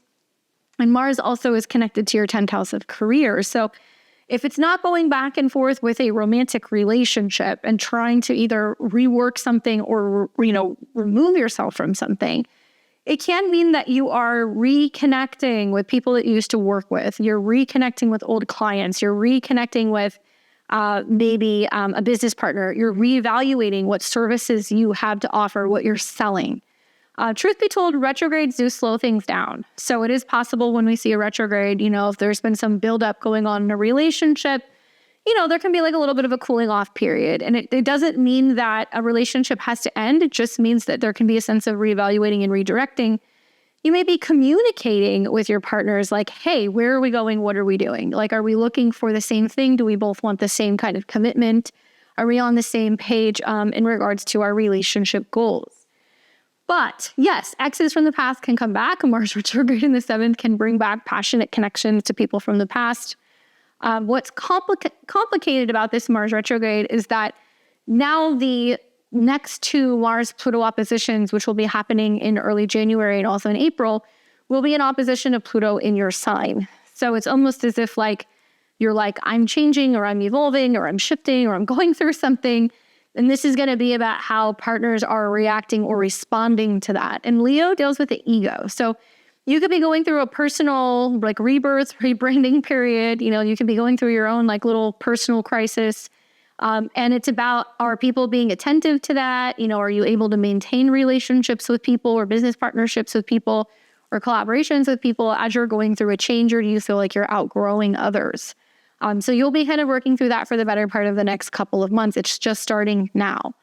Obviously, 7th house is marriage, right? It can be also about conflicts. It can be about initiating legal battles, separations, divorces. So relationships that are already kind of on the rocks or on the fritz, Mars retrograde can be like, okay, we're finally kind of cutting the cord.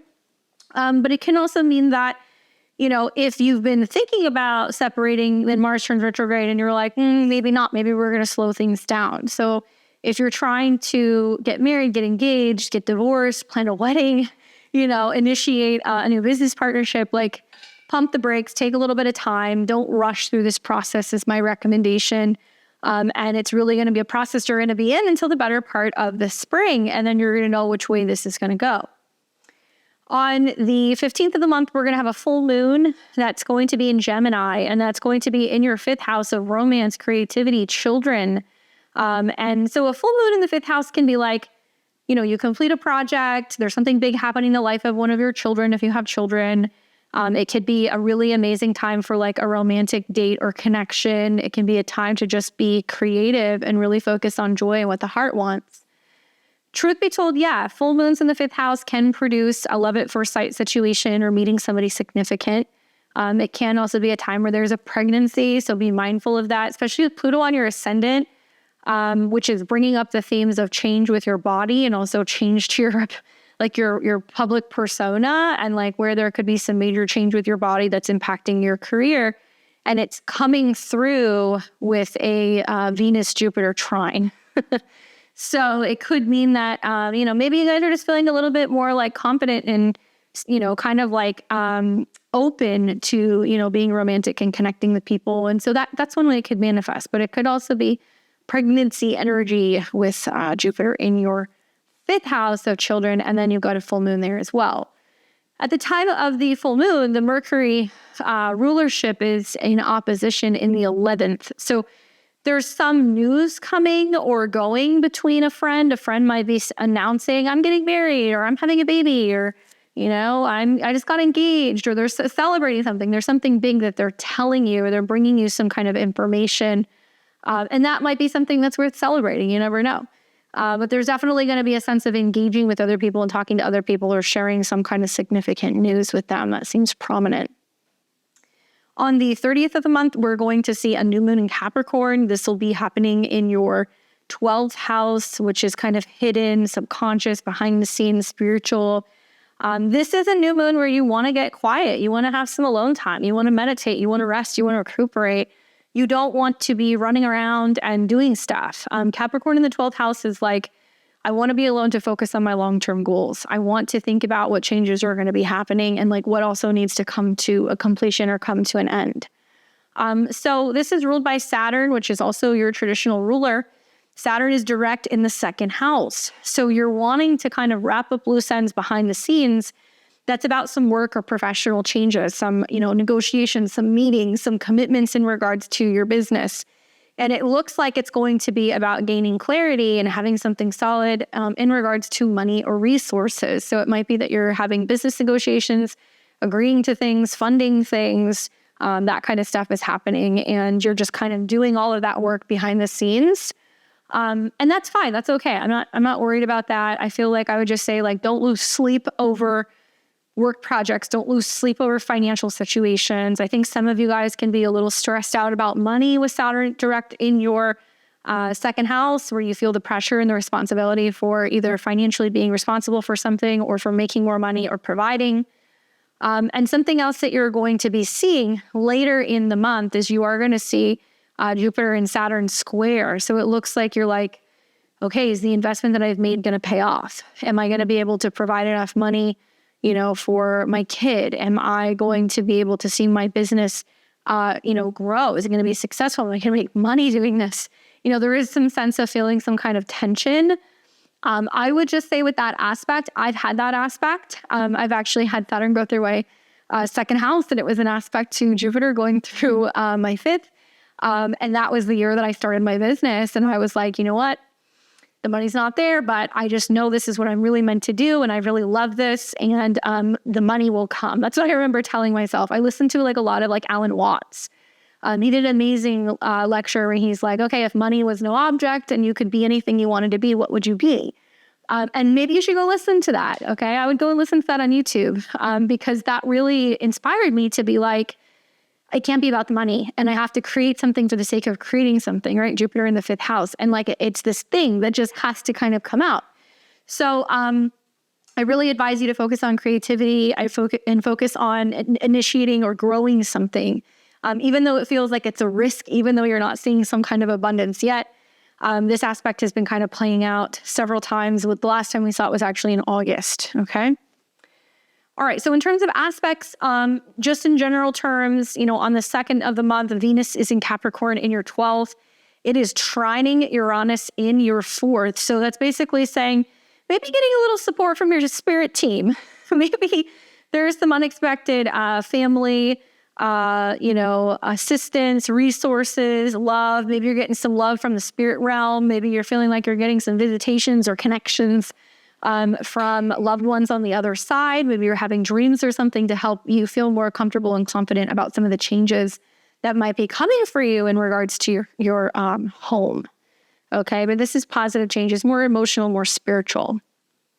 On the 4th of the month, Mercury in Sag in your friendship zone, it comes into an opposition with Jupiter where there's some big back and forth news that we talked about between you and a friend. And it can be about a friend's kids, a friend's love life, some exciting thing with a friend and them kind of letting you in on that information.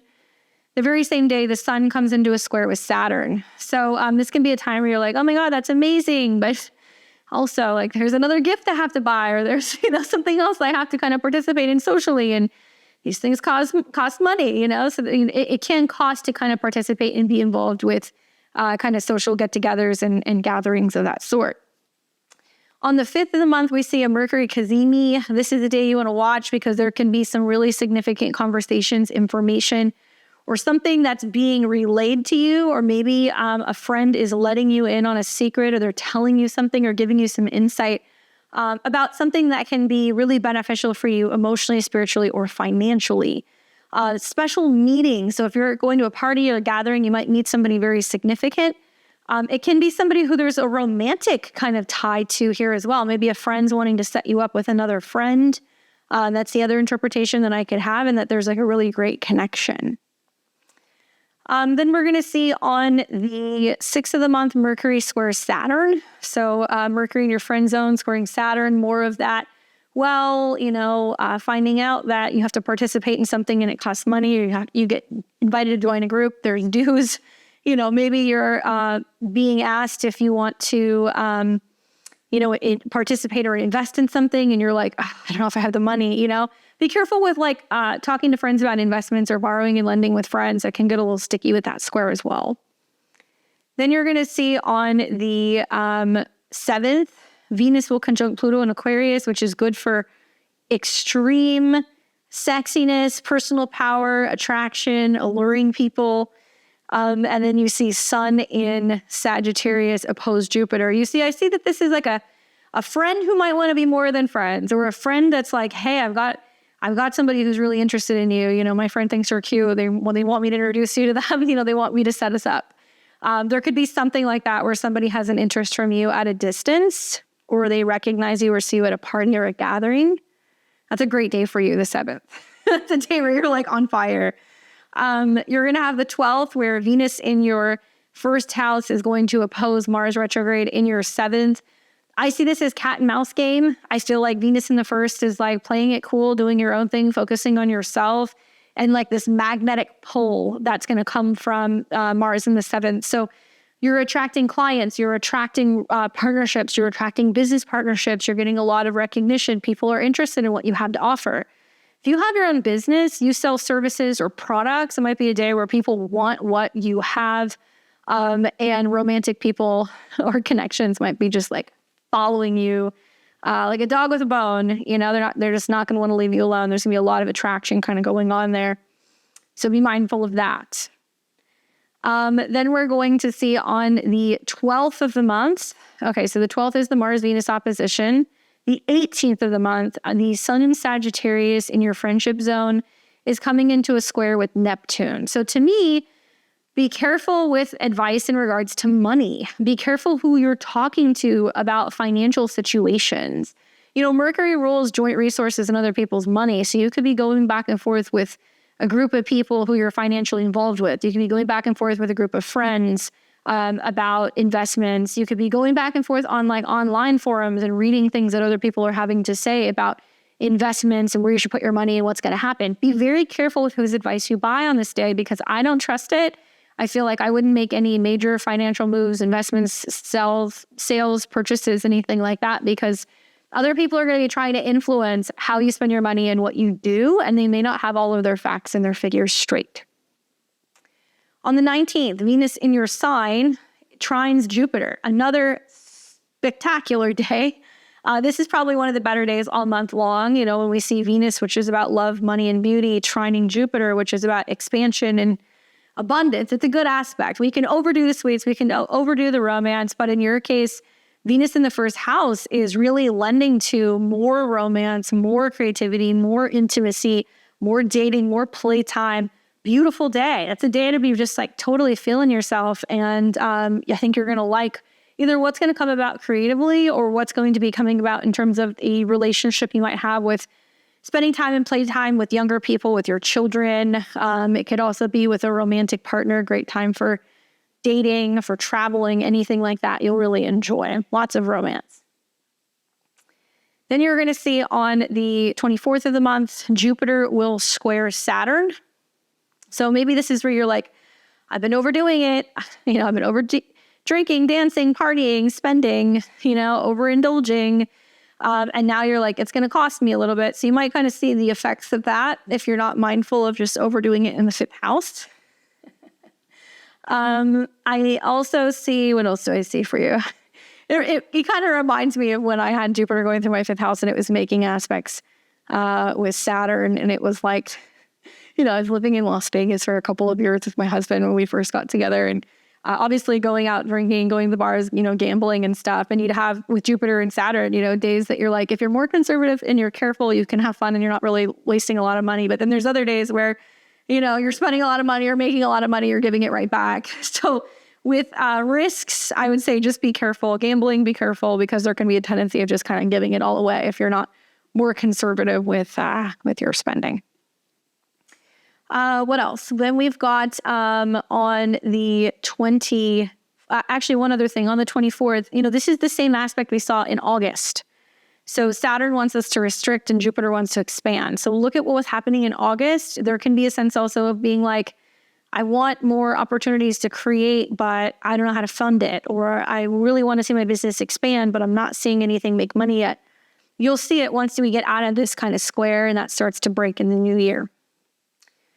The 26th, Mercury in Sagittarius again in your 7th, your 11th, opposes Jupiter in your 5th.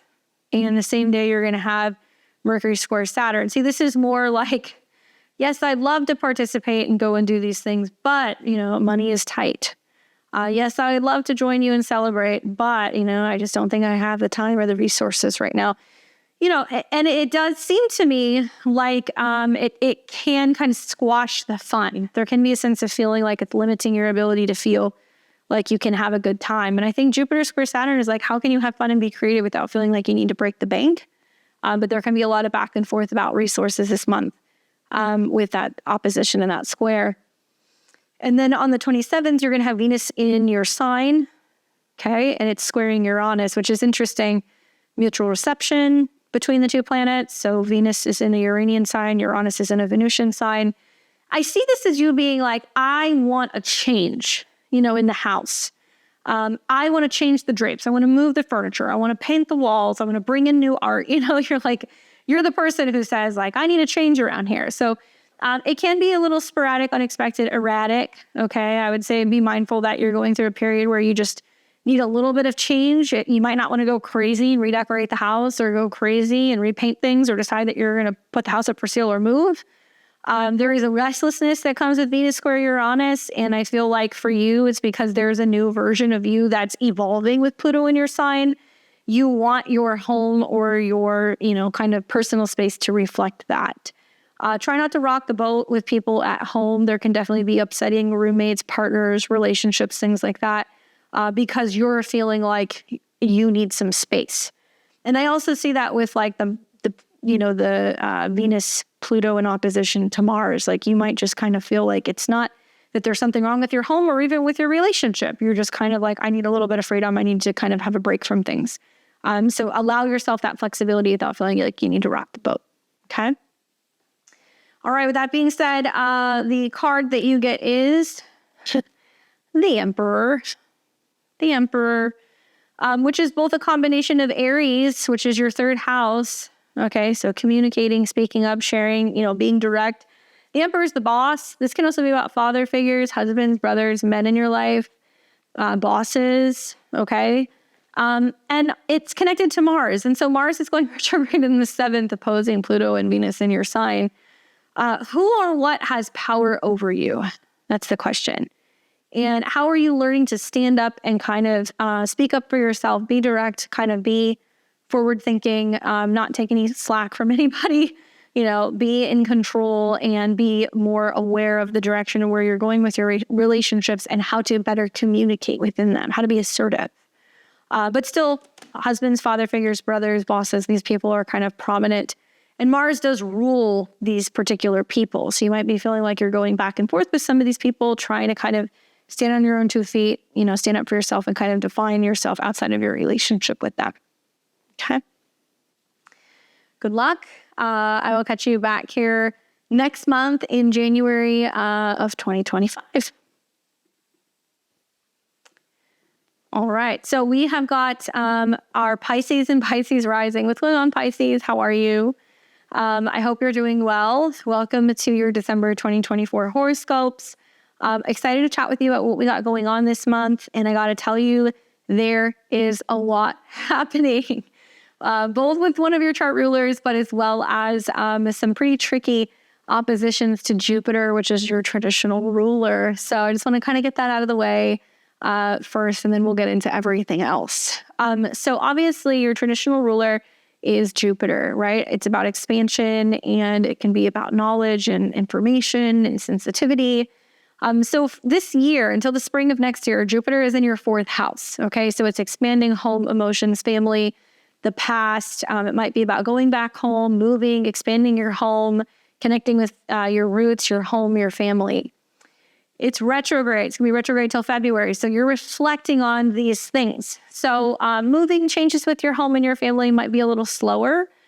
This is also a sense of you asking yourself, like, do I like where I'm at now, or do I want to make change? Now, the big headlines, obviously, for, I would say, December is that you're going to have a number of squares involving Jupiter. First of all, Mercury, which is going retrograde in your career and your work zone, everything's getting reorganized this month due to Mercury retrograde in your 10th house. And this could mean that you're reassessing, returning, reevaluating, where you're working, who you're working with, what your status out in the world is, and also your relationships, because Mercury has connections to your relationships in your home. So it's like, if my job changes, does my home change? If my home changes, does my job change? Are these things changing because of relationship changes? All of these things are kind of happening in the midst of this Mercury retrograde. And when Mercury opposes Jupiter, home life or family impacts career and vice versa, or we can see some parental things kind of coming up in your life. And Mercury will square Saturn in your sign, which basically means that you are more critical. I think you're more aware of what you need to do or what you need to be responsible for. Hopefully, you're more assertive when it comes to your goals and it comes to your personal boundaries. And that is definitely playing out in how you relate to people out in the world professionally. Yes, when Mercury's retrograde in the 10th and planets are squaring Saturn in your 1st, you can feel like, oh my God, work's challenging, things are changing, there's more responsibility on my plate, or, bosses are expecting more from me, or I feel like I'm, kind of getting criticized a little bit, or, people are being hard on me at work. Yeah, that can happen, but it's temporary. It's not going to happen forever. If anything, while planets are in your 10th house, it's time to be like, what am I doing out in my career? What do I want to be when I grow up? Or what type of career path do I want to get on? The retrograde helps you kind of figure that out. Anyway, Mercury opposed Jupiter makes these conversations of changes in home and career bigger. Mercury square Saturn means that you feel a little disgruntled and agitated because you feel like you're being pushed into making these changes, although you can make a lot of headway in your career this month.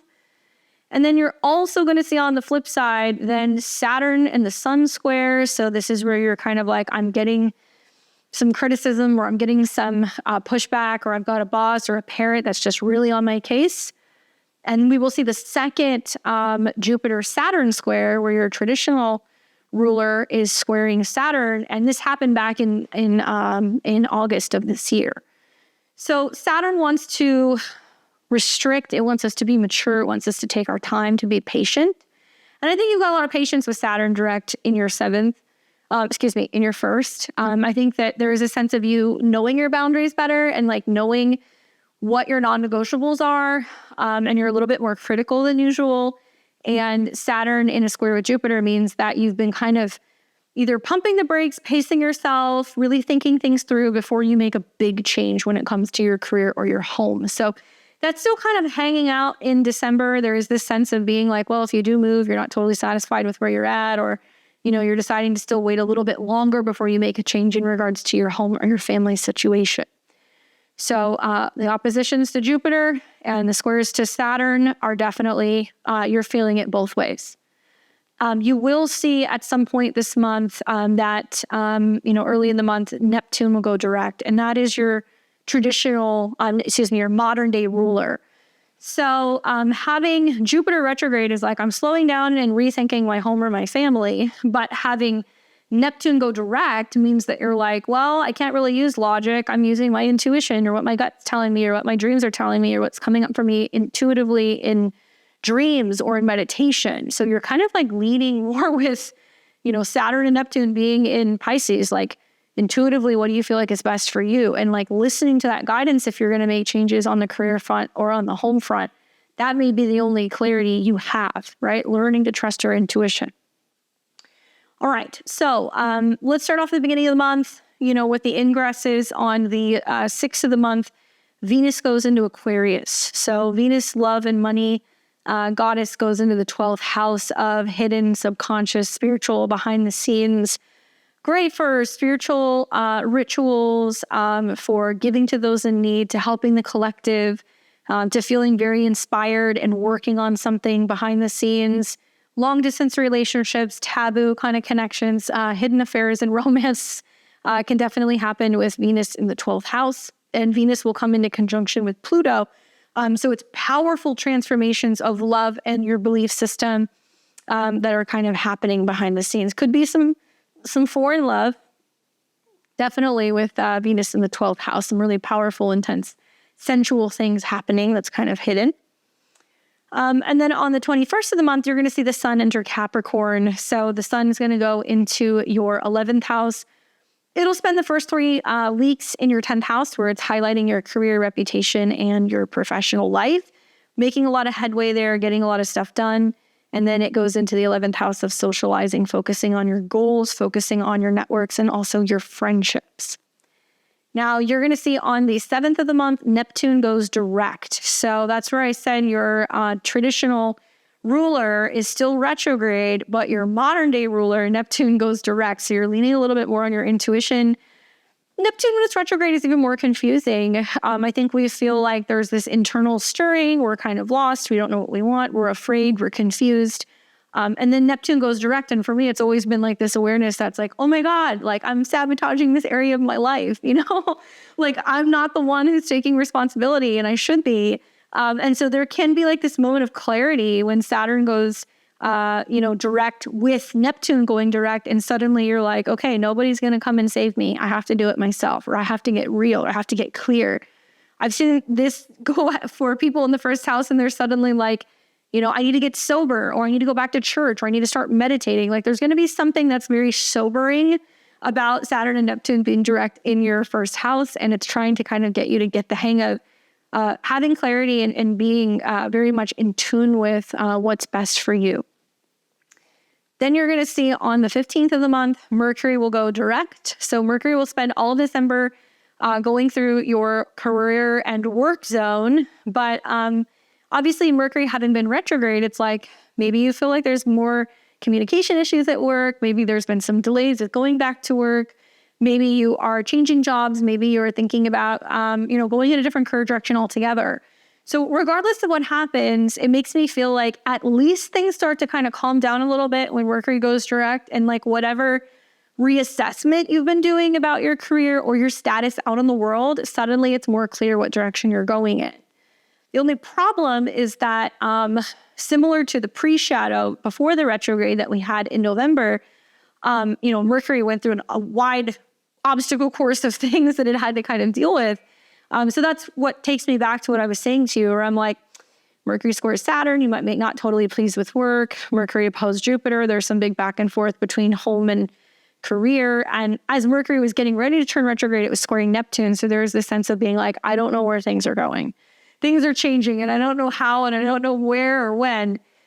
So you'll see that after the retrograde. That's still going to play out until January. Granted, I think you're going to have more clarity about what needs to change in regards to your work or your career and what kind of shifts you kind of need to make, right? On the 6th of the month, we're going to see Mars turn retrograde. Okay, so Mars will be retrograde from the 6th all the way through February of 2025. For the month of December, it will be fully in Leo before it drops back into Cancer. And the good news is Mars likes being in the 6th house. It likes having a to-do list, an agenda. It likes being able to serve, being able to help people, being active, being fit. And Mars rules your 2nd house of money and self-esteem and investment in self, and the 9th house of travel and education. So a Mars retrograde in the 6th, I like for being like, I have health goals. I'm getting back into the gym. You know, I know it's going to be several months before we see that we get out of the Mars kind of shadow, which would be closer to like April, May. Let's say you do decide you want to start making changes in your diet, right? Mars is great for cutting or purging things. You might say, well, you know, I'm going to be spending less money going out to eat. I'm reallocating some of those funds towards a gym membership or, you know, a dietitian or working with a trainer, or I'm going back to the gym or I'm getting back in shape. And Mars can be about muscle definition. So if you're somebody who's like wanting to cut weight and then you want to add muscle and tone, trust me on this. You start doing this in December, you're going to get to spring and you're going to be super pleased with the results if you stay with it. And it's not going to be something that's going to happen overnight, right? It's going to be something that's slow. And a lot of I think the changes in your body you're going to see is going to be connected to actually changes in your eating habits. The other way of looking at this is like, you know, if you've had a health problem, you might get to the bottom of it and figure out what's happening. You might get some clarity revolving around that. It could be costly. You might have to change something about your diet, what you're consuming, or your kind of medical I guess, like care. So you might change something about your care team, your doctors, or like the locations where you're going. It can also be a time where you're changing offices, rearranging your office. You're, you know, focusing more on taking care of training or helping a pet or an animal. 6th house can be animals. And this is about your health. And it's going to go back into your 5th house, which makes me feel like for some of you guys, it's reproductive health, trying to get pregnant, taking care of children. It can be about trying to make the time in your schedule to travel more, to go to school, or to launch your own business. But right now, it's like, what changes do I need to make in my day-to-day life or my schedule? What do I need to cut out so I can have more of that time for those 5th house things the next couple of months, okay? Obviously, be careful with any elective surgeries. I would say, yeah, tattoos, piercings, elective surgeries, anything cosmetic, lasers, Botox, anything that's like a peel. Be very careful with this stuff, okay? This rules your health. Saturn and Neptune are out now direct, and you're going to have eclipses that are going to be coming through in the spring. So Pisces and Pisces rising, there's still some health stuff that can kind of pop up through these transits, so be very careful. On the 15th of the month, we've got a full moon in Gemini. So this will be a full moon in your 4th house of home and family. Pretty close to Jupiter. So it does make things feel bigger than usual. And a full moon in the 4th house is like, we closed on the house. We decided we're relocating. I signed the lease. You know, we're having a big party at home. Like, people are coming to stay with us. Like, there's some huge shift around your home. And at the time of the full moon, the ruler, Mercury's in the 10th. So it's something about maybe parents coming to stay with you, some big decision about working from home. Maybe some of you guys are retiring so you can spend more time at home. Some of you guys are deciding that you are taking a break from work to spend time with home and family. Maybe it's that there's a job change coming that is also presenting you with the opportunity to move or relocate, or your job's changing and allowing you to work from home. Any of these things can happen. Just know that it's also a square Saturn in your sign, so you may be a little critical of whatever the changes are that are coming about with this full moon. On the 30th of the month, we're going to see a new moon in the sign of Capricorn. This new moon is going to be hanging out for you. That is going to be in your 11th house of friendships. And the 11th house new moon is great if you're wanting to join a group, start a group, launch something online, if you're wanting to socialize more, go to parties, be with friends, joining professional associations or networking platforms. It's a new beginning to do that. And what's cool is that the ruler is Saturn, and Saturn's direct in your sign. So it's literally about you committing to your goals, you starting groups, you participating in groups, connecting with people online, like really focusing on being around people who are productive, successful, and professional. So you want to be around, and you're making an effort to be around people like that because it's going to positively influence you in some of your goals. You are the one who will either help yourself with Saturn in the first house or hold yourself back. And I think that this is a really wonderful new moon, that your commitment to yourself and your personal growth and your personal success is a mandatory part of setting intentions for this new moon. So make sure it's all about where you're going, what it is that you want, and what you're manifesting. All right, so outside of that, on the 2nd, in terms of the other transits, Venus will still be in Capricorn, in your social zone in the 11th house, before it goes into Aquarius. And it's trining Uranus in your 3rd. So you may get an invitation, a letter, an email, somebody asking you to go to a party, to connect on a professional platform, to network in some opportunity, maybe to travel with friends, or some work traveling opportunity comes about. It's sudden, but I think it can actually be really good. Whatever involvement you end up having, even if it's something that's digital and it's online, I would recommend participating. On the 4th of the month, you're going to see Mercury in Sagittarius in your career zone, coming into an opposition with Jupiter and Gemini. So this is the back and forth about, what's going on at work and how you're needed maybe at home, and how they're impacting one another. And on the same day, the sun squares Saturn. So it's almost like something's going on at home and you need to be there, or fixing something at the house, or you're moving, or something for a parent. And then the sun squares Saturn means somebody's giving you a hard time, being like, okay, you have work to do, or do you have your ship covered? Or, somebody who might be, like giving you a bit of a rough time about you prioritizing and making some changes. So let it roll off your back. Don't take it personally. Just know that somebody's going to probably be a little bit more critical of you on that day.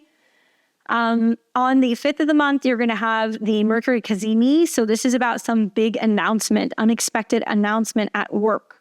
It can mean somebody says, hey, we want you to take this higher position. We want you to now be the manager or the leader. We want you to head this project, whatever. And there's some big professional announcement or realization about something that's changing in regards to a boss or something at work. This could mean also that there is an announcement that's being made about your relationship, because Mercury rules relationships in your private life. So something might be coming out that's becoming public, or maybe, you're having to kind of let your boss or HR in on, hey, my husband's, family's going through stuff. Their family's ill. I'm not here all the time because I'm taking care of the kids because he's gone. Or I'm having a difficult time. I need to take time away from work. I'm going through a separation or a divorce. Something like that that's happening, where you're kind of having to let like a boss in on something changing in your life, and how that can be impacting your job or where you're actually living. It's not a bad thing. Just be forthcoming and let people know, so it's easier for you to be able to manage some of the changes going on at work. All right, on the 6th, Mercury will square Saturn. So this is where there can be some difficult conversations with people at work, and you being a little bit more critical when it comes to talking to people about professional stuff or timing, responsibility, commitments. It's not the best time to be scheduling meetings and stuff with bosses, unfortunately. On the 7th, you're going to see Venus conjunct Pluto in Aquarius. That'll be in your 12th house. A little bit more sensual, taboo, private, kind of behind the scenes conversations, text messages, relations that you might have with people. This can also be about things that are particularly spicy, because Aquarius is something that's unusual. So it can mean that, whatever you're talking about or participating in, you want to maintain privacy if at all possible. Same day, you're going to see the sun oppose Jupiter. So the sun will be in your work zone. It's opposing Jupiter in your home zone. I'm wondering if there's something about the changes at work and needing to be home, because the 12th house is hidden spaces, hospitals, things that are more private. And it can mean that, obviously, God forbid, something happens with a relative. I look at Venus and Pluto as, do you have a sibling that's like, hey, I'm in the hospital, can you come? Do you end up having, a relative or even a neighbor who's like, hey, I have some crisis, can you help me? Neighbors is your third house. Siblings is your third house. Eighth house is the house of death and regeneration. So there can be something that somebody close to you is going through that's pulling you away from work, and they're asking you to kind of be there to help them. That's possible. We see then on the 12th, Venus in your sign, Venus in Aquarius will come into a trine with Jupiter. Okay. So interesting, because these are kind of like water houses. So when Venus trines Jupiter, this is an abundant day. This is like where love and relationships and money really can grow, but it's in your 12th house, which means something's coming to a completion or coming to a conclusion. Maybe somebody is getting rid of something. Maybe somebody is moving. Maybe somebody is ending a relationship, and they say, hey, do you want this stuff for your house? Do you want this art? Do you want these, these decorations? Do you want this furniture? Something that somebody is maybe getting rid of or doing away with, or something that somebody wants to give you that can benefit your home in some way, can benefit you directly because you're Jupiter. So Venus is other people's resources, inheritance, taxes, returns, refunds. And I'm wondering if Venus trine Jupiter is like you going, yeah, I want to, buy a new TV for my bedroom. I want to bring in new decor for my house. I want to, update something in my kitchen. And somebody goes, I'll give you that. I have it. You can have it, and they want to help you with that process. And it just kind of comes out in the blue. Then you're going to see on the, let's see, what else? So we've got the trine. Just want to make sure I don't miss anything. All right. So then we've also got on the 18th, Venus in Sagittarius square Neptune and Pisces. Okay. So we've got, Venus in, that's wrong. Venus in Aquarius trine Jupiter. Okay. Sun in Sagittarius square Neptune. Sorry. So the sun in your career zone squaring Neptune in your sign. This might be a day, I don't like saying this, but you kind of feel like attacked or victimized by someone. Like at first it was Mercury square Saturn, and then it was the sun square Saturn, and then it's the sun square Neptune, and you're like, I just can't take anymore. One of my parents is driving me crazy. They're being mean to me, or my boss is giving me a hard time, and they're just like all over my case. And like the sun square Neptune is like, please take it easy on me. I've had enough, or I've been through a lot, or I'm just feeling exhausted and I'm overwhelmed. And there can be this sense of you feeling, like I said, kind of victimized by the situation, and very sensitive to criticism, sensitive to people who are kind of authority figures. And you might just feel like you want to kind of hide. Just know you're going to be more sensitive with that aspect. That's going to be kind of hanging around. You also are going to have on the 12th, Venus, which will be in the 12th house of Aquarius in opposition to Mars. And, it can mean that you're just like, I need to go to bed early, I need to watch my Netflix or my movies and relax and chill or meditate. Like, I need time where I can just decompress and unwind and not feel like I'm in work mode, right? Mars retrograde in the 6th.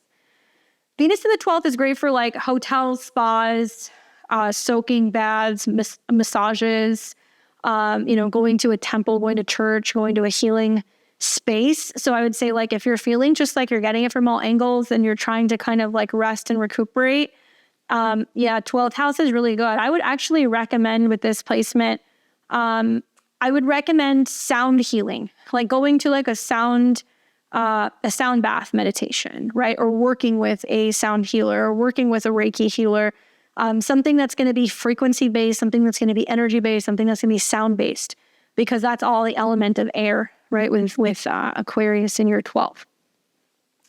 All right. What else? So then we're going to see, the 18th is the sun square Neptune. The 19th is Venus trine Jupiter.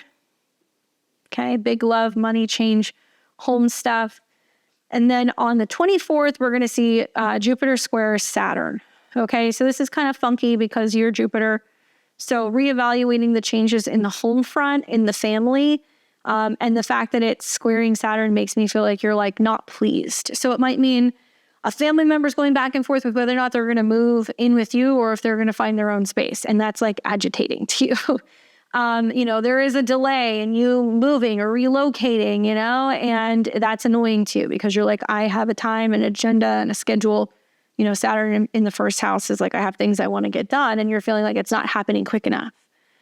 You look at what happened in August. It looks like there was some kind of issue that you were trying to solve or some kind of problem revolving around your home or your living situation or your family. And you felt like the responsibility of being involved in maybe helping a parent move or taking care of their home or trying to figure out, a solution to a living situation problem.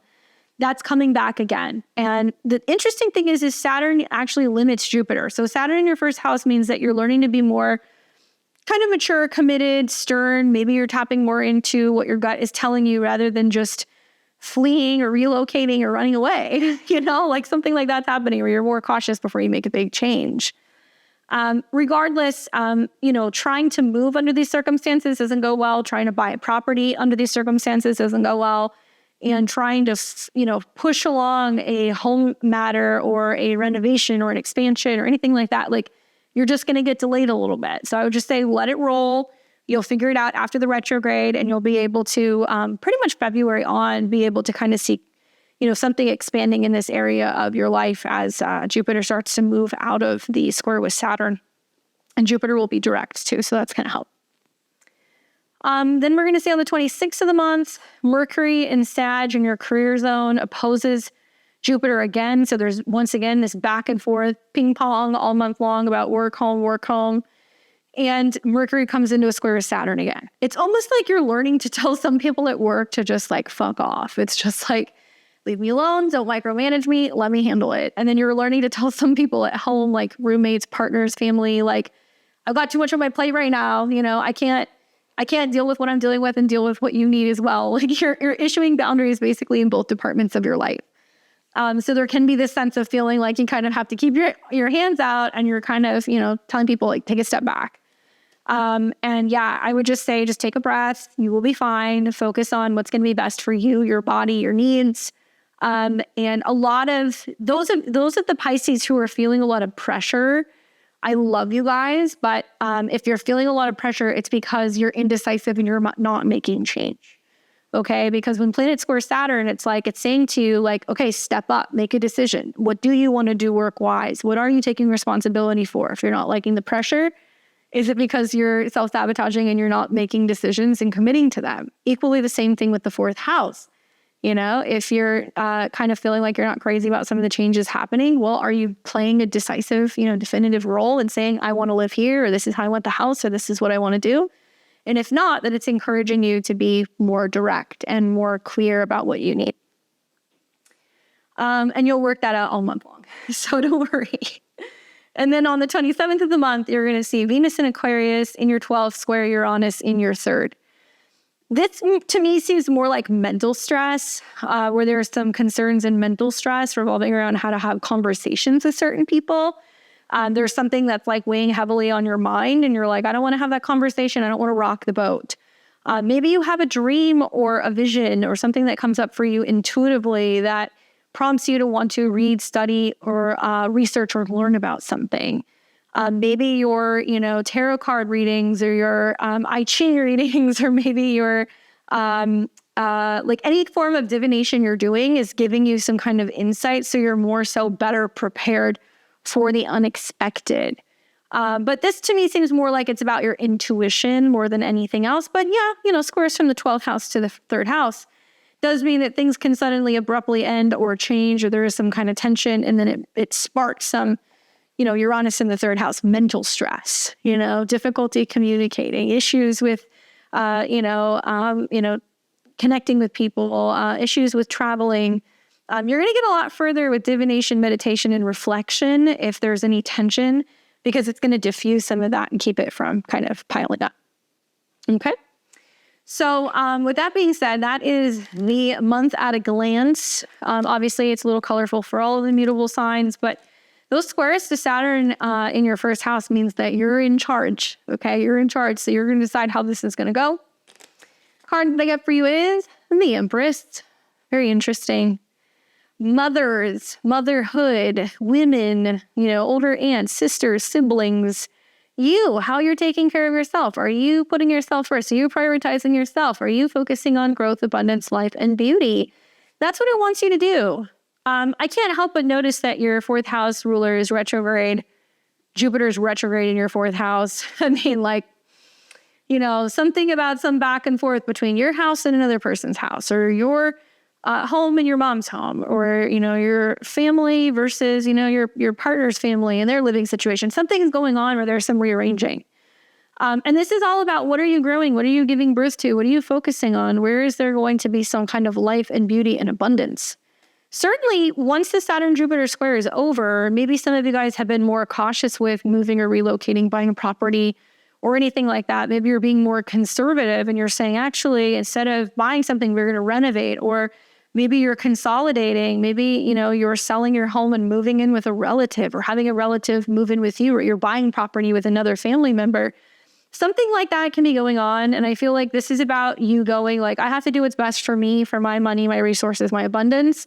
And it may feel like you're making a sacrifice now, but it may actually really end up paying off in the future. It could be something as simple as being like, I'm moving back home. I think with Jupiter retrograde in your fourth, some of you guys will go home, or you're going to live with parents, or you're going to have some family kind of communal situation to save some money.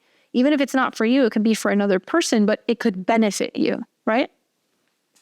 Anyway, I hope that's helpful for you, Pisces. I'll catch you guys back here next month in January of 2025. So with that being said, those are the horoscopes for the month of December.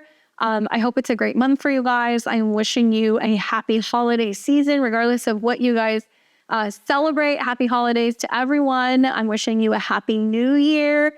I hope to see you guys here for my New Year's Day. So make sure you click the links in the description below. Head over to my website. Pick up tickets if you guys want them on sale for the early bird New Year's Day 2025 astrology webinar. I'm so excited to see what 2025 has in store. I'm working on lots of cool new content for you guys. We're going to talk about all these major ingresses. And next year is going to be one hell of a year. The astrology of 2025 and 2026 is out of this world. It's going to be very, very different than what we've been experiencing in recent years. And I'm kind of looking forward to the change. But let me know. What do you guys think? What are you feeling? Are some of these things already manifesting for you? Are you seeing it through your rising sign, your sun sign, your moon sign, maybe even your progressed signs? Let me know. And also check the links in the description below. You can see all the dates for these transits if you're wanting to save them, or you can consider picking up a astrology calendar for this next year. As always, thank you guys so much for your love, for your support, for your likes, your comments, your shares, your thumbs up, all that stuff. Because when you leave a comment, when you say a simple thing, when you give me a thumbs up, it helps the algorithm of this channel. And if you guys have been following me for some time, you know that this channel has been going strong for about 3 years. I came back to YouTube, doing it full time, and we are almost to 40,000 subscribers. So if you guys can help me reach that goal, it would be awesome if we could do that before 2025. Only you guys can make that possible. So make sure you subscribe. Until next time, I'll see all of you guys on the other side in 2025. And I'm wishing you a beautiful holiday season and a happy new year. Until next time, you guys take care. I'll see all of you very soon.